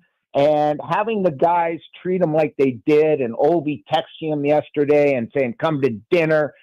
This is what this team's about. It's about chemistry, camaraderie. They have a great group of leadership in the locker room. So I think he's going to easily fit in. Now it's just to show his stuff. It's like Carberry said this morning. Don't do anything out of the ordinary. Do what you do best. Get out there and play. And I think if he does that, guys, he's going to be impressive. And I think he can really fit in the top 6 because the one guy, they have one guy that's sitting out tonight is Radish, who's a right shot. They want him playing the right side. And I think he's going to fit right in. But let's see how it crumbles. It might end up that he's in the 3 slot come playoffs or come down the stretch here. But I think he can really be one of those guys you need at this point of the year just to give a little more jam to the team, a little more juice at this time of the season. Look, they've won 9 of 13. I know they dropped their last 3 straight, including overtime to the Jets. But so this is one of those like very greedy, spoil type observations. Even as they've done that, it feels to me lately they haven't been as sharp. They're so good. They're always able to, it seems like if they're down a goal or two, able to come back, and it's to their credit, but they're also getting down a goal or two. Is that a crazy observation that they haven't been quite as sharp here over the last, I'd say, 3 weeks, 4 weeks or so? I think it's an astute observation. I think when you look at it, you're right what I'm thinking. I'm thinking they have not been as sharp. And I'm thinking, you know what? It's a long season, guys. I've been on teams that do the same thing. You get to the end of the season, you can see the playoffs in sight. You're starting to think playoffs. The weather's getting better. You know the playoffs are right around the corner. They're well in charge of their division ahead of Carolina. They're well in charge. And now they're just chasing down the President's Cup. So you look at it, and I look at it, this is a lull in the season that every good team goes through. And they can quickly get out of it. But, sometimes at this time of the season, you infuse the lineup with some youth, some energy, and it brings up everybody. You're wondering why Ovi's had such a great year. It's the fact that 7 or 8 guys have already had career years that he's playing with on the team, and the pressure's sort of off Ovi to score because we've got so many scorers. So he just goes out and does his thing. And I think that's going to be sort of for him tonight. He's going to just be able to step in and add some juice to this lineup. And that's what I want to see from Leonard tonight. Craig Laughlin back in the booth. Locker, I hope you saw and felt all the love over all the last several weeks, and seeing the reaction in the arena with the announcement made on the big screen and how everybody stood and gave you the ovation. So cool, dude. You've been a part of the fabric here. All the way back to, I said this on the show a couple weeks back. My earliest memories of Caps hockey are you talking about Joey Juneau, right? Like this, my whole life. Yeah. It's like Ovi Joey and then Juneau, Locker. it's been a long run for me here. And I feel just, it was an unbelievable thing on Sunday when the fans stood. I didn't know it was coming, guys, and it caught me off guard because Joe says, okay, well, we're not going to commercial because we're going to do something here. And I was like, what are we doing? Like, we always go to commercial, and they caught me totally by surprise. The players were great. Even the ones I ran into today, because it's the first day I've really traveled on a road trip, was yesterday. So there's been a lot of hugs and a lot of hellos and welcome backs. And I'm just happy to get started and to be able to, it's like I told Ovi today, I said, thanks for waiting for me. I want to see this live, right?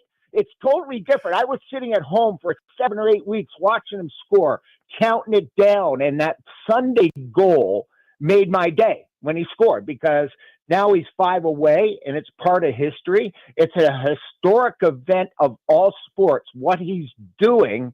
And now I can see him every night and watch it personally from the perch where I want to be next to Joe B. It's brought total love to me that I'm able to come back 7 weeks post-op and be ready for these games coming up. I can't wait. You're the best, buddy. Welcome back. We're thrilled to have you, and couldn't think of better timing for this stretch run, my friend. Thank you. Thank you, guys. Appreciate it. We'll be watching tonight. There's Craig Laughlin. He and Joe Beninati on the call. 2 massive stories for the Caps tonight with Alex Ovechkin's great chase and Ryan Leonard making his NHL debut. He's been doing color since 1990. 1990, man. Would not have had that in the office. 1990. Him and Joe B started 94, and Locker since 1990. He's been telling that I know hockey because of Craig Laughlin. He's as good as it gets, too. 100%. So authentic, so real. The character, the shtick you see on TV between he and Joe B, that's them, man. Yeah. That's them at the gas station. They're TV's odd couple, dude. You bump into them, when they're on a road trip. But they're just the absolute best. Who's not particularly good, though? Jerry Jones is a general manager. He's fantastic. How dare you? Comically bad. I love him. May he continue to do this forever. Wait till you hear what he screwed up this time. This is the Fan.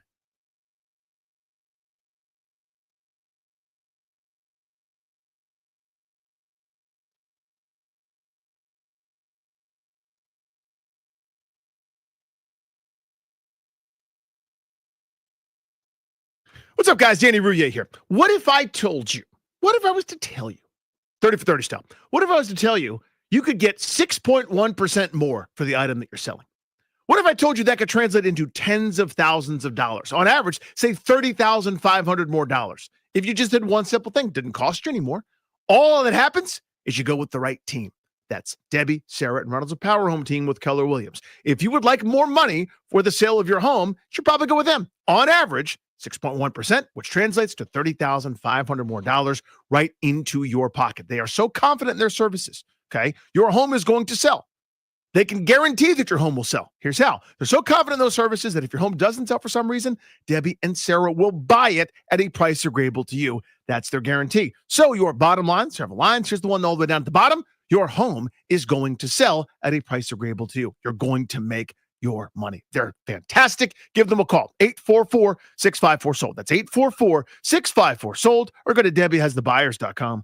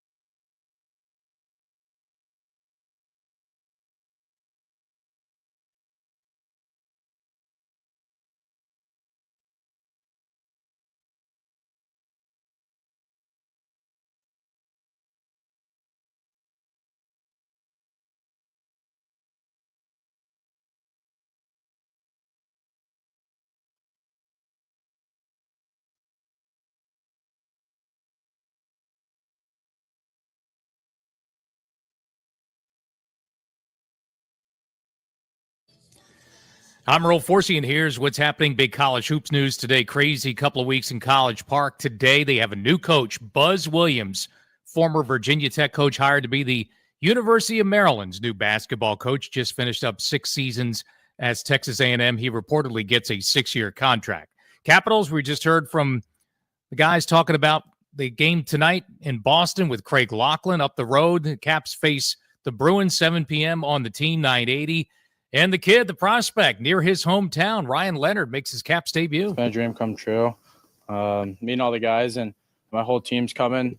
They'll be here, and a lot of friends and family from back home, so it should be a lot of fun. I'm really looking forward to tonight. I played college hockey just about 20 minutes away at BC tonight in the big rink with the Caps, hoping to snap a season-high 3-game skid. He was their number 1 pick, 8th overall in 2023. Baseball, Nats in Toronto tonight, 7:05 here on The Fan. From the Crop Midcap 5-Star Sports Desk, I'm Earl Forsey on The Fan.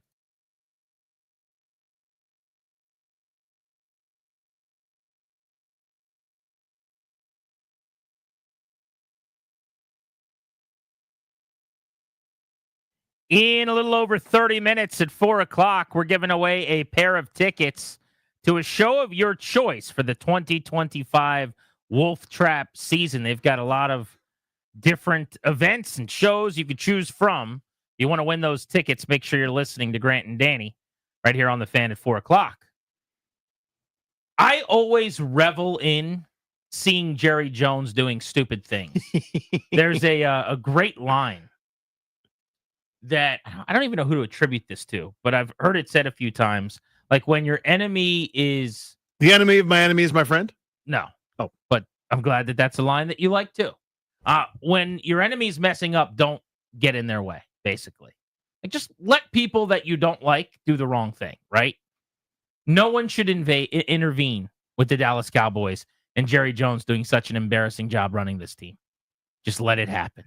And hope, Danny, that it keeps happening over and over and over and over again. It's a little Sun Tzu Art of War, by the way, what you're talking about. Clarence Hill Jr. covers the Cowboys. He tweeted, Jerry Jones with blatant disrespect to Micah Parsons' agent, David Mulligetta. Today, talking at the owners' meetings, Jerry said, the agent is not a concern in his negotiation with Micah Parsons, that he and Micah are talking directly. The agent won't be a factor. Jerry Jones went as far as to say, I don't know his name about Micah's agent. Mulligetta, as Clarence Hill wrote, one of the best respected agents in the NFL. Parsons is wise to have hired him. Now, best is subjective. Respected is subjective. He's got some Boris vibes in this sense. Like he is the most powerful, maybe, agent in the NFL or one of them. I don't always agree with a lot of the stuff that his clients do and some of how he handles it. But I will say that David Mulligetta is hella successful. Yeah. What do you want out of it, right? Do you want to be loved or do you want the most possible money, best deal for your client? You can be the bad guy sometimes. But he's an awesome agent. Yeah. He's got a lot of influence, superstar clients, and he has very good relationships with his clients. So what you shouldn't do is big time him. What you shouldn't do is pretend like he's irrelevant in the process or belittle him publicly. Jerry Jones did, acting as general manager, talking about the negotiation. So Clarence Hill tweeted this thing about how, David Mulligetta is a really good agent and Jerry Jones shouldn't have said that. Micah Parsons retweets it. This is Parsons, the edge they're trying to get signed, who's in this now ongoing negotiation with Jerry Jones. And he tweets, facts, David is the best, and I will not be doing any deals without David Mulligetta involved. Like anyone with good sense, I hired experts for a reason. There is no one I trust when it comes to negotiating contracts more than David. There will be no back doors in this contract negotiation. So now you publicly have the player, Parsons, arguing, essentially, going at the owner/GM, Jerry Jones. Another self-inflicted wound. A completely unnecessary foible. The guy is just a blooper reel at this point. He can't get out of his own way. What do you call it when, like, let's say like you and I are playing tennis and you hit the ball to me and it's like I step into a forehand and I just rip it right into the net. What kind of error is that? I don't even know. That's an unforced error. Okay, that's a good one. An unforced error. The lack of pickleball in me couldn't help. There's just no reason to do that. This insulated, stupid billionaire, who's obviously wildly successful, can't help himself. there has to be this superiority because he's the owner of the Cowboys. This little gnat, and I'm not talking about C.J. Abrams. I'm talking about this little like buzzing fly to him is so beneath him and his operation that he has to do some sort of weird power play to make himself feel what? That's what that is to me. That's that like, I'm not even certain what his name is. We're going to get this done because we're the Dallas Cowboys. Just, yes, you ignoramus. Yes, you big stupid buffoon. You keep doing you, big cat. You're just great at it. I want you to just to never, ever stop. Prop yourself up full of whatever kind of liquid you have to stay alive for another 50, 60, 70 years and keep running this thing, you genius. Oh, I love it so much. He just doesn't know what he doesn't know somehow. Decades and decades into this. He's 82 years old. And this is where, it gets a little uncomfortable, and I don't want to necessarily get into his business too much. But watch a press conference of Jerry Jones from 20 years ago and now. You cannot tell me that mentally he is the same level of sharp. And this is not me doing, what do they call it, ageist or oldism or something. I think the term is ageist, right? When you're mean to old people. I think so. Everyone's different. You, Danny, at 75 might be killing it. You might be in great shape. I'm going to be a nubber at 75. I could just tell you. I drink too much Diet Coke. The aspartane's going to get to me. The mental acuity is going to go. Like, I already know how this is going to work. But everyone's a little bit different. Two people that are the exact same age, one at 80 could be driving their car to and fro and having a great time. The other, like my dad's not 80 by any means. He's not old, but he's like 73, 74 years old, whatever it is. You'd see him and you're like, to me, that's what 65 was at one point in time. You know what I'm saying? Like, sure. He's doing great. But there's probably someone his age somewhere that isn't. Jerry Jones, to me, when I watched their introductory press conference of Brian Schottenheimer, which in and of itself, the hiring of Brian Schottenheimer is pretty telling about his incompetence. I came away from that presser going, oh my God, this guy can't be doing this anymore. He should not be doing this. And no one can stop him because it's his team. It's his thing. No one can take it from him. A normal sibling text chain, you're like, hey, we need to sit down with dad, when he becomes 80 or 82 or whatever. And you're like, we need to talk about him like not driving a Food Line anymore or whatever. The Joneses are like, we need to tell Jerry he can't run this team because he's doing such a bad job. You can't even answer questions now without pissing off your best player. Yeah. Who is your number one priority? And listen, he'll resign there. They'll give him a ton of money, and that's what it is. But still, it's just a window into it, right? That this oblivious, insulated billionaire, to your point, nobody can tell him no, and nobody does. So it's whatever his whim is, right? You could try to gently change the course. You could try to make him think something's his idea and, sort of maneuver him in a certain way to go down a certain path. And that they're competent people there. I mean, his son is pretty sharp from by all accounts, right? But it's the old guy's thing. It's Jerry's deal, and you can't sway him, right? It's got, like, if anything happens, it's because Jerry said so. And that's not going to change. And it's wonderful. Cowboys fans are also, not all of them, but largely incapable of dealing with the reality that you got no shot as long as this guy's running this thing. Most of them, I would say, have an indication somewhere, but they're not willing to say it out loud. Like, I'm tweeting with this guy right now, at Grant H. Paulson for me, at Funny Danny for Danny. And I said Jerry Jones is comically bad as a GM at this point. He goes, Jerry's 82. He's not involved in everyday decision-making. It's unbelievable how stupid out-of-town media and fans are about this. I've got to tell you something, sir. If you don't think Jerry Jones is not only involved, but running the show there's a goose in this conversation, and it ain't me. You're going to hate this bit of information. I love his radio show. How about you? The weekly radio show that he does where he talks about all the goings-on with the Dallas Cowboys, the only owner that does that. I mean, I don't know if that guy watched the Schottenheimer press conference. I would implore him to, if that is his take. Now, as a Commanders fan, you should be, to your point, getting down on your hands and knees and saying, the longer he doesn't give anyone not named Jones any real power and influence, the better. Because that's the path forward. It's like the Georgetown basketball program when post John Thompson, the OG, like, are you a Thompson? Are you friends with the Thompson? Did you play here? Do the Thompsons like you? That was the whole lens for a long... Oh, let's hire Patrick Ewing, who's not qualified and shouldn't be the head coach of the team, and let him drive the plane into the mountain. Because he's in the club. Got the blessing of Big John, yeah. That's what the Cowboys are to me. It's this family operation where, are you Jerry? Are you Steven? Are you, what's his daughter's name? I forget. Are you her? Yeah. Are you, you know, right. Are you a buddy of theirs? Have you been in the program for long enough that they really, really like you? There's nobody with any real influence outside of the fam. Good luck with that. And again, it's not like they've been completely unsuccessful. I mean, they don't have the NFC title game experience. They have the longest drought going in the NFC, which is funny. Fine. They have accomplished nothing meaningful for 30 years. Totally true.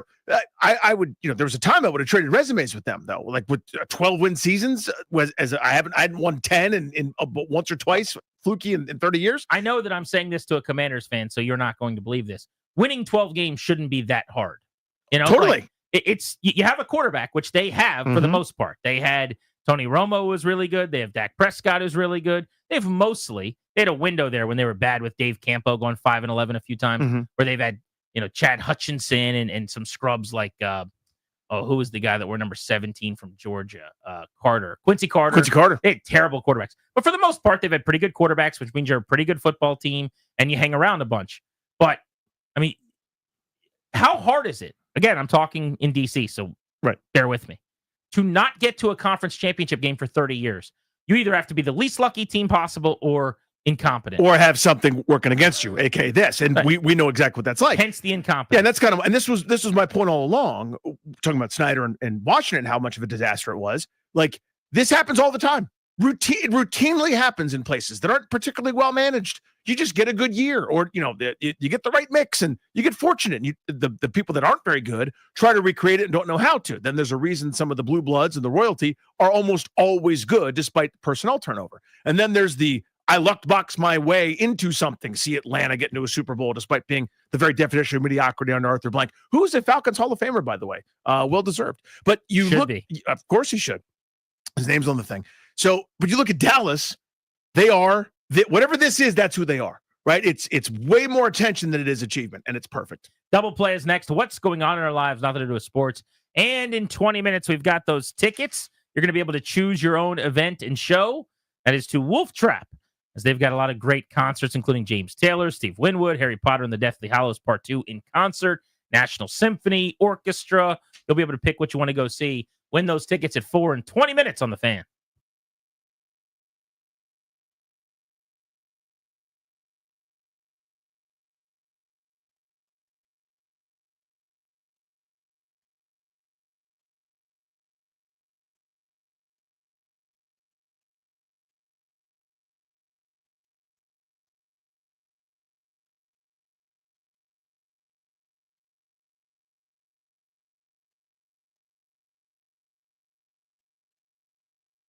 Guys, it's Grant. Baseball fans, you love the long ball. FanDuel's giving you even more reasons to love home runs every Tuesday during the MLB season because it's back, baby. Dinger Tuesdays. Or as Darius calls it, Dinger Tuesdays. You guys know the mascot for the Colorado Rockies, one of my favorite guys, like a dinosaur? His name is Dinger. Or as Darius would call him, Dinger. Hey, Dinger's over there. It's Dinger Tuesdays. You got to go to FanDuel.com/GP to gear up. To go yard all season long. That's FanDuel.com/GP to claim your Dinger Tuesday profit boost. You just take a guess. Who's going to hit a dinger tonight? I think James Wood's going to hit a dinger for the second time in 2 games. And then you play Dinger Tuesdays on FanDuel if you're Darius. Or if you're the rest of us, you can just play Dinger Tuesdays. It's kind of the same deal, though. FanDuel.com/GP. Got to be 21. Present in Virginia. Opt-in required. Bonus issued. Non-withdrawable profit boost token. Restrictions apply, including any token expiration. See terms at sportsbook.fanduel.com. Gambling problem? Call 1-800-GAMBLER. Dinger!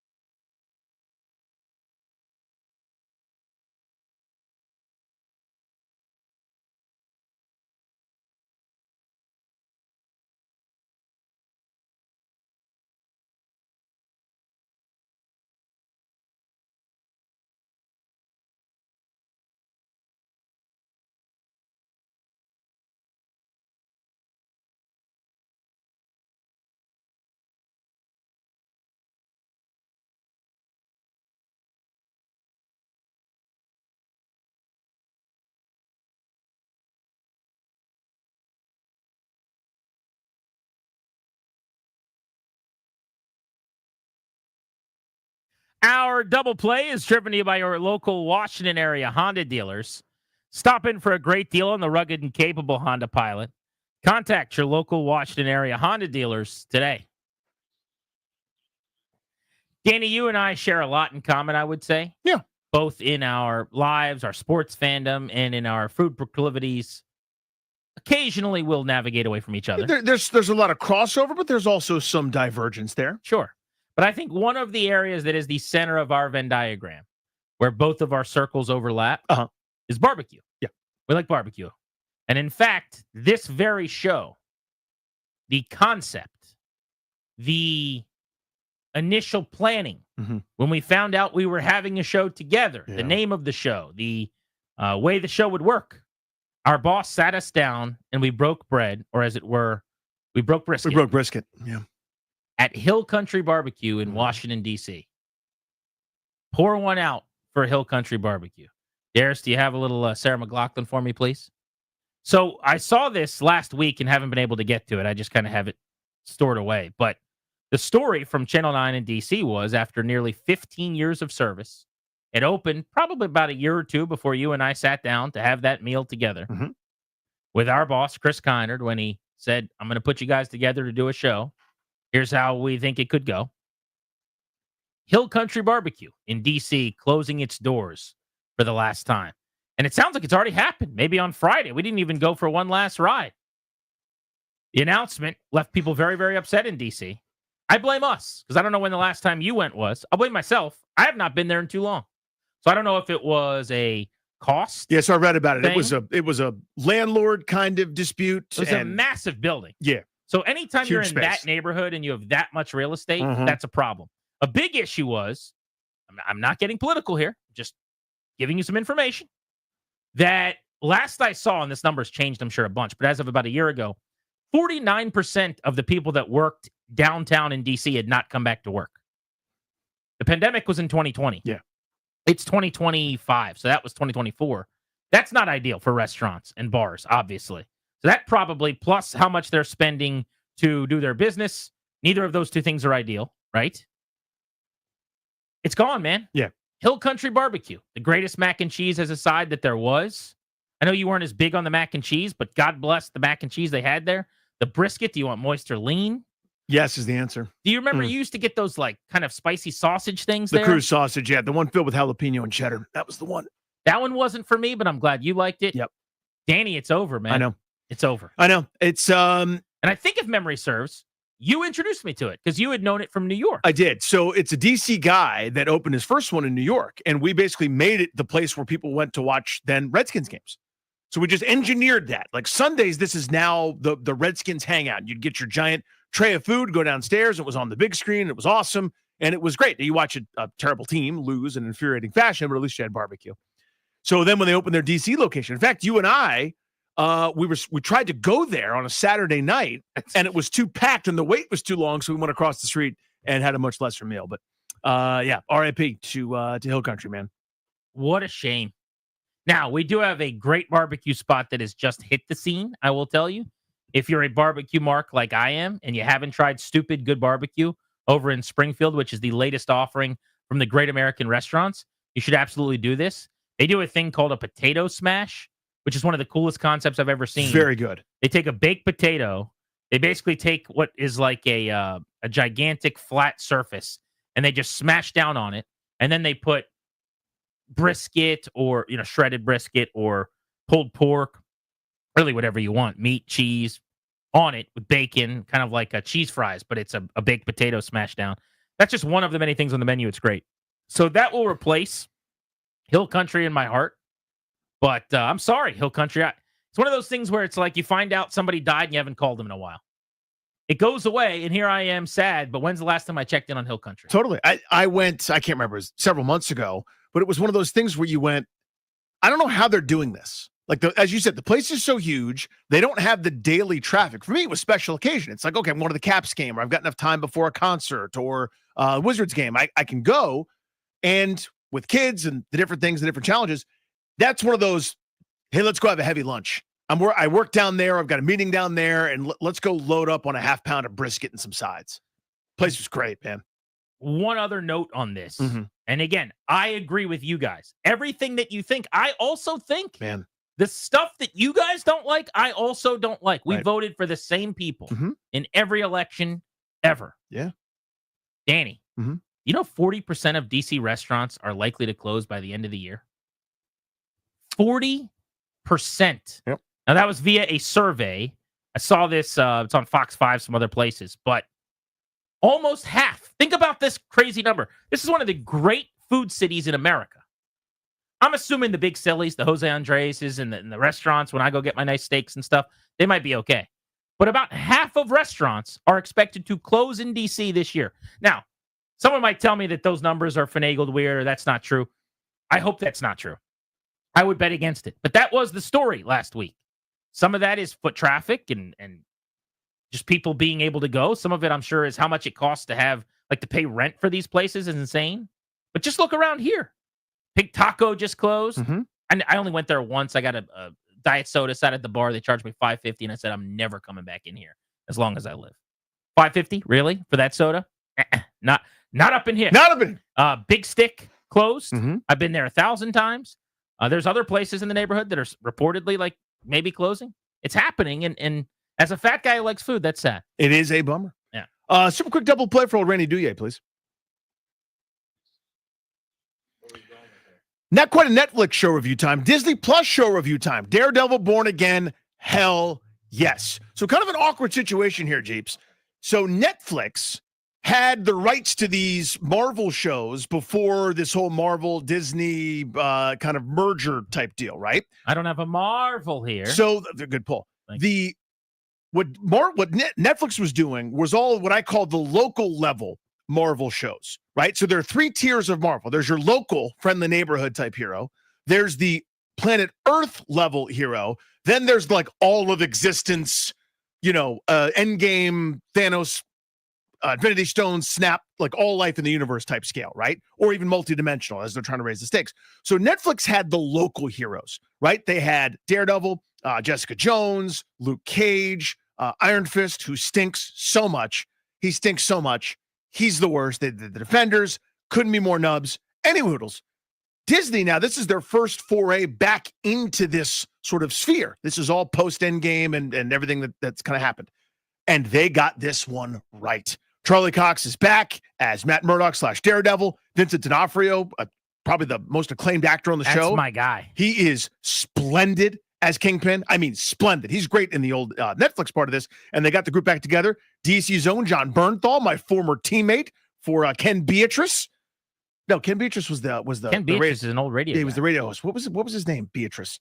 I can't remember his first name, but Coach Beatrice. Bernthal played catcher, and I played second base, which is a joke because I was the best shortstop on the team. But whatever. Beatrice coached the Sidwell. You played with him? Yeah, he was the catcher. Would he know that? No. He was I've older. never heard you claim that you've played with him. The Bernthal brothers all went to Sidwell, and John, I think, was a senior when I was a freshman. They went to Sidwell? Yeah. You know who else went to Sidwell? Who went to Sidwell, Grant? My daughter. Come on. Went to Sidwell, friend. You can't just hit people with that. It's too good. Anyway, he plays Frank Castle, a.k.a. the Punisher. New inside bit moving forward. What's that? My only way I'm going to do it now. John Bernthal went to Sidwell, friends. Yeah, he and Frank Henry are good buddies. I know that. Part of the same class. I've heard Frank talk about that. I've never heard you say you guys played together. We did. We played That's together a once. new wrinkle for me. Yeah. It was just a fall team, but he probably wouldn't remember that. And he wouldn't care. But the cast is good. The show has like the right gravity, the right tone. It's dark enough. It's super, super well done. This is probably an 8 out of 10 carbohydrate show with more upside. They're doing the thing that you hate, though, episode per week. You'd be out. But I just want you to know it's really good. And for this reason, it's almost out. You can watch all 8. Next, someone's winning a pair of tickets to a show of your choice at Wolf Trap on Grant and Danny as soon as we return.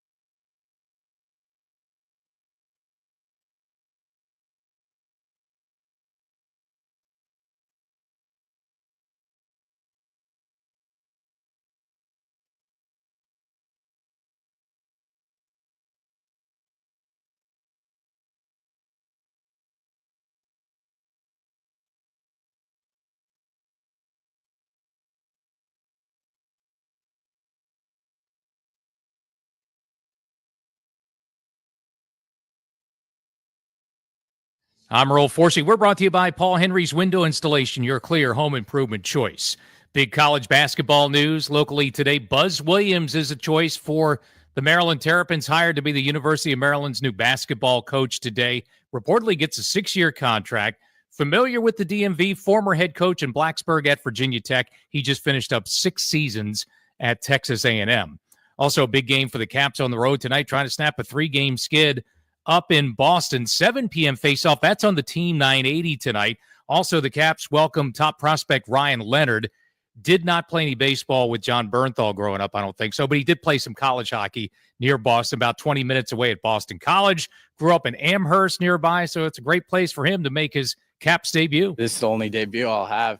But yeah, it's pretty cool. Not really something that you can really put into words, and something you really dream about. It comes true, and again, just trying to go out there and have fun. He was the Caps' 8th overall pick, 2023 NHL draft. Will play tonight, making his debut on the line with Dylan Strome and Alexei Protas. Again, that's on the Team 980. Baseball tonight on the Fan. Nats in Toronto, 7:05 first pitch against the Blue Jays here on the Fan. This April only, get 10% off each window with a 5-window minimum and 10% off each door at Paul Henry's Window Installation. Schedule your no-pressure free estimate today at paulhenryswindows.com, your clear home improvement choice. From the Crop Metcalf 5-Star Sports Desk, I'm Earl Forsey on the Fan.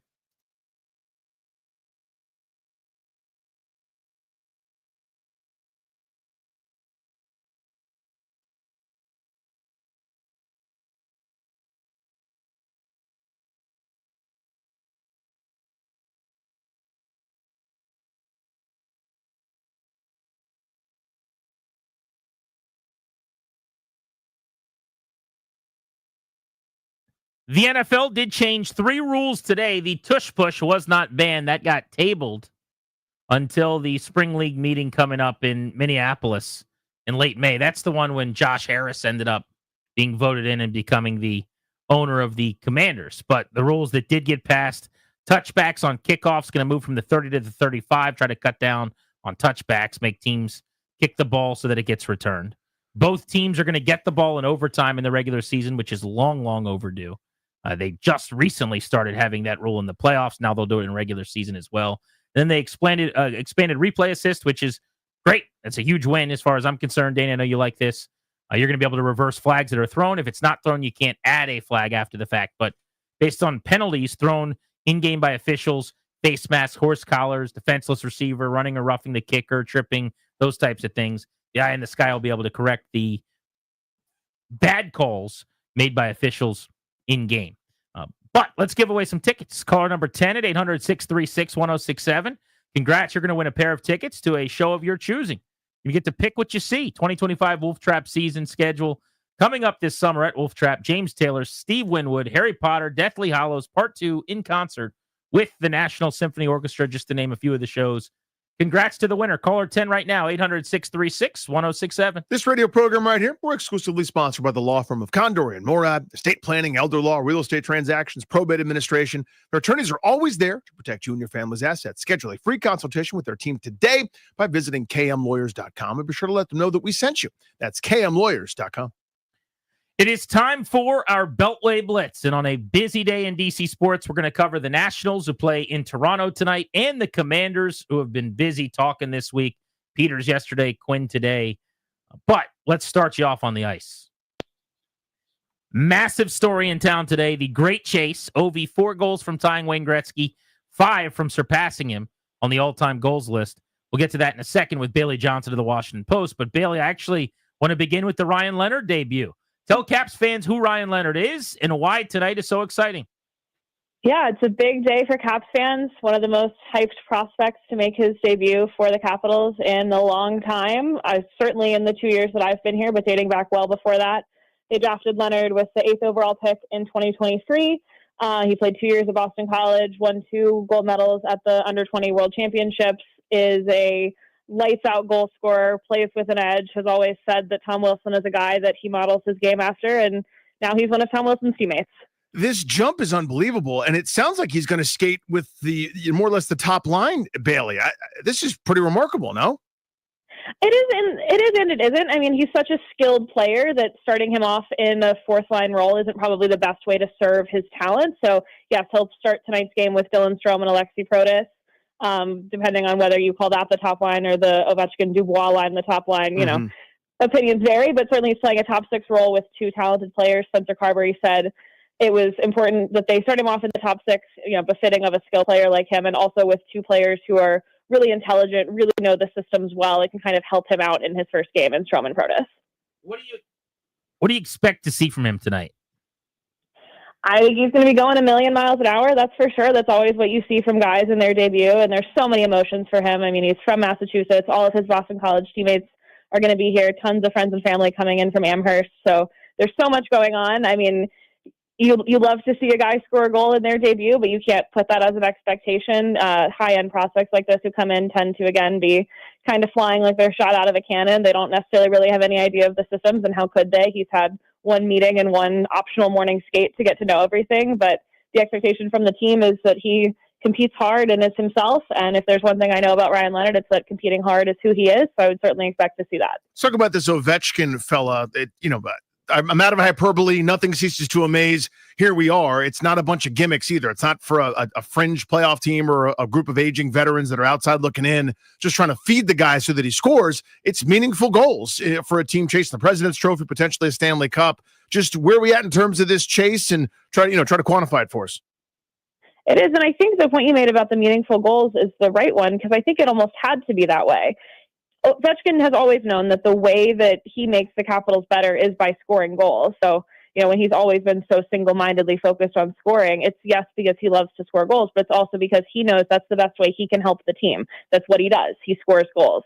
So for him to be scoring these meaningful goals for a good team as he chases the record, it feels both narratively correct and also just from a hockey standpoint, how it was going to have to go if the Capitals wanted to be competitive down the stretch of his career. Obviously, you want him to be a big part of it. And, you know, what he's doing at 39 years old is pretty remarkable. He's obviously not tailed off, but hasn't had quite the same pace over the last couple of months that he did before he broke his leg in November. But the fact that he's scoring goals at all after breaking his leg in the middle of the season is still remarkable, which is sometimes hard to remember when he's so incredible at everything he does and is such a unicorn in the way that he plays. But yeah, 5 goals away. They've got 9 games left. Carberry mentioned this morning that he thinks adding Leonard to the lineup will give everybody a boost. You saw Ovechkin take Leonard out to dinner last night along with some of the other Capitals, and a little bit of young energy never hurts anybody. So I wouldn't be surprised if Ovi looks a little brighter as well. Yeah, that's a part of this that I am very excited about. I think he's going to give him a shot in the arm. Billy Johnson of the Post is with us on Grant and Danny. A lot's been made of this 3-game losing streak. I want to know what you disagree with here. The Jets game I was actually impressed and felt good about. It's a great team on the road. They went to overtime. I thought they played a bad second period against the Wild, but otherwise it was a hockey game against a hungrier team. And then the Sabres game at home was the clunker and the dud and the kind of one I need you to apologize for, so to speak. But overall, not much more to take out of it than that. What are your thoughts, and is this in any way problematic here with 9 to go? No, I would say I pretty much agree with those general summaries. Obviously, Winnipeg's a great team. They played them toe-to-toe, lost in overtime. That's pretty not expected, but kind of, you take that. Minnesota, like you said, hungry team. They played 2 good periods and 1 not so good. And then, the Buffalo game wasn't good. They know it wasn't good. This team has struggled with the Sabres for the 2 years that I've been here. I vividly remember going to Buffalo twice, about a week and a half apart last April, and watching a team desperately trying to make the playoffs lose 2 ugly games to the Sabres.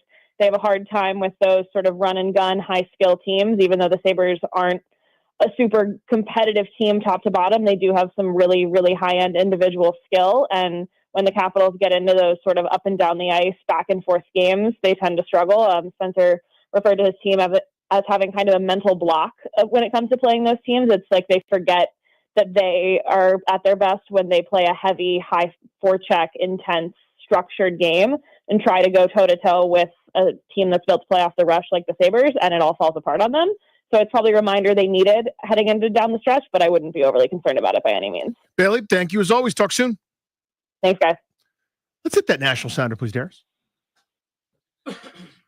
Our guy Bobby Blanco covers the Nationals. That's why he's going to talk about the Nationals right now. Bobby did not look good when Mike Soroka came off the mound yesterday. What do we know? No, it didn't. It's a big, scare, jolt to the heart when you see a pitcher kind of shake his arm or like flex his hand like that. But he and Dave Martinez told reporters in Toronto after the game that it seems like it's just cramps, which is a big sigh of relief. It seems like they dodged a huge bullet because, with DJ Hurst already being pretty much lost for the season, we assume. If they lose a starting pitcher, the next guy up will be Shinosuke Ogasawara, maybe Jackson Rutledge. I don't know. Their pitching depth started off really well to begin the season, and if one guy goes down, it kind of draws a big concern. But looks like the Nats dodged a huge bullet for now. Yeah, I think for me, it's awesome that he's not hurt and that he'll be back in the rotation soon, according to what they're saying, although I'm a see it to believe it guy sometimes when they talk about injuries. But what happened last night was a realization about how little depth they have. With Josiah Gray hurt, DJ Hurst hurt, Cade Cavalli not back yet. Now if Soroka or anybody else were to go down, they don't really have reinforcements. Their pitching depth is paper thin, and it's April 1st. Yeah, totally. And I think that's kind of, like I was saying, like last night, that might have been one of the first alarms. Entering spring training, you had pretty much your 4 guys who you knew was going to make the rotation. You had 3 guys battling for one of those spots. Mitchell Parker ends up winning it out. But now DJ Hurst likely can be gone for the season. And I mentioned Shinosuke Ogasawara. He didn't look all that great in spring training. He still has some adjustments to do coming over from Japan into pitching into the major leagues and now AAA. And then, we know kind of what Jackson Rutledge brings to the table. Brad Lord wasn't stretched back out as a starter. He's in the bullpen right now. He's had a tough go to begin his major league career. And all the Nats' top pitching prospects are at the lower levels of the minor leagues. Talking about Travis Sikora, who we know season's going to start a little bit late due to off-season surgery. And then Alex Clemmie, who they got in a trade last year, also starting low. Yarlin Susana hasn't pitched at AA yet. So all of their top pitching prospects that have a lot of upside are still very young and very raw, so they're not major league ready yet. The depth for the rotation at the major league level and the high upper levels of the minor leagues is very thin right now. Incredibly small sample, talking about 4 games, but there are a few guys really struggling to square the baseball up. Dylan Cruz, Josh Bell, even though he does have a home run there early on. It was good to see Abrams get on the board last night with a bolt, but Cruz and Bell most specifically, operation doesn't look real good when they're making passes at the baseball, Bobby. Yeah, it doesn't, and I get it's concerning, especially when it comes to Cruz. Here's a guy who's supposed to be one of their star players this year, potential rookie of the year candidate, a guy that's going to be one of their best players for a long time to come. And, he had a stretch over the weekend against the Phillies where he struck out, I think it was 7 times in a row, and 5 of those came on 3 pitches. And he just looked completely lost. Now, I will give the Phillies pitchers credit.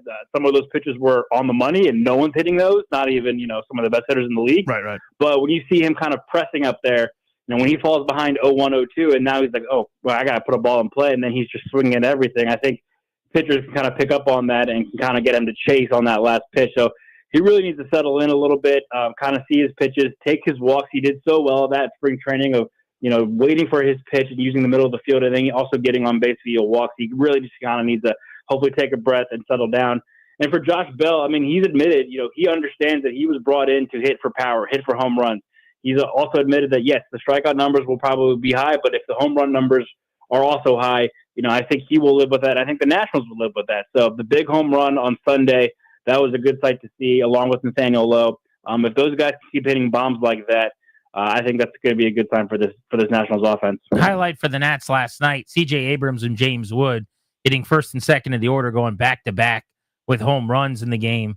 Abrams is first of the year. Wood had a 2-hit, on-base 3-time performance with his first home run of the season as well. But to Bobby's point, 0 for 15 with 10 strikeouts. They got to get Dylan Cruz going. He did sting a ball to the center field. Yeah, he hit that ball. Dead red. Just couldn't have hit it on the screws anymore. So maybe that gets him going a little bit. Bobby, thank you, buddy. We appreciate you. Yeah, guys. Thanks for having me. Enjoy the day. See you, brother. You got it. He didn't miss a home run by much. He had one of those torpedo bats. Here we go. Maybe it would have left the building, huh? Let's keep it moving. Michael Phillips, the Richmonder and Odyssey, Richmond.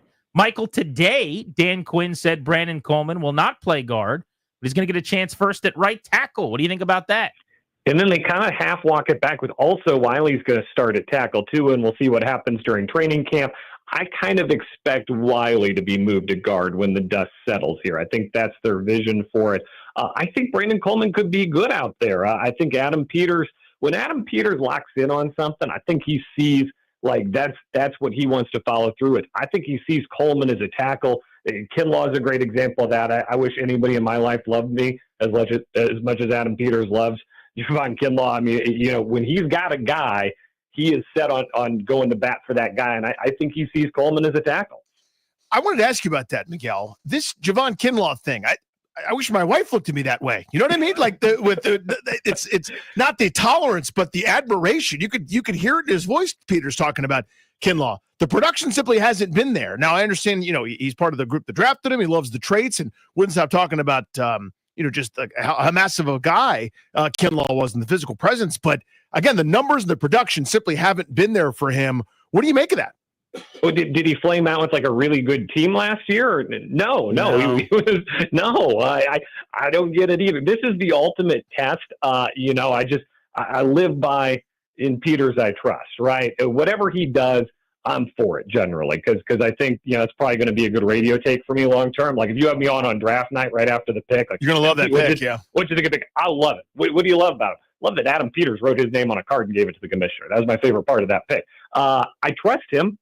I don't get this at all. The production clearly says this is a bad idea, and not just a bad idea, but then you go long term with guaranteed money. I'm left scratching my head. I'm going to have to go kind of blind faith and trust here that this guy knows what he's doing, and certainly the track record last year is very favorable to that. Yeah, I trust Barry Bonds a ton too, but he would get out about 7 times out of 10, right? Adam Peters is in a business where you don't bat 1,000, so we're always trying to figure out what's going to be right and what's going to be wrong. And while I am team, love Adam Peters, he's a handsome gentleman. I like his beard.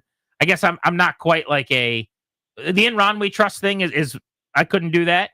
I trust Adam Peters, but I'm not going to just give him a carte blanche opening, which is where I get to the next phase of this conversation, which is their draft class last year did some good things. It was fine, but Ben Sinnott was a top 50 pick. They got nothing out of him. Luke McCaffrey was a top 100 pick, wide receiver, 3rd round. They got next to nothing out of him as a wide receiver.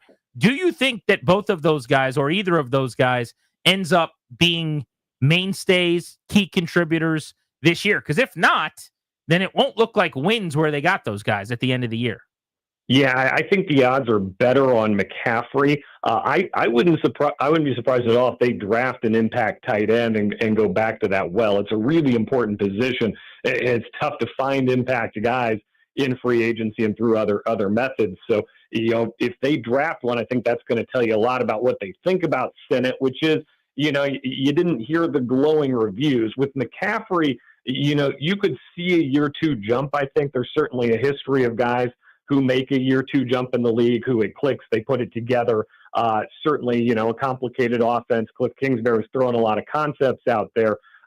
Everybody really wanted it to work as the season went on. It just didn't. It wasn't clicking for McCaffrey. I'm going to give him another year, another training camp, see what he brings to the table. I'm leery of Sinnott, though. I mean, I didn't see the things I wanted to see last year for sure, and that's a position that's a really important one, and you got to assume this is the last ride for Zach Ertz. So it's going to be really important to have that future locked down, especially for Jaden Daniels. That's a position he needs to get production out of on a week-in, week-out basis.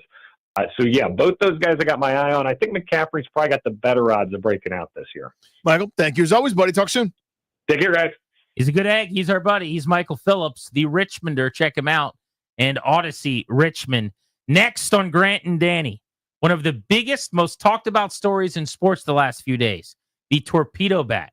Is this actually a thing? Is it a fad? Is it going to change the game? We'll dive into that on The Fan.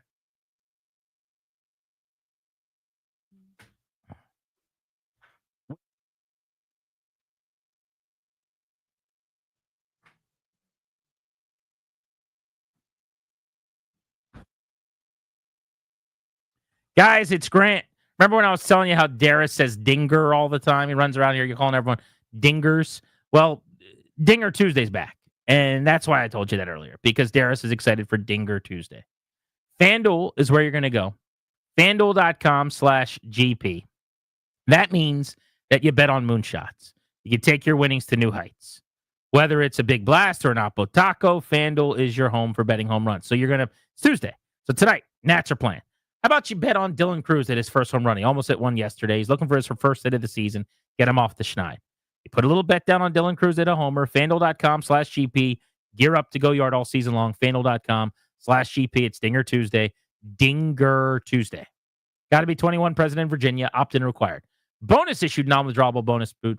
Token. Restriction apply, including any token expiration, max wager amount. See terms at sportsbook.fanduel.com. Gambling problem? Call 1-800-GAMBLER.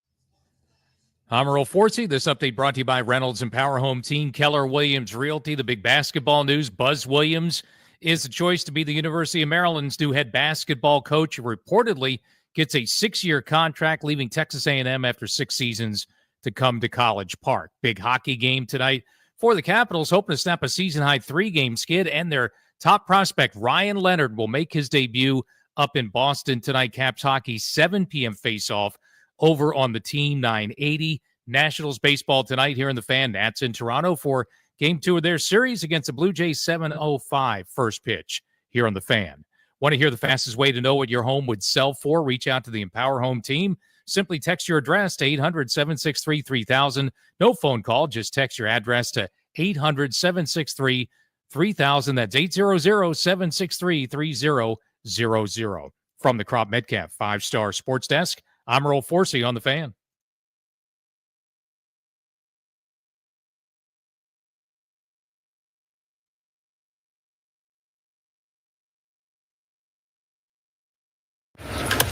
High drive, right field. See ya! A 3-run home run for Jazz Chisholm. The balls just keep flying out in the Bronx.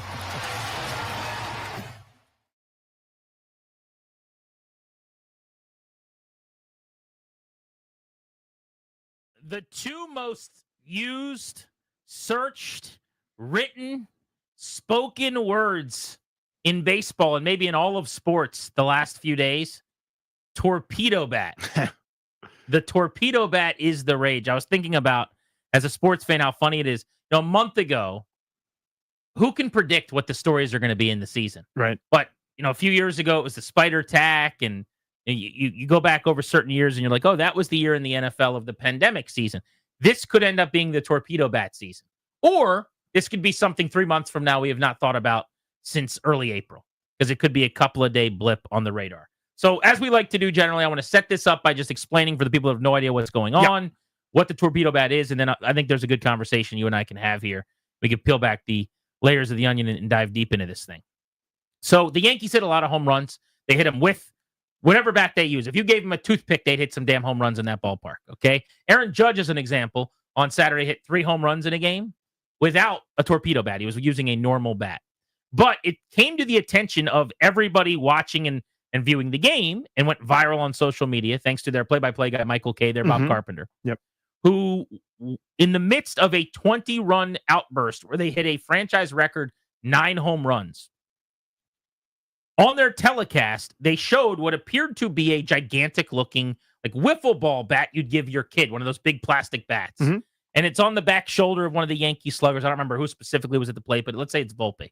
And Anthony Volpe's at the dish, and the call, Michael Kay, says, if you look at this big bat he's using here, he's using this because the Yankees had a coach last year who was a rocket scientist who realized that if you put more wood on the barrel at the part of the bat where the ball contacts the bat more often, it would travel further. The pitch swung on and crushed again. And so he's telling this story, and they're hitting all the home runs.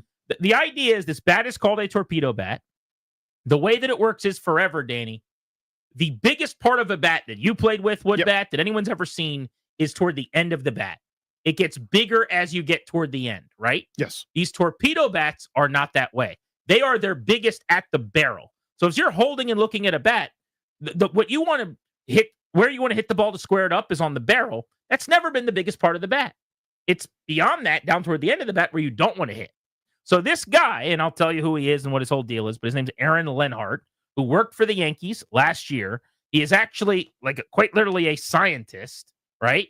He came up with this philosophy of saying, wait a second, if we're all chasing barrels and we're all chasing exit velocity, and the whole point is to square the ball up, and now we're looking at barrel percentages in organization, well, why don't we have that be the biggest part of the bat with the most wood? So this dude who has a degree in the Massachusetts Institute of Technology, MIT. He's an MIT guy, physicist turned baseball coach, basically went to the bat companies and said, let's make this bat. And now they have, long enough that Giancarlo Stanton used it in the playoffs. We just found out when he went ham sandwich in October. And 6 of the Yankees are using it, and they're killing the ball. And so everyone is going, well, wait a second, is this going to change baseball forever? Or is it just that the Brewers made a lot of terrible pitches, the Yankees hit some home runs, and this is overblown? Yeah, it's a little bit of both. So I asked this question in the summer of 1999 playing in Waynesboro in the Shenandoah Valley League. Why is it that when you're trying to square the ball up with a round bat, there's the space just above the trademark, if you know how your wood bats go, and then the very end, which is, as you said, the thickest, the largest diameter of the bat, that's the part that I'm trying to hit it is smaller, a smaller surface area than the top where I don't want to hit it.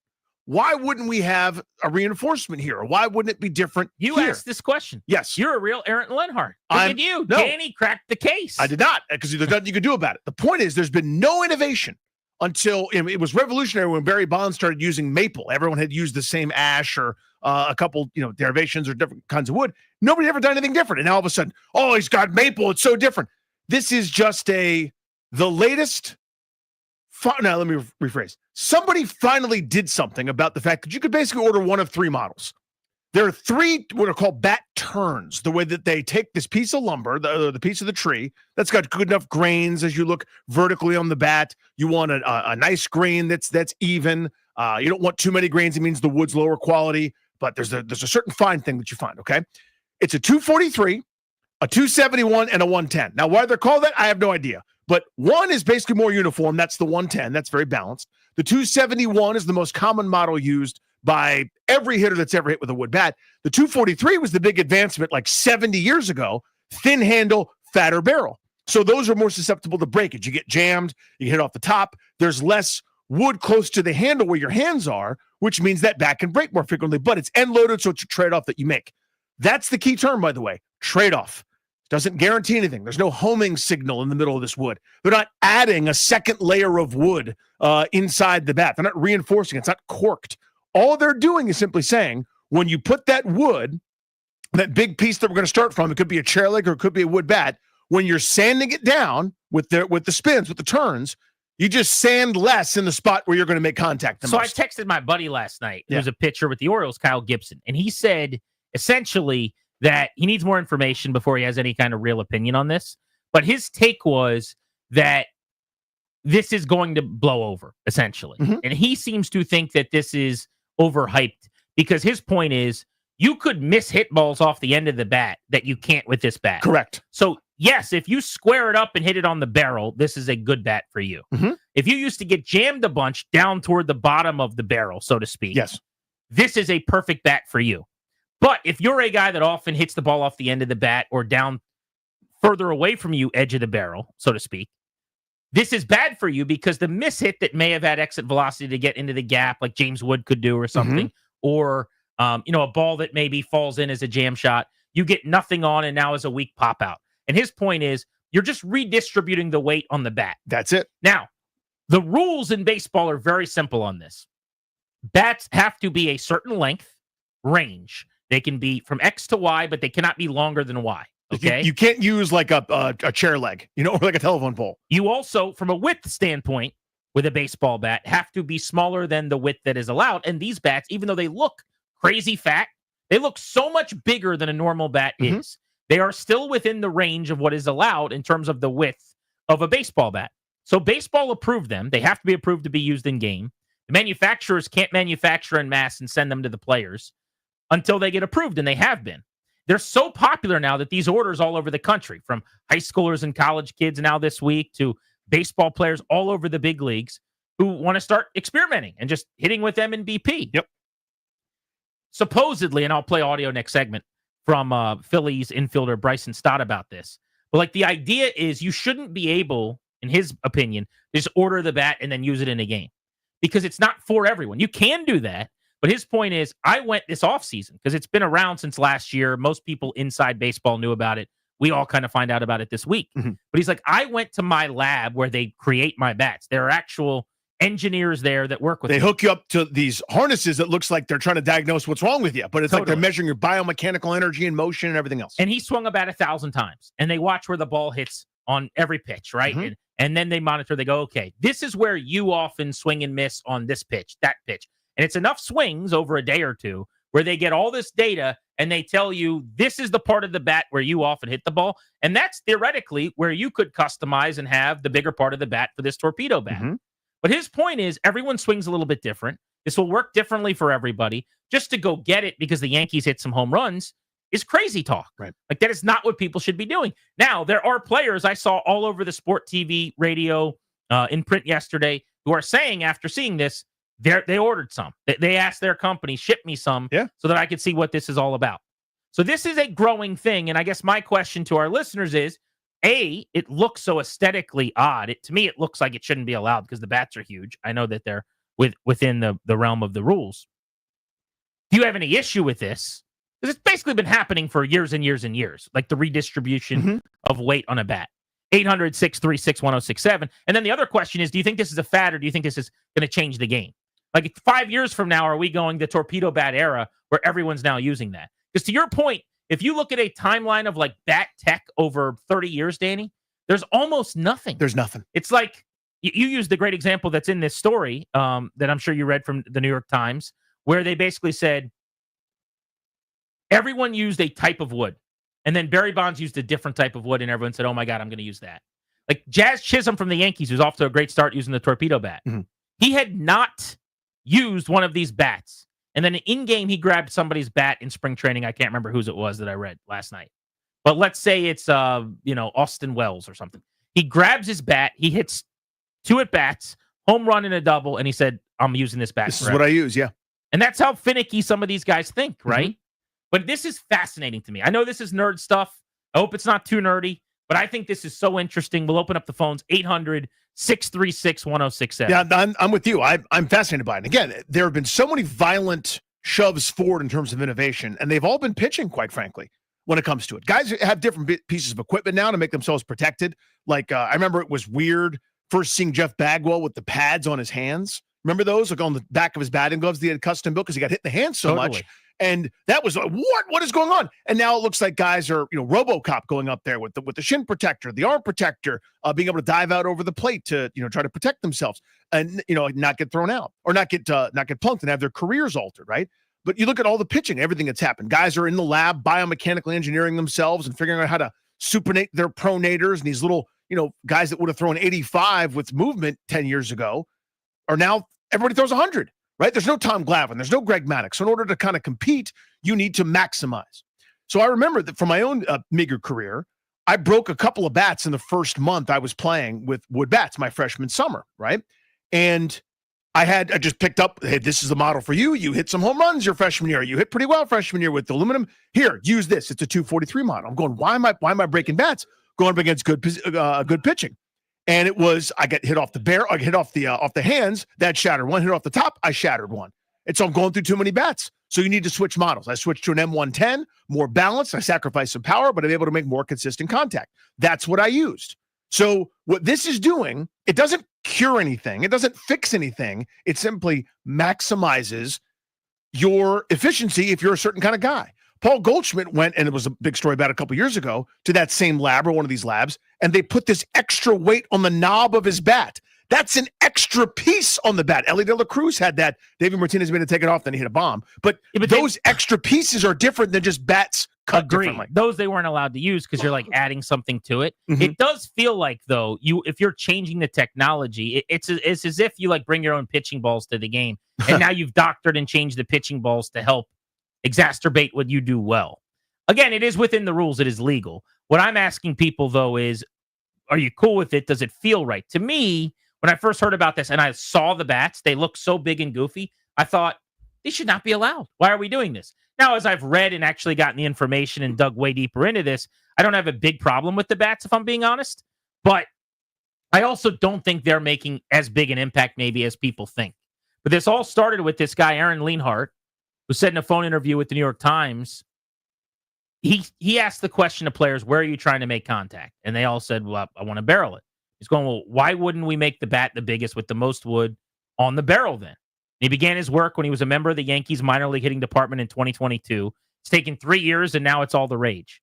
Volpe, Bellinger, among others, using this bat in-game. Judge says he never will. He's not going to fix something that's not broken. Please don't do anything different, Aaron Judge. This is the audio I was referencing, though. Philly's Bryson Stott, when he was going into the specifics on why he didn't plan on just picking up the phone, making a call and just having a new bat that he uses this season because other guys are hitting home runs. Sure, you've heard about the torpedo bats that the Yankees have been using. Victus said today that that might be something you guys implement. Have you guys discussed that as a team, or? A little bit, yeah. I texted Jared at Victus, and I was telling Todd earlier that it's not a bat that they've been around. It's not a new thing. It's been around, and it's not a thing you could just go and order. Marucci and Victus have a hit lab, they call it, and connect all these wires to you. You swing 1,000 bats, and they kind of tell you where you're hitting the ball mostly and things like that. So if you're a guy who uses the whole bat, if you get jammed and hit it on the end and hit the barrel, it's not for you. You're taking wood off the end of the bat and shrinking that part, and it's a lot of stuff that goes into it. So pause it real quick. I think that's important. You're not adding wood to the bat. It's not heavier necessarily. Right. That's the mistake everybody's making. Like the end of the bat, it looks more like a bowling pin almost. The end of the bat is smaller than it used to be because the middle of the bat or the barrel is heavier, well, bigger. It's a lot of stuff that goes into it. So I think with the torpedo, you are more like you get jammed more than hit it off the end, and then it helps. Obviously, you're moving the barrel down a little bit, and but it's not one of those things you could just call and say, I want this torpedo, because it might not work for you. So that's interesting. It's an individualized thing, and it's about your swing. And as he said, you're going to want to go to the lab and take 1,000 swings to figure out if this will even work. It's worth a shot for you to feel like if it works. Again, there are so many different models that guys are already switching between, where it's like, hey, this month I'm killing the ball because they're throwing me the outer half. Well, now they're sawing me off and I'm breaking a bat a week. I better switch it up. And that's a normal part of it. Fad or unbelievable innovation that is going to change the sport? That's kind of what I want to figure out. 800-636-1067 is the number on Grant and Danny.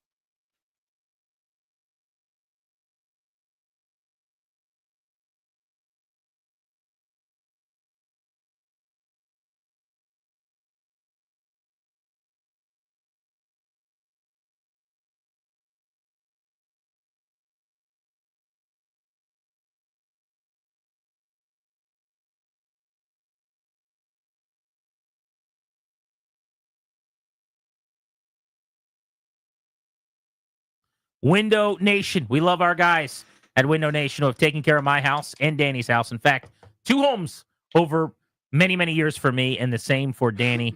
We're good friends with the folks over there, like our guy Dave, who sends the crews out to our houses, comes, meets with us. They've taken care of my windows, even doors at my house. They will take care of you. Buy 4, get 4. That's a sale going on right now. No limit to how much you could save. If you buy a house full of windows, they'll include a free entry door as well. Plus, 0% financing, 0 down, and no monthly payments. You could get new windows and pay nothing until 2027. They partner with the top window manufacturers in the nation to build windows to their high-quality specs. Then they pass those savings right on to you. You'll protect your home with some of the best windows you can buy at a fraction of the price of those other brands. Just imagine what you could do with all that extra moolah. Hurry. The sale ends soon, so don't miss your chance to take advantage of the buy 4, get 4 free, and pay nothing until 2027 Window Nation sale. Schedule your estimate right now at 866-90NATION. That's 866-90NATION, or visit windownation.com.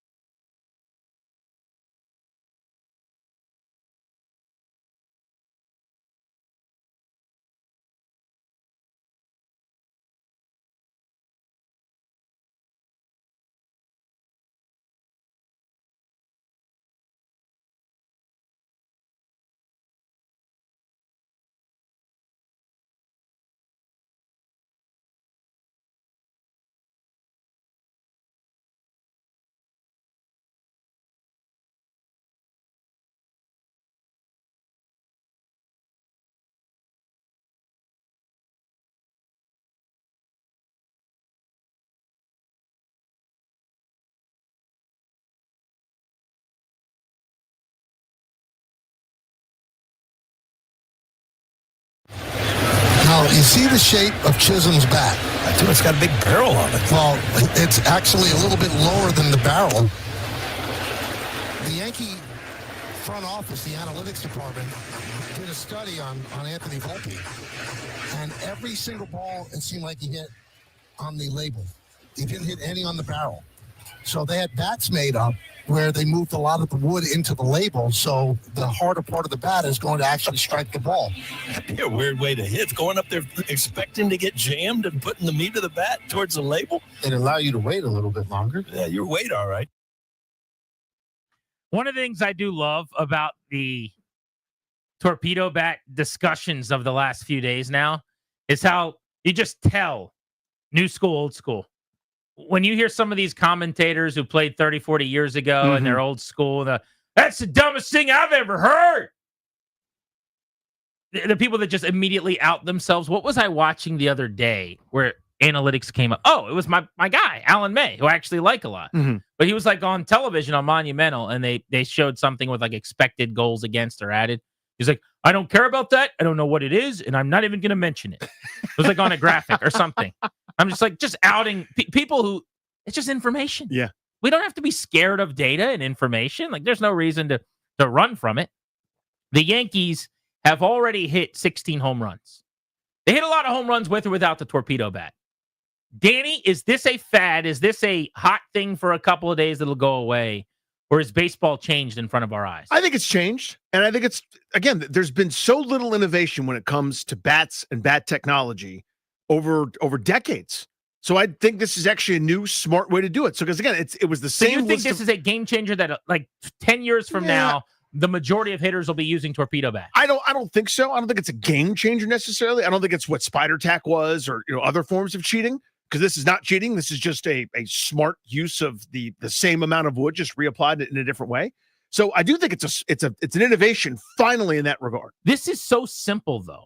This guy Lienhart, this 48-year-old astrophysicist dude that became a coach or whatever, how did it take him? Like, this is the most common sense thing ever. If the bat's a little bigger at that spot, you're going to get louder, better contact. MLB Rule 3.02 states a bat shall be smooth, round, stick, not more than 2.61 inches in diameter at the thickest part and not more than 42 inches in length. Otherwise, have fun. How has this not been something people were experimenting with for a long time? 100%. And I know we now can quantify barrel rate, barrel percentage, exit velocity, and I think that's all part of why this happened. But that's a few years ago we started doing. And I'll say this really quickly. I know we got calls. It's the mass production, because that's what it has to be. It's mass production of these things. You think about just the number of big leaguers, then every wood bat for kids, high school, college, different summer leagues. Because this takes more individual painstaking care to do it this way, before we had like the rampant technology to be able to do some of these things, it's why there wasn't any innovation, right? Because if you're making a Grant Paulson major leaguer, you're ordering bats, I'm giving you 30. Well, you do that times the 26 guys in the clubhouse or whatever. Everybody needs their bat, blah, blah, blah. I got to produce tens of thousands of those things. I don't have time to start hand cutting stuff. Now with the processes faster and more efficient, they can do some more individual stuff. Yeah, I've actually listened recently, and this was apropos of nothing. This had nothing to do with these bats, but there's a podcast I listened to about like how companies get off the ground. And Marucci, which is now the biggest company that's overtaken Louisville Slugger. Incredible their growth. They started just with bats. Now it's gloves, cleats, you name it. Cat X is ubiquitous for high school ball. They're in softball, everything. But it started by Kurt Ainsworth, who's a former pitcher for the Orioles, who went to LSU. He's out of Baton Rouge.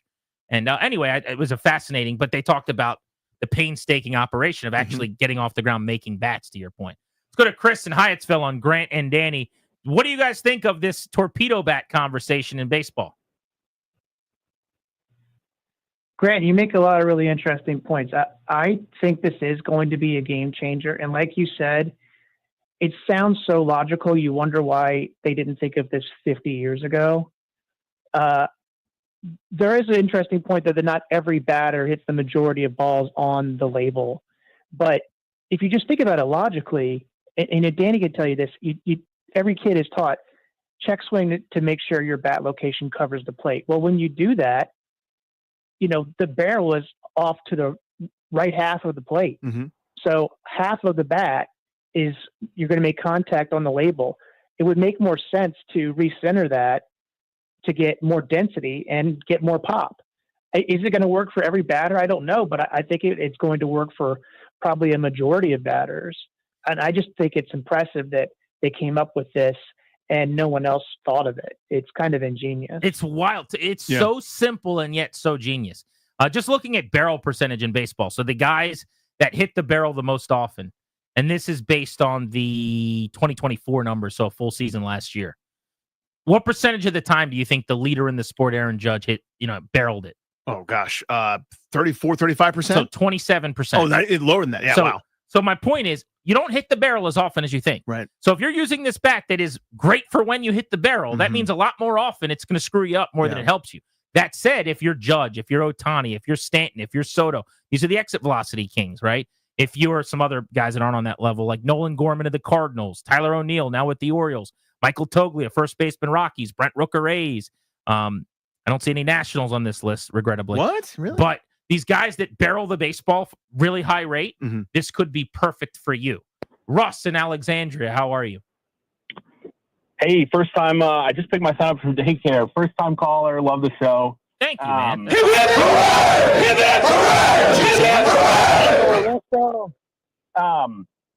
My kind of point on this is, I think if it does change the game and people are scoring like 18, 20 runs a game, didn't we just change the pitch clock and all these things to make games, 2 hours instead of like 3.5 hours long? If it changes the game, are they going to cut the innings down to like 7? Like, how are they going to deal with that? It's a great question.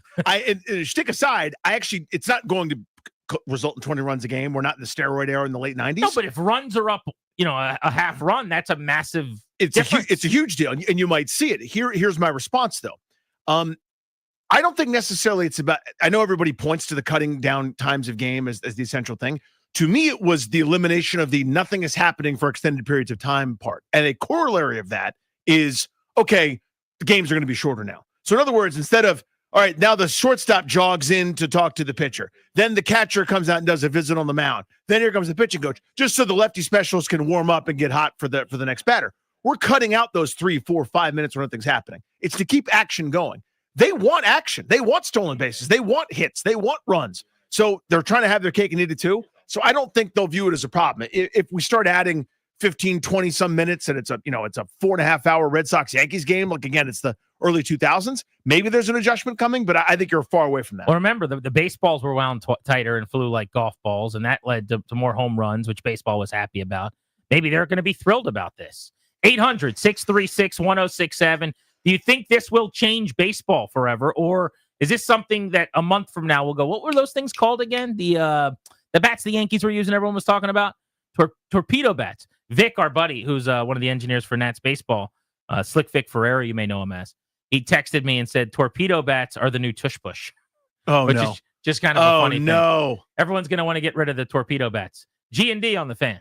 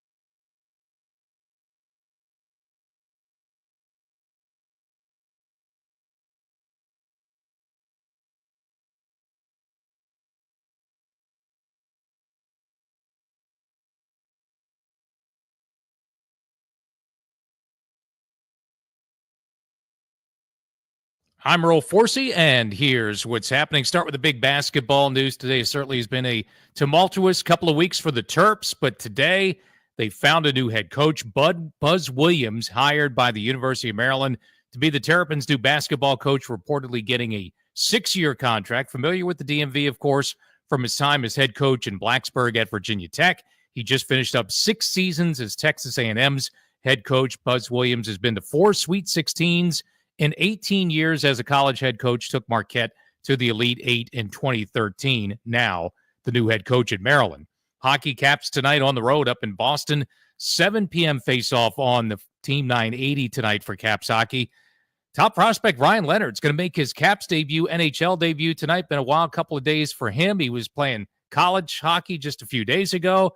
Now he's playing tonight with the Caps and hung out with Ovi and company the other night, too. Yeah, I mean, just to go to dinner with those guys and meet all those guys, I'm really just trying to embrace the moment and spend quality time with those guys. And not a lot of time you're getting to go to dinner with one of the greats. So, just trying to embrace it. Caps trying to snap a 3-game skid in Boston, 7 p.m. face-off, Team 980 tonight. Nats baseball in Toronto here in the Fan. Nats and Blue Jays, Game 2 of that series, 7:05 first pitch for the Nats here on the Fan. From the Crop Midcap 5-Star Sports Desk, I'm Earl Forsey on the Fan.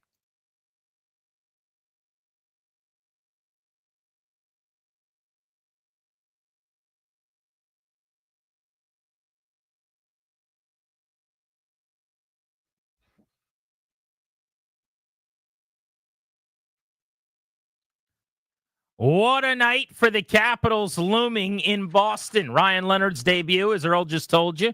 The super prospect, 20-year-old, playing in his first game after playing in college hockey earlier this week and getting eliminated from the NCAA action for Boston College. OV just 5 goals away from breaking Wayne Gretzky's all-time goals record. As we welcome you back on Grant and Danny, Nats Blue Jays tonight in Toronto, north of the border. Dylan Cruz going to get the night off. We'll give you the full lineup before we get out of here. We're taking you up to 6:30. But he's 0 for 15 with 10 strikeouts. And Davey wants to let him clear his head. Yeah, get your feet up, let your head clear, because right now he's in a fog, dude. Lost like last year's Easter egg. Thank you. Somewhere out there in the yard, I just don't know where. Not even kidding you. We do Easter at my wife's aunt and uncle's every year. They got a big old place outside of Leesburg. Uncle Steve? No, Uncle Jim. You know them. Oh, Uncle Jim. I love Uncle Jim. They literally texted us a picture yesterday of a Easter egg that nobody found last year. No way. Yes. Uncle Jim is my guy. That's your guy. You tried for many years to ruin my relationship with Uncle Jim. I don't know if I have much to do with it. But I'm a big Uncle Jim guy. Yeah. The show is exclusively sponsored by the law firm Kandorian Murad, estate planning, elder law, real estate transactions, probate administration. Their attorneys are always there to protect you and your family and your assets. Schedule a free consultation with their team today.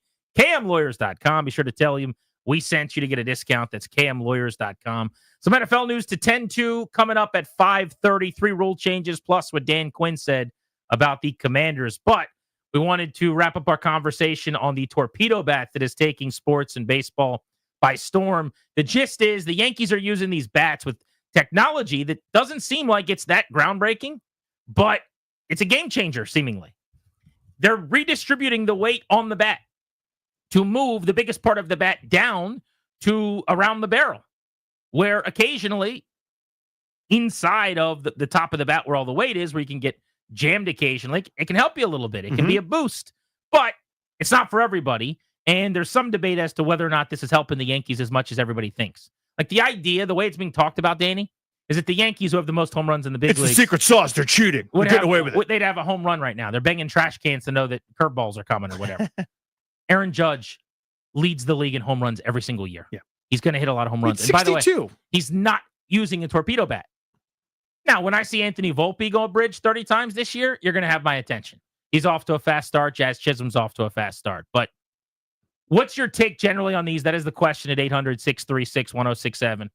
Initially, when I saw this weekend, I texted a ton of people, just fired off texts to like a bunch of people in baseball to see what everybody thought. My first reaction was, get these out of the game. They look too big. They look like they break a rule. Then you find out they're legal, and actually it's probably not as big a thing as you think. And I've done a lot of reading on it. I'm not as bothered by them. But I don't like the feel or the look, the aesthetics of it, of having the big goofy bat that we've done it one way for a long time, and now we're changing it. I would not outlaw them. without a lot more data, and I would probably lean toward not doing that inevitably anyway. But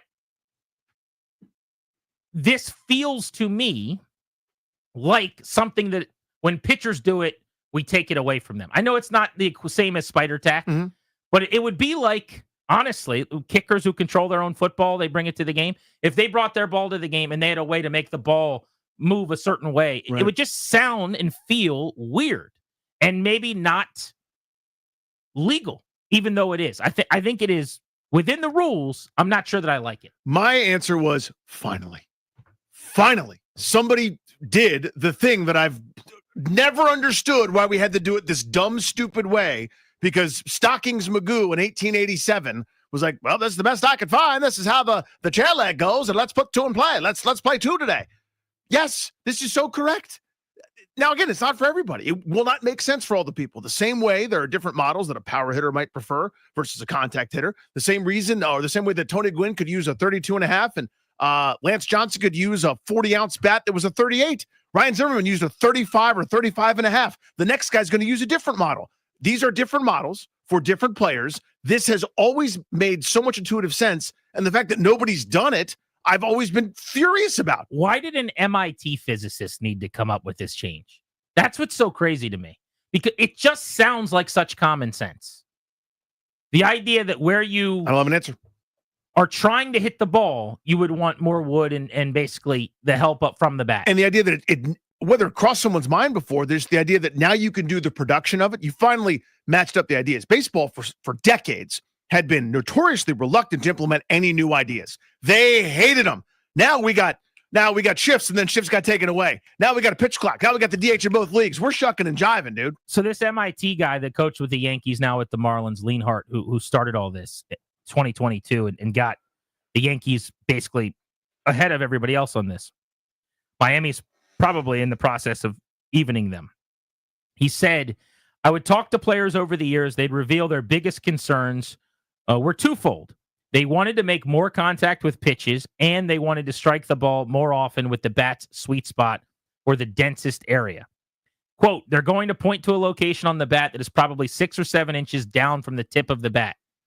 That's where the sweet spot typically is. It's just through those conversations where you think to yourself, why don't we exchange how much wood we're putting on the tip versus how much we're putting on the sweet spot? That's the original concept right there. That's so simple. Yeah. I can't believe I've never thought of it. Just try to take all that excess weight and try to put it where you're trying to hit the ball. And then in exchange, try to take the thinner diameter that used to be at the sweet spot and put that at the tip. Now, a lot of people will say it's going to be more hits off the end of the bat that are bad, and you're going to get jammed, and it's not going to work for a lot of guys. Fine.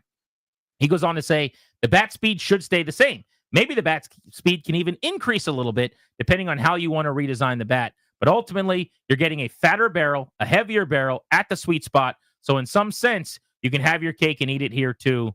You can get some gains without actually making sacrifices. And so some of the bats, just real quick, used to be, say like a 35-ounce bat, they would hollow out the top and scoop it out a little bit, right? So to take a little bit of surface out of it to lessen it by an ounce and out through the zone well. Off the top, your bat was going to shatter because now it's scooped out and it's not reinforced. This is just an extension of that to me. Let's go to Jared and Chantilly on the Fan. Hey, Jared. Hey, thanks for taking my call. Hey, buddy. Yeah, so, I just think, like you said, we don't expect Aaron Judge and Jose Altuve to use the same bat. It's the same thing as changing your length and your weight, and it's just going to be extremely more customized. I think it's a great thing for the sport. I don't really have any problems as long as they follow all the other rules. It's basically what it is, right? Is the customization of the bat, and they still have to be a certain length, and they still have to be a certain weight, and they still have to be under a certain diameter and width, and they are right now. Rod in DC, you're up. What's up, Rod? What's up, guys? Thanks for taking my call. Hey, buddy. Shout out Uncle Jim, man. Yeah. Uncle Jim's my guy. Shout out Uncle Jim. But no, I love this. The modernization of baseball. It's been so traditional for so long, right? And one thing I love is science. Yep. Science, the way things work. Can we make something better? Yes. Is it going to work? I don't know. Let's try it. I love the result.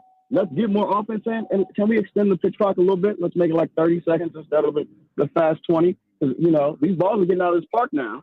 So I love it. And let's get some torpedo bats with the net. Like, Dylan Cruz definitely needs one right now. Seriously. Hey, bring on the torpedo bats for the Nats. Although James Wood might not need one. I don't know. He could use, you could cut a chair leg off. He could use it and still hit. Give him a toothpick. Ryan is very upset about the torpedo bats. Oh, he hates it so much. Our guy, Ryan Clary, corporate Clary behind the scenes, is not in a good place with these torpedo bats. It's a personal affront, and he's bothered by it. Even though his Yankees are dominating with him, by the way. That you would think, because he's a Yankees fan, that he was in on these. Mm-hmm. But without further ado, Ryan, what is your issue with the torpedo bats? Right now, the torpedo bat for me is, number one, Grant, as you said, we're kind of similar in this sense. It looks different. And therefore, it was like, well, obviously, I'm not going to like this. I did not like the pitch clock when it first came.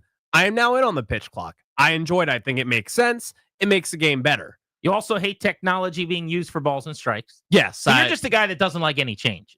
I'm not really into change. I think we could say that, especially when it comes to my sports and really when it comes to my baseball. I've enjoyed it. I love the 3-hour games. I'm there all 9 innings. It's the best. But now you come up with these torpedo bats, and in my opinion, it does not make any sense whatsoever as to why these things should be legal. Because from my understanding, it creates a bigger barrel, which has generated, I was just reading an article on ESPN, higher exit velocities. Obviously, as we saw this past weekend, the Yankees playing a little small ballpark there, so balls are going to fly there. But if you look at the numbers, 7 of the 8 home runs that they hit that everyone was talking about, all those home runs would have been out in 30 of 30 ballparks. Done. I just think at this point in time, it's a little too early to say whether these should be banned or not, but I do think that the data will show that it does create higher exit velocities. It is created to help you barrel up a baseball. And on the same side of it, pitchers, they can't use spider tack. Well, in pitcher's case, when you use spider tack, it helped you create a higher spin rate, and your stuff was just essentially nastier. So now we're creating. But do you agree with the assessment? Like, my rebuttal to that, because I agree. Oftentimes, pitchers get screwed out of little things they can do, whether it's doctoring the ball, whatever. But hitters are they're not using a substance. The bat is the same height. Height's the wrong word. Same length, the same weight, and there's a rule of how big it's allowed to be, and it's under that. They are pitchers adding spider tack to the equation. It's an actual substance. It would be like saying a hitter's not allowed to use those little thumb brace things that they use to keep their thumb off the bat or whatever. Yeah. No, I mean, that it is within the rules, which at first when I saw this, I was like, there's just no way. I'm like, the Yankees are doing something evil. It just makes no sense. And Major League Baseball has even tweeted it out just saying these are within the rules. But I mean, once you kind of look deeper into it, it helps with exit velocities, which we have seen over the Yankees games. I believe Alec Boehm used it last night. He had some really high exit velocities compared to what he was doing against the Nats in the first series. Oh, yeah, several things. What about when you hit it off the edge and the exit velocity is lower? Yes, so your average exit velocity is not that much different. That is the point, though. But and Danny, you know this best, when you hit it off the end of the bat, you're really not going to hit a home run. You're really not going to do that much damage with it. Yes, you can. If you're Kyle Schwarber, you can. But you're going to have more situations like that. Yeah, you will have more situations like that. But also in the situations where these professional big league hitters barrel up a baseball, it's going to affect the distance that they hit it. They will be able to hit it further. You will be able to hit it harder. And I think that advantage right then and there should be. It's still north of 70% of the time where they're not going to. Also, I would agree with him, Danny, if these bats were not regulation or something. Yeah, if they're artificially reinforced with a cover on them or some sort of plastic coating or interface injected or with just some kind heavier of liquid. Yes. If they didn't add something, but rather the bats normally are 36 ounces or whatever, and this one is 47, I would say that's illegal. There's ramifications forever that you've had to play within, and they go, your bat can look like whatever it wants as long as these things are met, and those things are met. And you think it's not okay. So ask this during the break, and I still don't know what your answer would be. So if this is not okay for you, why would it be okay then to have someone go, well, you know what I could do? I could have a smaller handle, a thinner handle, and end load the bat for a power hitter. I have sacrifices, because if I get jammed, the thing's breaking. And there's a chance I won't catch up to certain stuff. But if I get my hands extended, if I'm on time, I get more exit velocity. I get more power as a big, strong power hitter. Thinner handle, fatter barrel. It's a 243 model.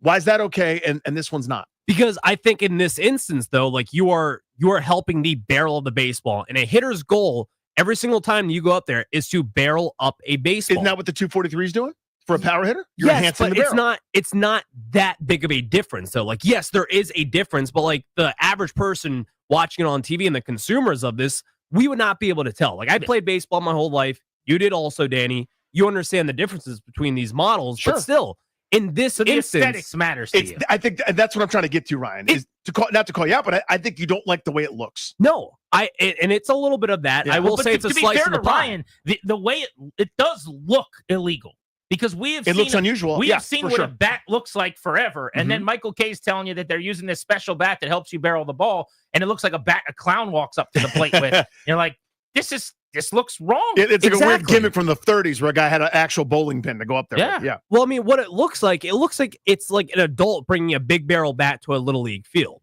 Like, we all know a big barrel bat should not be, because it's a bigger barrel. It is designed to hit the ball further and harder. This should not be in play for Major League Baseball. And yes, I do get it. It's somehow, some way within like the legal rights of what they can do. So yeah, have at it for now. But I think down the line, it'll be done. Let's go to Rick in Germantown on Oh, G&D. my What's up, Rick? No, sir. Rick, are you there? Yes, I am. How are I you? was trying to think of the trickle down. How are you, gentlemen? The trickle down effect of this torpedo bat. Are they going to change it in aluminum bats for college? You're going to see maybe a little 12-year-old hit 30 home runs, or maybe you see Dave Winfield or Cecil Fielder come out of retirement and say, I can hit that. And also this physicist, now he made this. Is he going to make a new hockey stick? Well, you know what's funny about that? Connor McDavid was actually asked about this, and he said he's going to make a call basically to try to talk about technology of shooting with a hockey stick.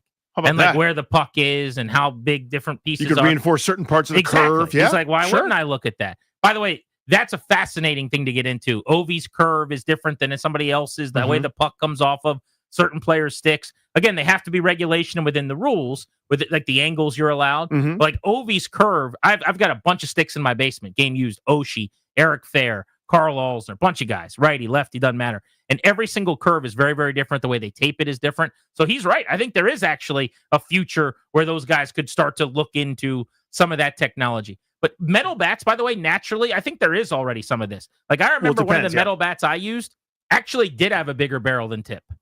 Yeah, absolutely. Again, I didn't call it a torpedo bat, but it's what's different. So for metal bats, this was the most cutthroat industry in the world, by the way. There have been way more innovations. There's your over the years, there's been the standard one piece that everybody else had. It's a molded piece of aluminum, and you reinforce it, try to trampoline this, that, and the other thing. There was an air attack back in the day where you actually had an inflated, like balloon-like thing that helped some of the trampoline effect to mixed results. Now there's the two-piece alloy, which is fused together bits of metal with again a handle that is paper thin for 60% of the bat, and then instant.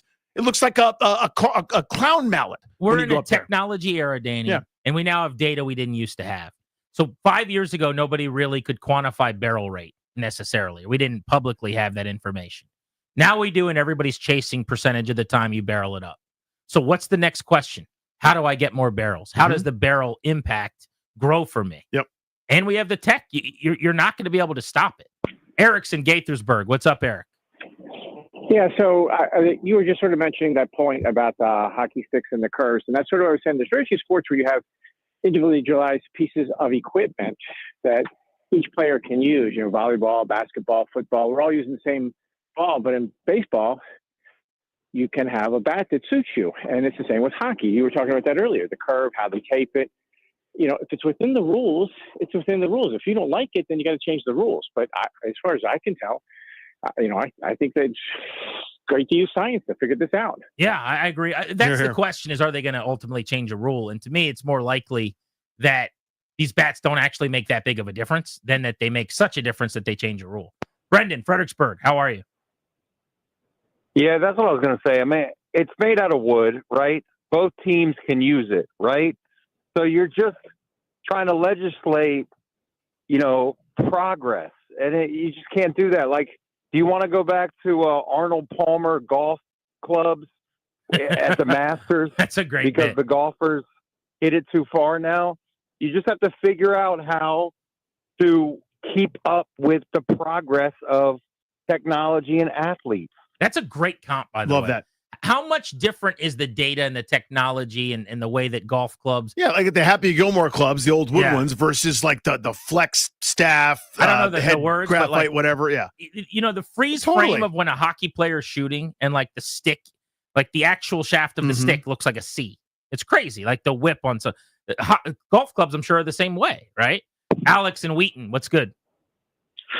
Yeah, I mean, you think of the pendulum putter type of thing having come in, and it was somewhat controversial, but it hasn't been eliminated. You think about the head size and shape of tennis rackets. I think starting in the 70s, maybe they got, I think, comically oversized at a certain point. It seems to have dialed back. I don't know what all the rules are about that and everything, but you know, as far as this goes, I have no problem with it. When I saw it, you know, basically the first thing I thought about was, so if you don't have a constant diameter through the fat part of the bat, it tapers away from you at the end and towards you closer to the handle. I don't know how wide that sweet spot is, but it seems to me like in a spray angle chart or something, you're going to wind up with a greater percentage of foul balls than you would have had if the, you know, traditional bat where the diameter is pretty constant in the fat part. possible. Yeah, I mean, and again, by the way, there are a million training bats that do this already. Like if you look at a Camwood bat or I don't know, there's several others, the way that they're weighted to try to reinforce proper swing mechanics to get you to barrel the ball most often. Guys are already kind of growing up in this world using these sorts of things. It's just a very reasonable application where you're going, if I'm hitting it here the most, I want that to do the best. Thanks. You know, like let all just turn this, just move the bat down the sander 10 minutes earlier than you would normally as you're designing them and making them. Good calls. Very fun convo. Torpedo bats, all the rage in sport right now. Grant and Danny on the Fan next. The NFL. Owners meetings winding down. 3 rules were changed today. Which one was the best change?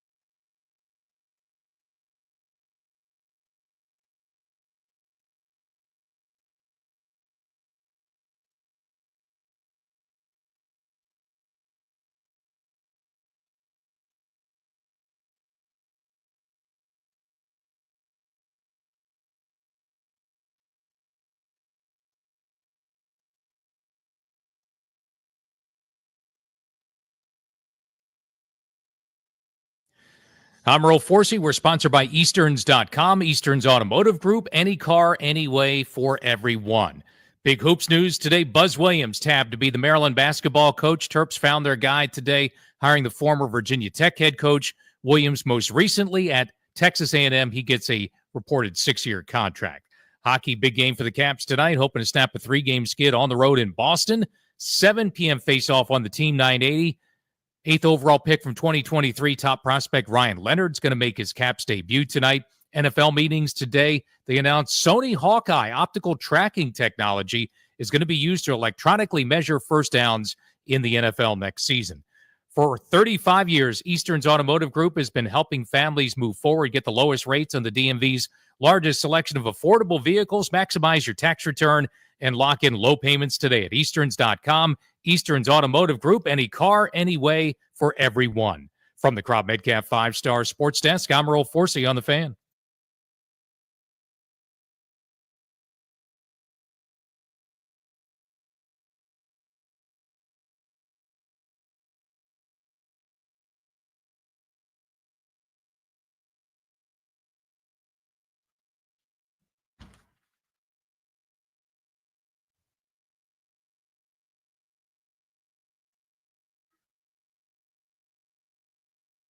Back live on the Fan, where we're taking you up to 6:30. Grant and Danny every single day, Monday through Friday, starting at 2. Thank you for making the program part of your afternoon. We've got a G&D poll of the day presented by Metropolitan Moving and Storage. Local, long distance, residential, or commercial. 3 decades of best-in-class service and experience. We're asking you today, of the 3 rule changes in the NFL, which one do you like the best? You can weigh in at 800-636-1067 on this if you'd like as well. The 3 rule changes, Danny. Touchback is being moved off of kickoffs from the 30 to the 35. This is trying to create a situation where we get more returns, and teams kicking off do not try to kick the ball to the back of the end zone. Second rule change today. Instead of one team getting the ball in overtime and regulation in the regular season after a tie, and they go down and they score and the game's over, both teams get the ball no matter what. So you kick off to Danny. Danny goes and scores. I still get a chance to score and kick the extra point in time or go for 2 and beat him. Mm-hmm. Also add some strategy, by the way, to whether you want the ball first or second, I would think. The third rule that changed today was expanding replay assist, which we saw for the first time last year, where they buzz down to the ref after he gets a call wrong. There's a lot more things that they can now assist the officials with, which seems like a no-brainer. So we asked the question, of the 3 rule changes, which are you happiest with? 56% say the overtime rule change, 34% say expanded replay assistance, and just 9% say moving the touchback distance, starting 1st and 10 now from the 35 instead of the 30. I'm in favor of all 3. I voted for both teams get the ball in overtime just because I can't live with overtime nonsense where it's so hard to win in the league, and for a team to just be robbed of an opportunity because of who won the coin toss. And I understand it's, you just got to stop them. Nothing is geared towards anybody stopping anybody. The whole league is about offense. The whole point is, note, there are very few fantasy football leagues that are like, well, I want some individual defensive players, and I hope I get some good defensive metrics. You just stream defenses at this point. The league is about offense. It's an offensive time. We're there to watch the quarterbacks do things with their receivers and so on.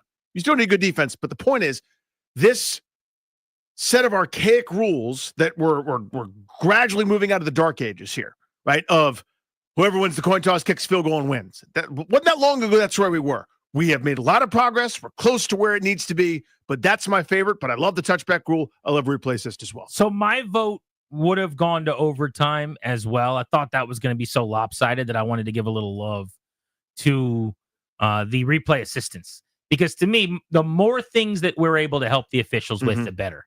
In fact, I think replay assistance should exist on everything. And the more things you can get to, the better off the product is.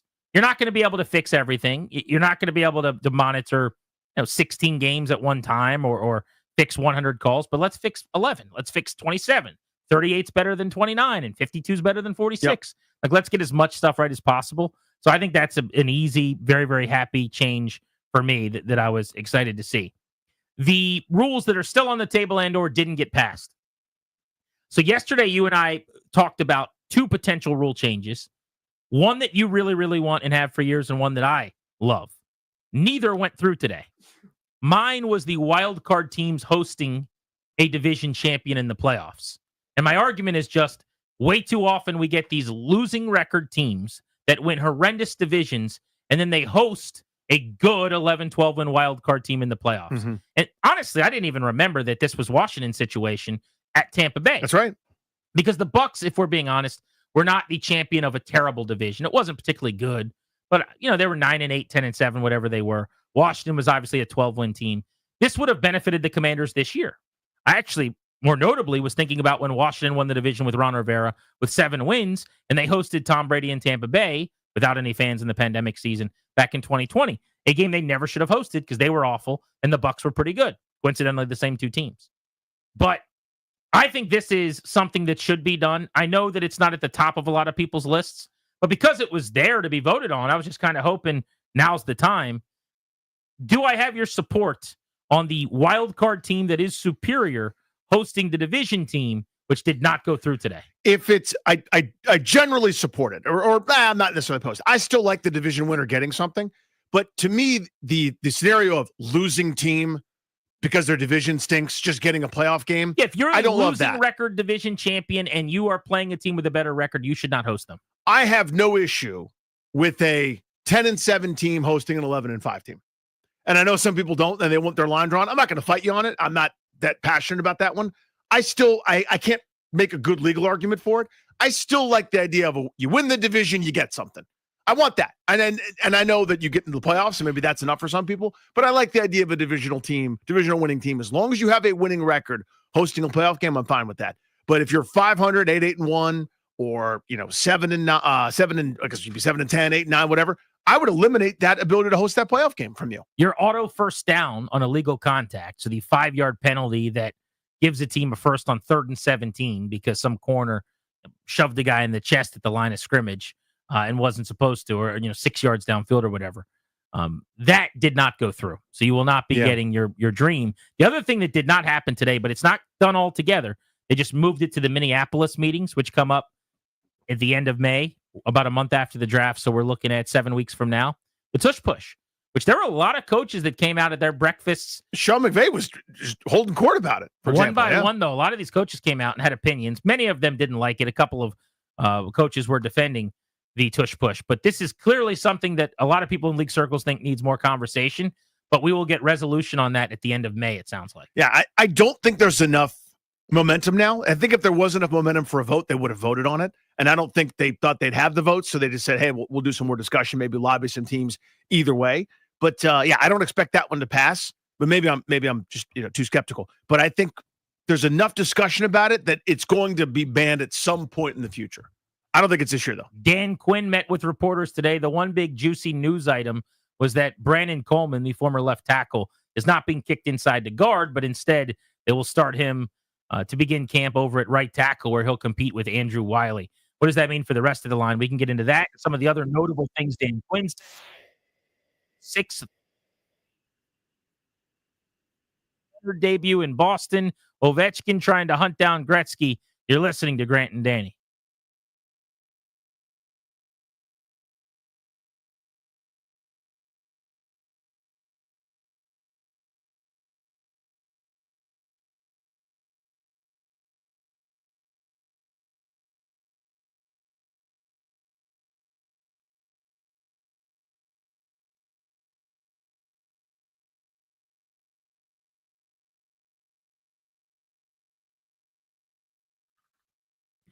Hey, guys, it's Grant and Danny for our friends over at CoPair. This is the old EMP 180 with a new name. They've helped change our lives in the past. We're back on the program. I feel better. I'm down over 20 pounds. And the thing for me that helps is just when clothes start fitting a little better, or, you put that shirt on that you haven't been able to wear because it's a little tight, and you're like, oh, all right, this is working now.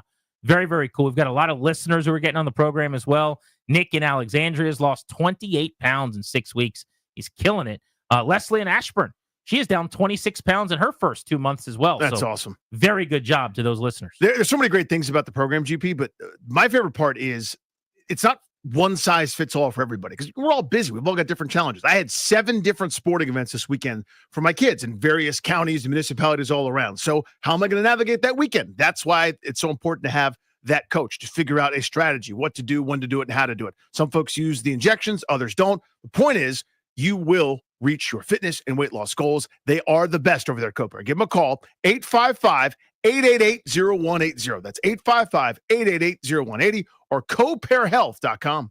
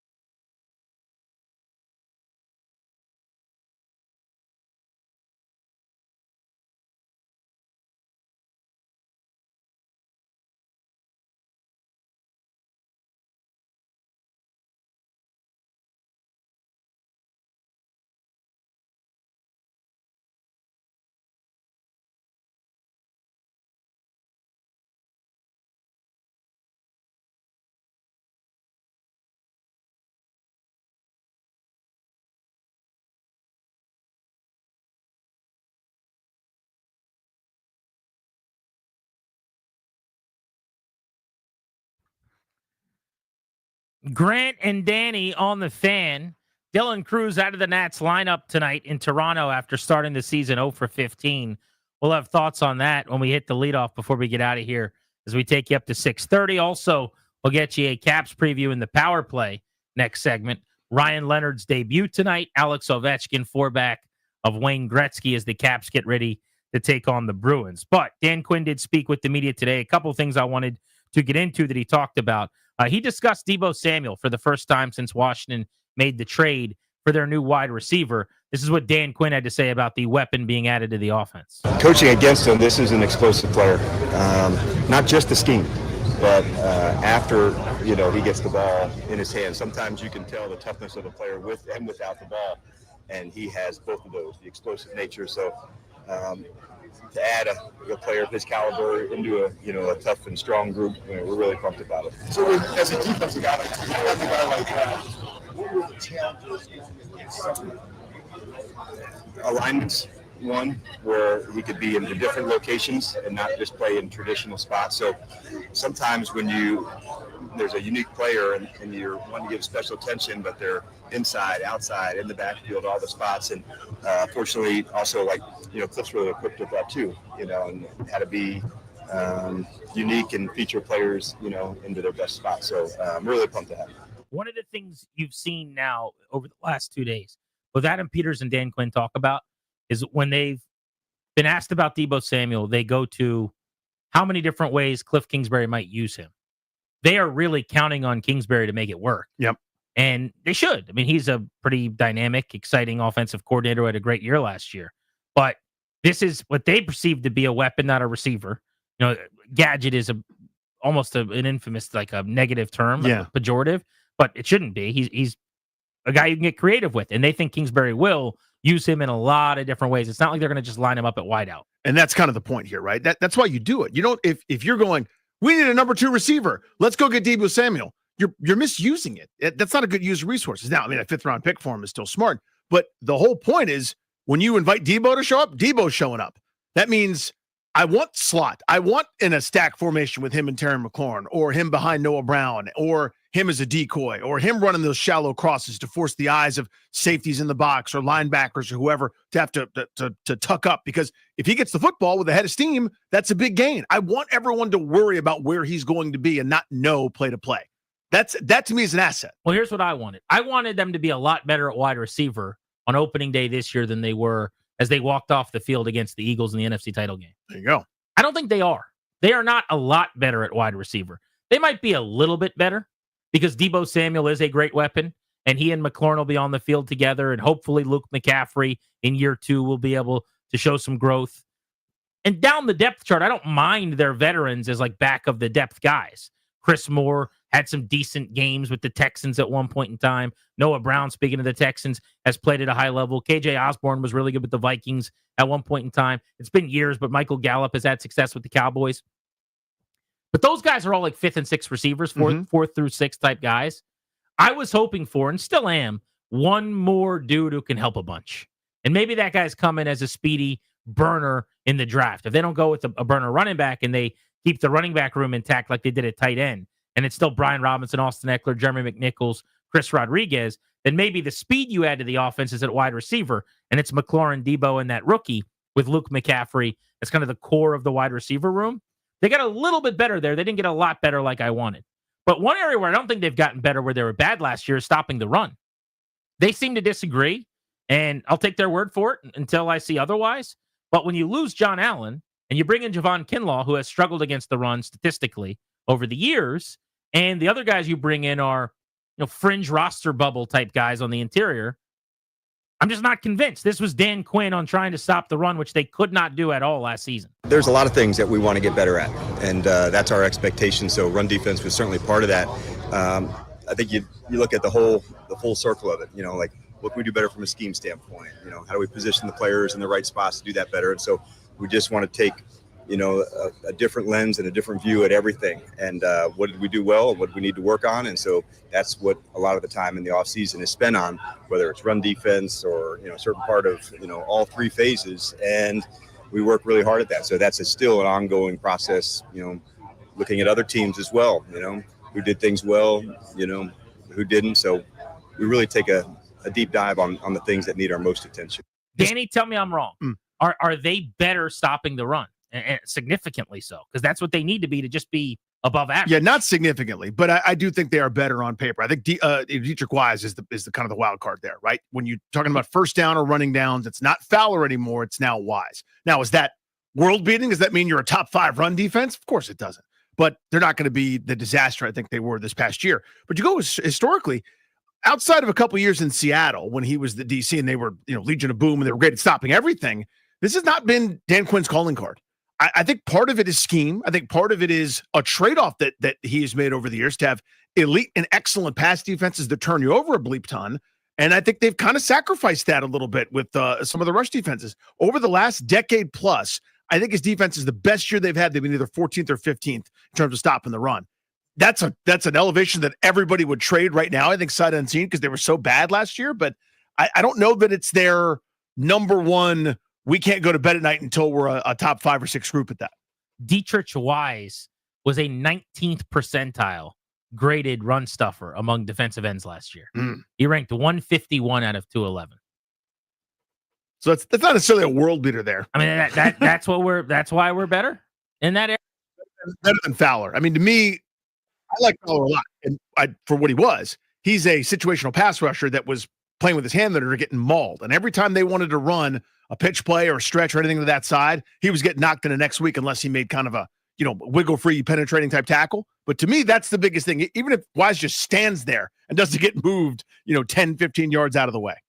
Yeah, so similarly, right, looking at the same metric, whereas you're going from basically the 151st ranked edge to the 170th, or vice versa. Fowler was 170, Wise is 151. So I'm saying, I don't know about that much better. But I'm just looking at pure body type because I don't have the grades in front of me, so I defer to you there. Yeah, I mean, the body type definitely looks like he can stop the run, but he didn't really. That $5 gets me a cup of coffee. You know what I mean? Yes, I do. The areas where I thought it was just going to be a huge priority, it wasn't necessarily. That's all. Some of the stuff that they did was awesome. Like, I didn't expect them to go get an elite left tackle. I did not either. I'm thrilled that they did. I didn't think that was as pressing a need, but let's do it. Let's get way, way better at left tackle. They did a couple things like that. But if you would have told me, hey, where are they going to focus the most? I'd have said they're going to add a really helpful corner. They're going to add a really helpful edge. They didn't really do either of those two things. You're lower on Jones then? No, I just mean he's okay. Okay. Is he inside, outside? If you're both, that's not what I'm talking about. Right. I'm talking about a standout, stalwart guy that starts opposite Marshawn Lattimore, who is an elite. Elite's too strong, but like a top 2 corner in the league. That, by the way, the market was excellent. Yep. Not like defensive That's end. the only area I'm kind of going, damn, that felt like a chance. There were corners that were plug and play, legitimate top 2 corners for a team that's going to make a run in the playoffs. Mm-hmm. They sat it out. Yep. They didn't do it.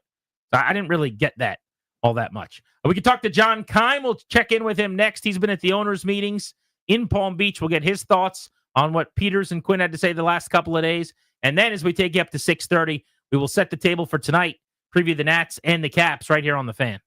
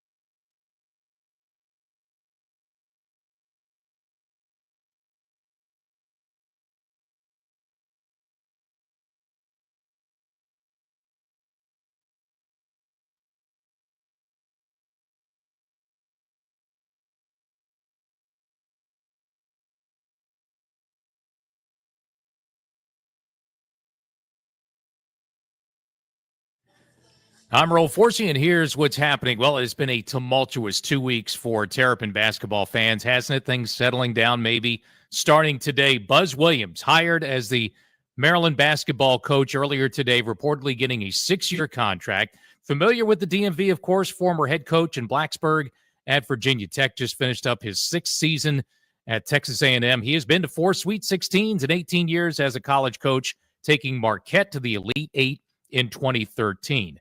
A lot of hope, of course, in hockey surrounding the Caps and their run possibly to a deep run in the playoffs. They will be joined tonight by their top prospect, Ryan Leonard, going to make his Caps debut for the team near his hometown in Boston. Just go out there and embrace it. Everyone's just telling me, just be me. Don't overthink it. If you see a play, make a play. If you get an opportunity to shoot it, trust your instincts. So just try to go play my game out there tonight and really have fun. Going to have a lot of friends and family, he said, from nearby his home in Amherst, Massachusetts. Of course, played just about 20 minutes away at Boston College. Leonard will play on the line with Dylan Strome and Alexi Protas tonight. It's a 7 p.m. face-off for Caps hockey tonight against the Bruins. That's over on the Team 980. Baseball Nats in Toronto, Game 2 of their series against the Blue Jays tonight, 7:05 for the first pitch. So coming up just about an hour from now here on The Fan. From the Crop Metcalf 5-Star Sports Desk, I'm Earl Forsey on The Fan.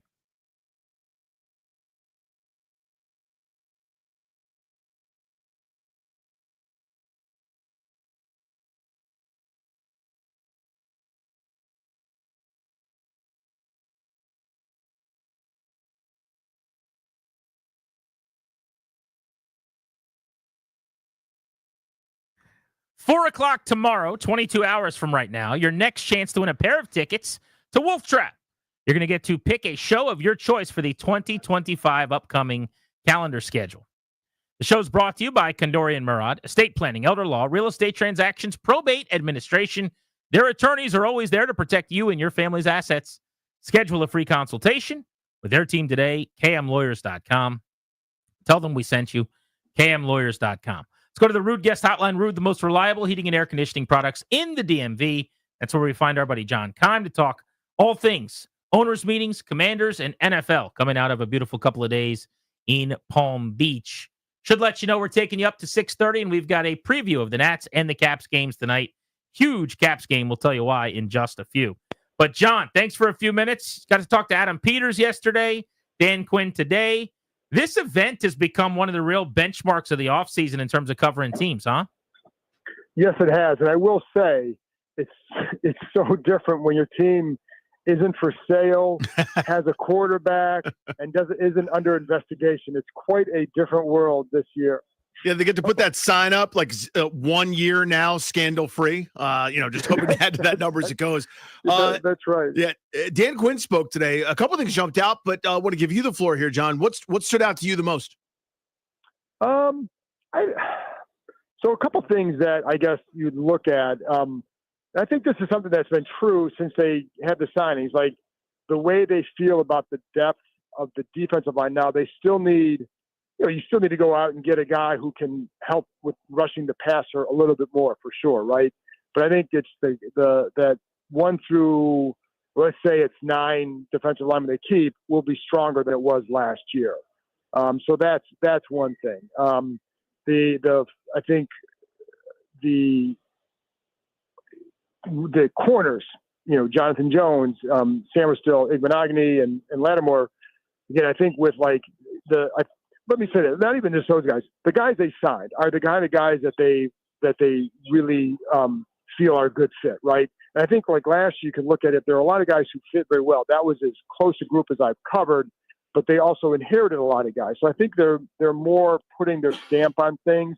So that's that Quinn didn't exactly say that, but I do think it's somebody asked about your progress in 14 months basically, and to me, that's one of the things. He didn't say it necessarily, but I think it's the expectations and the standards that are set and the kind of guys they keep bringing in, Dietrich Wise, Jones, et cetera, I think fall in that category. And so, those are some of the things. And like Jaden Daniels, one of the things he talked about too is just, and I think we all know this, that even if he couldn't run, he would have been a very good quarterback just because of his ability to throw the ball and just how he operates from the pocket. And I think that's something when you talk to other people here, that's something that jumped out to them as well. And then finally, like, the addition of like Debo, Samuel, and then Laremy Tunsil, and how Tunsil will now push Brandon Coleman to the right side. It just remains to be seen whether he beats out Wiley at right tackle, and then which one of them would go to right guard while Sam Cosmi recovers from his ACL.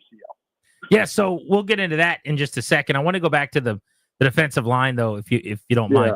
In terms of stopping the run, because last year they couldn't do it at all. It was their undoing ultimately, and we all kind of saw it coming, including the team, I'm sure, for miles and miles down the road. How sure are they that they've gotten a lot better there? And maybe the better question is, how sure are you? Allen's out, Kinlaw's in, but that has not been a strength of his based on everyone I've talked to with his previous teams. Goldman's been out of football a couple times. Jacob Martin may or may not make it, unless I'm misreading that. I mean, Dietrich Wise helps a little bit, but he was a 19th percentile run stuffer via PFF at his position. Why are they so sure they've solved that? Well, I think there's a couple of things. One, we don't know until we get them on the field, right? Till we see them on the field, if they have or not. I think one reason why they feel good about it is, first of all, I think they're bigger. Goldman's a big dude, and I agree. He has. I was talking to someone here about how strong a hands he has. So, I think he gives them something they didn't have, which is a run plugger in the middle. Something that they hoped that maybe like a Fedarian Mathis or a Ridgeway would have been for them. And so they're, that's crazy. You can say, well, they're better there. I think Dietrich Wise plays with a lot of strength. I don't know, I don't use PFF stats, but I think that was something that there was some question about, like, how good a run stopper is he? And it depends, to be honest, like people I talked to, it was different, right? Some people thought he was pretty good with it, and some people weren't sure. But he is a strong player, and I think some of the things that can he. I think so. That's part of it. I think. I don't know, man. I don't know if they'll be better, but I do think they're stronger across the board. Like, one of the things I felt like last year when their backups would come in, I felt like they were all right, but I felt like there was a drop, right? And I think across the board they're deeper. So I think they have more flexibility with what they can run. Like, when you look at some of these guys, and we'll see if this is good, bad, whatever, but I think there's versatility there. So you could run an odd man front. You can run an even man front with what you have. You can run a bigger front, right? You could have Wise rushing inside, which is something he did occasionally in New England. So I think there's flexibility with it, and maybe that can help. I also wonder too, like, if you have more guys who are just, playing their run fits better, that will help. And I think the other thing is that Dan Quinn said today is, like, looking at what they're asking them to do in the scheme, because if you're going to evaluate all this, you can't just, is it all just on the players? I think that's something that coaches always have to do, but be very honest about it as well. And I'm not sure that that's the case, because I don't know if they'll be, how much better they'll be stopping the run. I do think they will be better. How much, I think, remains to be seen. John Kahn with us here on G&D. So Grant has openly mocked me for this, John. He said mean things to my face, behind my back when I'm not around. There's a text chain. There's all sorts of stuff. And I know how he feels about this, but I'm going to ask you your opinion. I think part of it is scheme, but I'll get to that in a second. To me, I think they knew, talking about Washington's defense, that they were so horrible against the pass. Their corners were so inadequate pre and even, once Lattimore arrived, they may not have been himself, that they were fine allowing people to run on them. They played with a light box almost as much as anybody else in the sport. And they said, you know what, we'd rather give up 6 than 60. We cannot leave any of these guys on an island. And by improving their secondary, if it does happen with Jones, maybe Sanders still maybe kicked back inside, and hopefully a healthy Marshawn Lattimore that they're betting on, it might just improve. I'm not talking about a top 5 unit. They're not the 2000 Ravens, but it might not be an epic disaster if they can play some heavier boxes. Your thoughts? Yeah. And, it's funny because, like, sometimes I ran that thought by some people, and, like, I think there's merit to the fact that what you want to do is take away the explosive play. Like, every team does that, but you don't want to be as bad against the run as they were in doing so. That was part of the problem. So, like, you can even look at the Eagles game, the first play of the game, it's a 60-yard run. And it was Dante Fowler goes inside, tries to spin outside. And in doing so, he trips up Bobby Wagner. If that play is played properly, it's 1 yard, So that wasn't a matter of them sitting back and allowing it. It was like just a mess up. So like there was some of that too. And so I wondered the same thing at times. Not so much are you willing, I do think at times like teams are content or to take away the big play, you're going to allow them to maybe, between the 20s get more than you'd like, but you don't want that big play. And then you kind of, hunker down in the red zone. I think there was some of that too, but I don't think that was the only reason, because there are definitely times where it's like, this isn't a light box, or you see some issues as to why the run defense wasn't good, whether it's a guy being moved out of his gap or, two guys in one gap, whatever it was. So I think it's more than that. John Keim does a terrific job covering the Commanders for ESPN. He's at the owners' meetings in Palm Beach, about to come home, joining us on Grant and Danny before he hops on his flight. Cakes, you mentioned Brandon Coleman. So first of all, just a thought on him moving over to right tackle as opposed to just automatically kicking him into guard.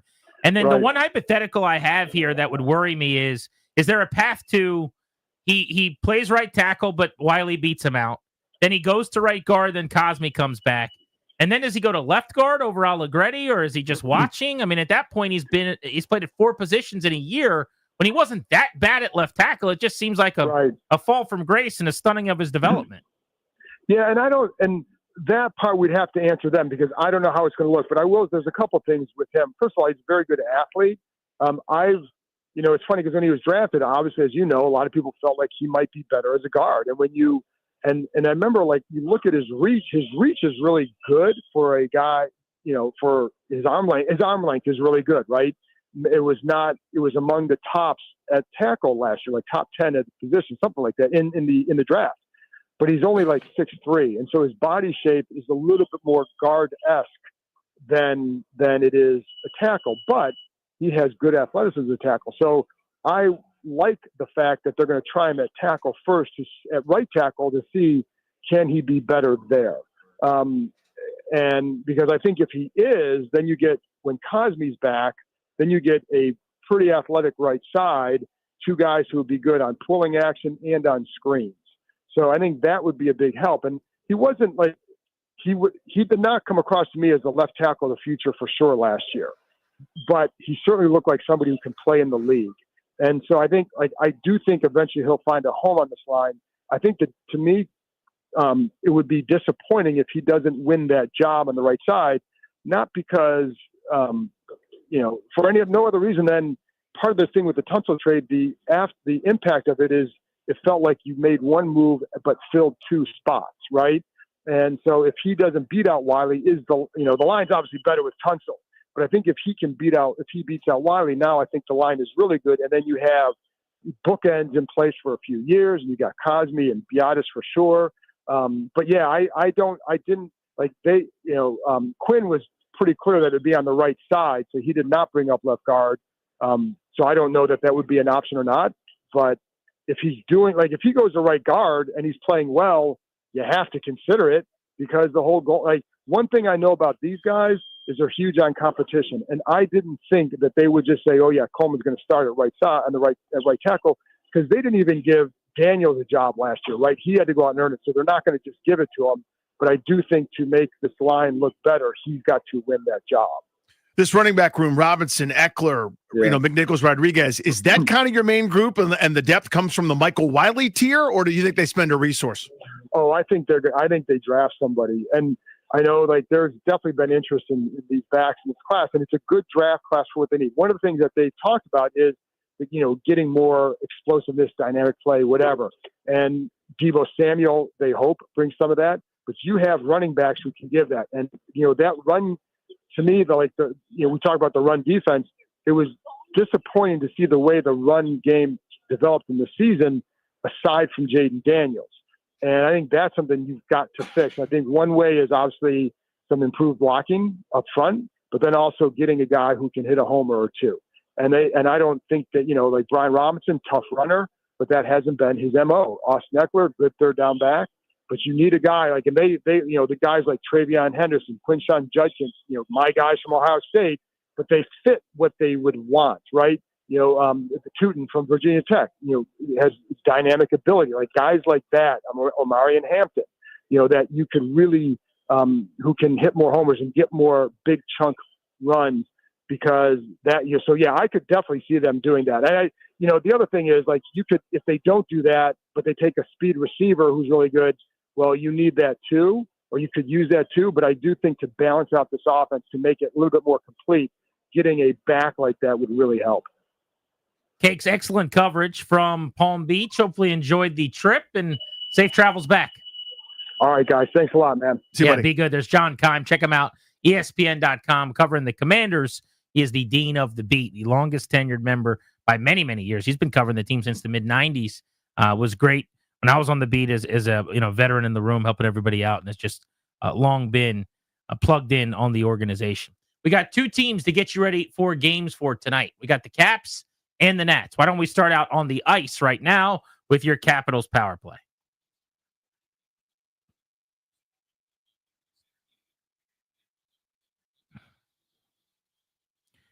Game number 74 of 82 might be one of the most intriguing on the entire season slate. How about it?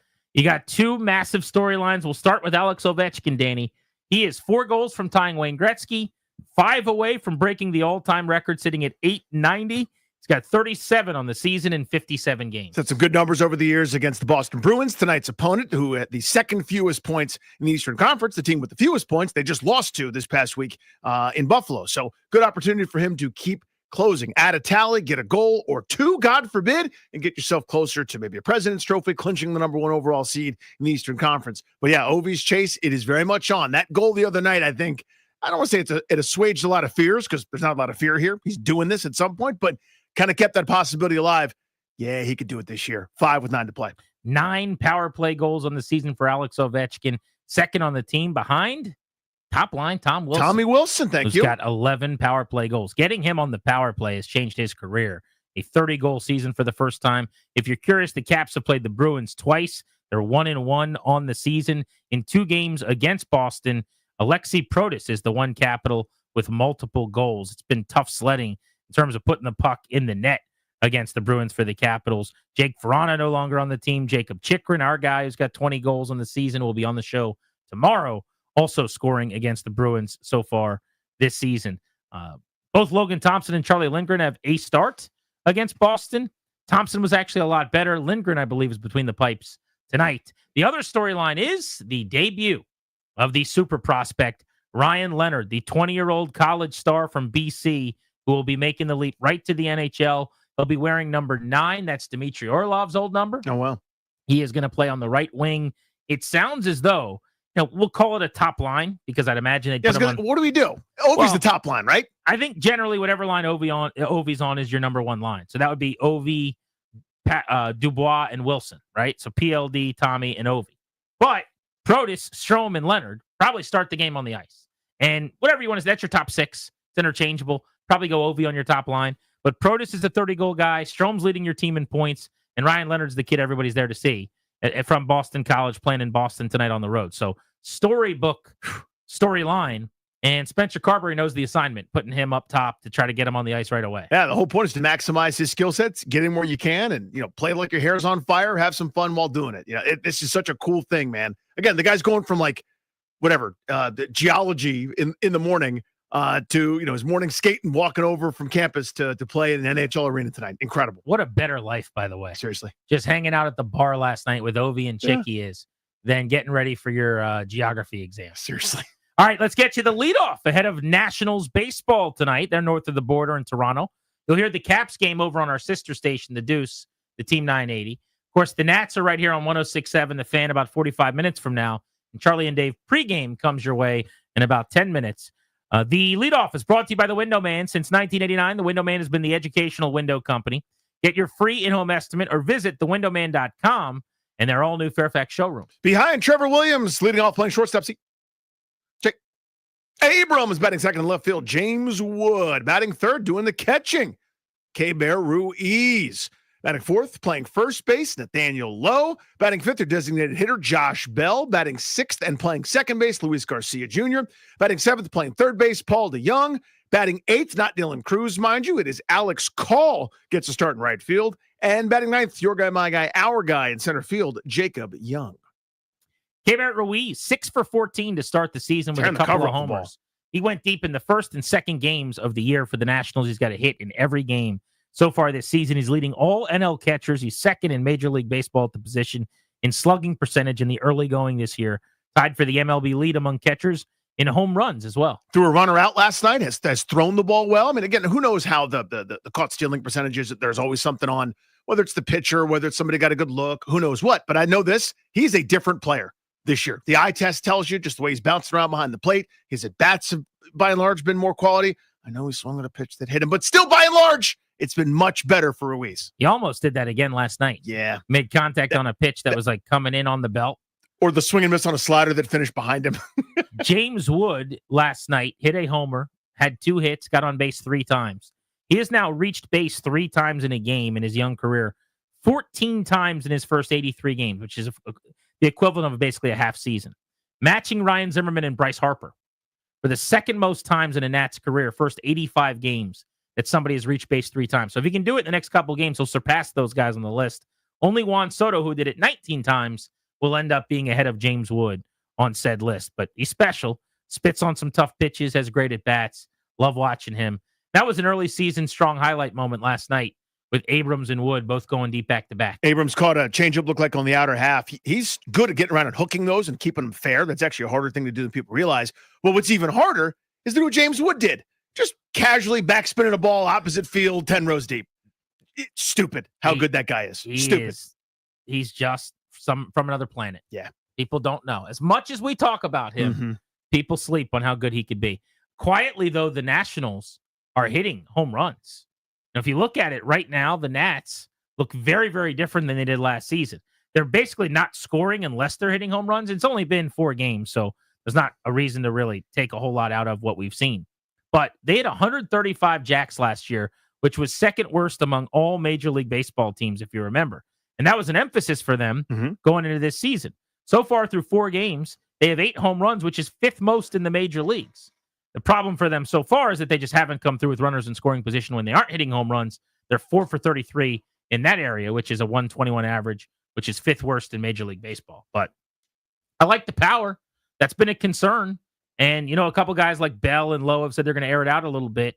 Well, those guys have combined for 3 of their 8 home runs. And there you go, right? I mean, that's the idea. There are going to be some frustrating moments, certainly, right? Where with runners in scoring position, you're waving at pitches out of the zone or being too aggressive, and it'll frustrate some people. But over the long haul, you do what, Bell and Lowe have talked about, air it out a little bit. I like that turn of phrase. You're going to see a few more home runs and more runs on the board. All right, big thanks to our producers behind the scenes, Darius, Ryan, Toby, for their hard work on the show today.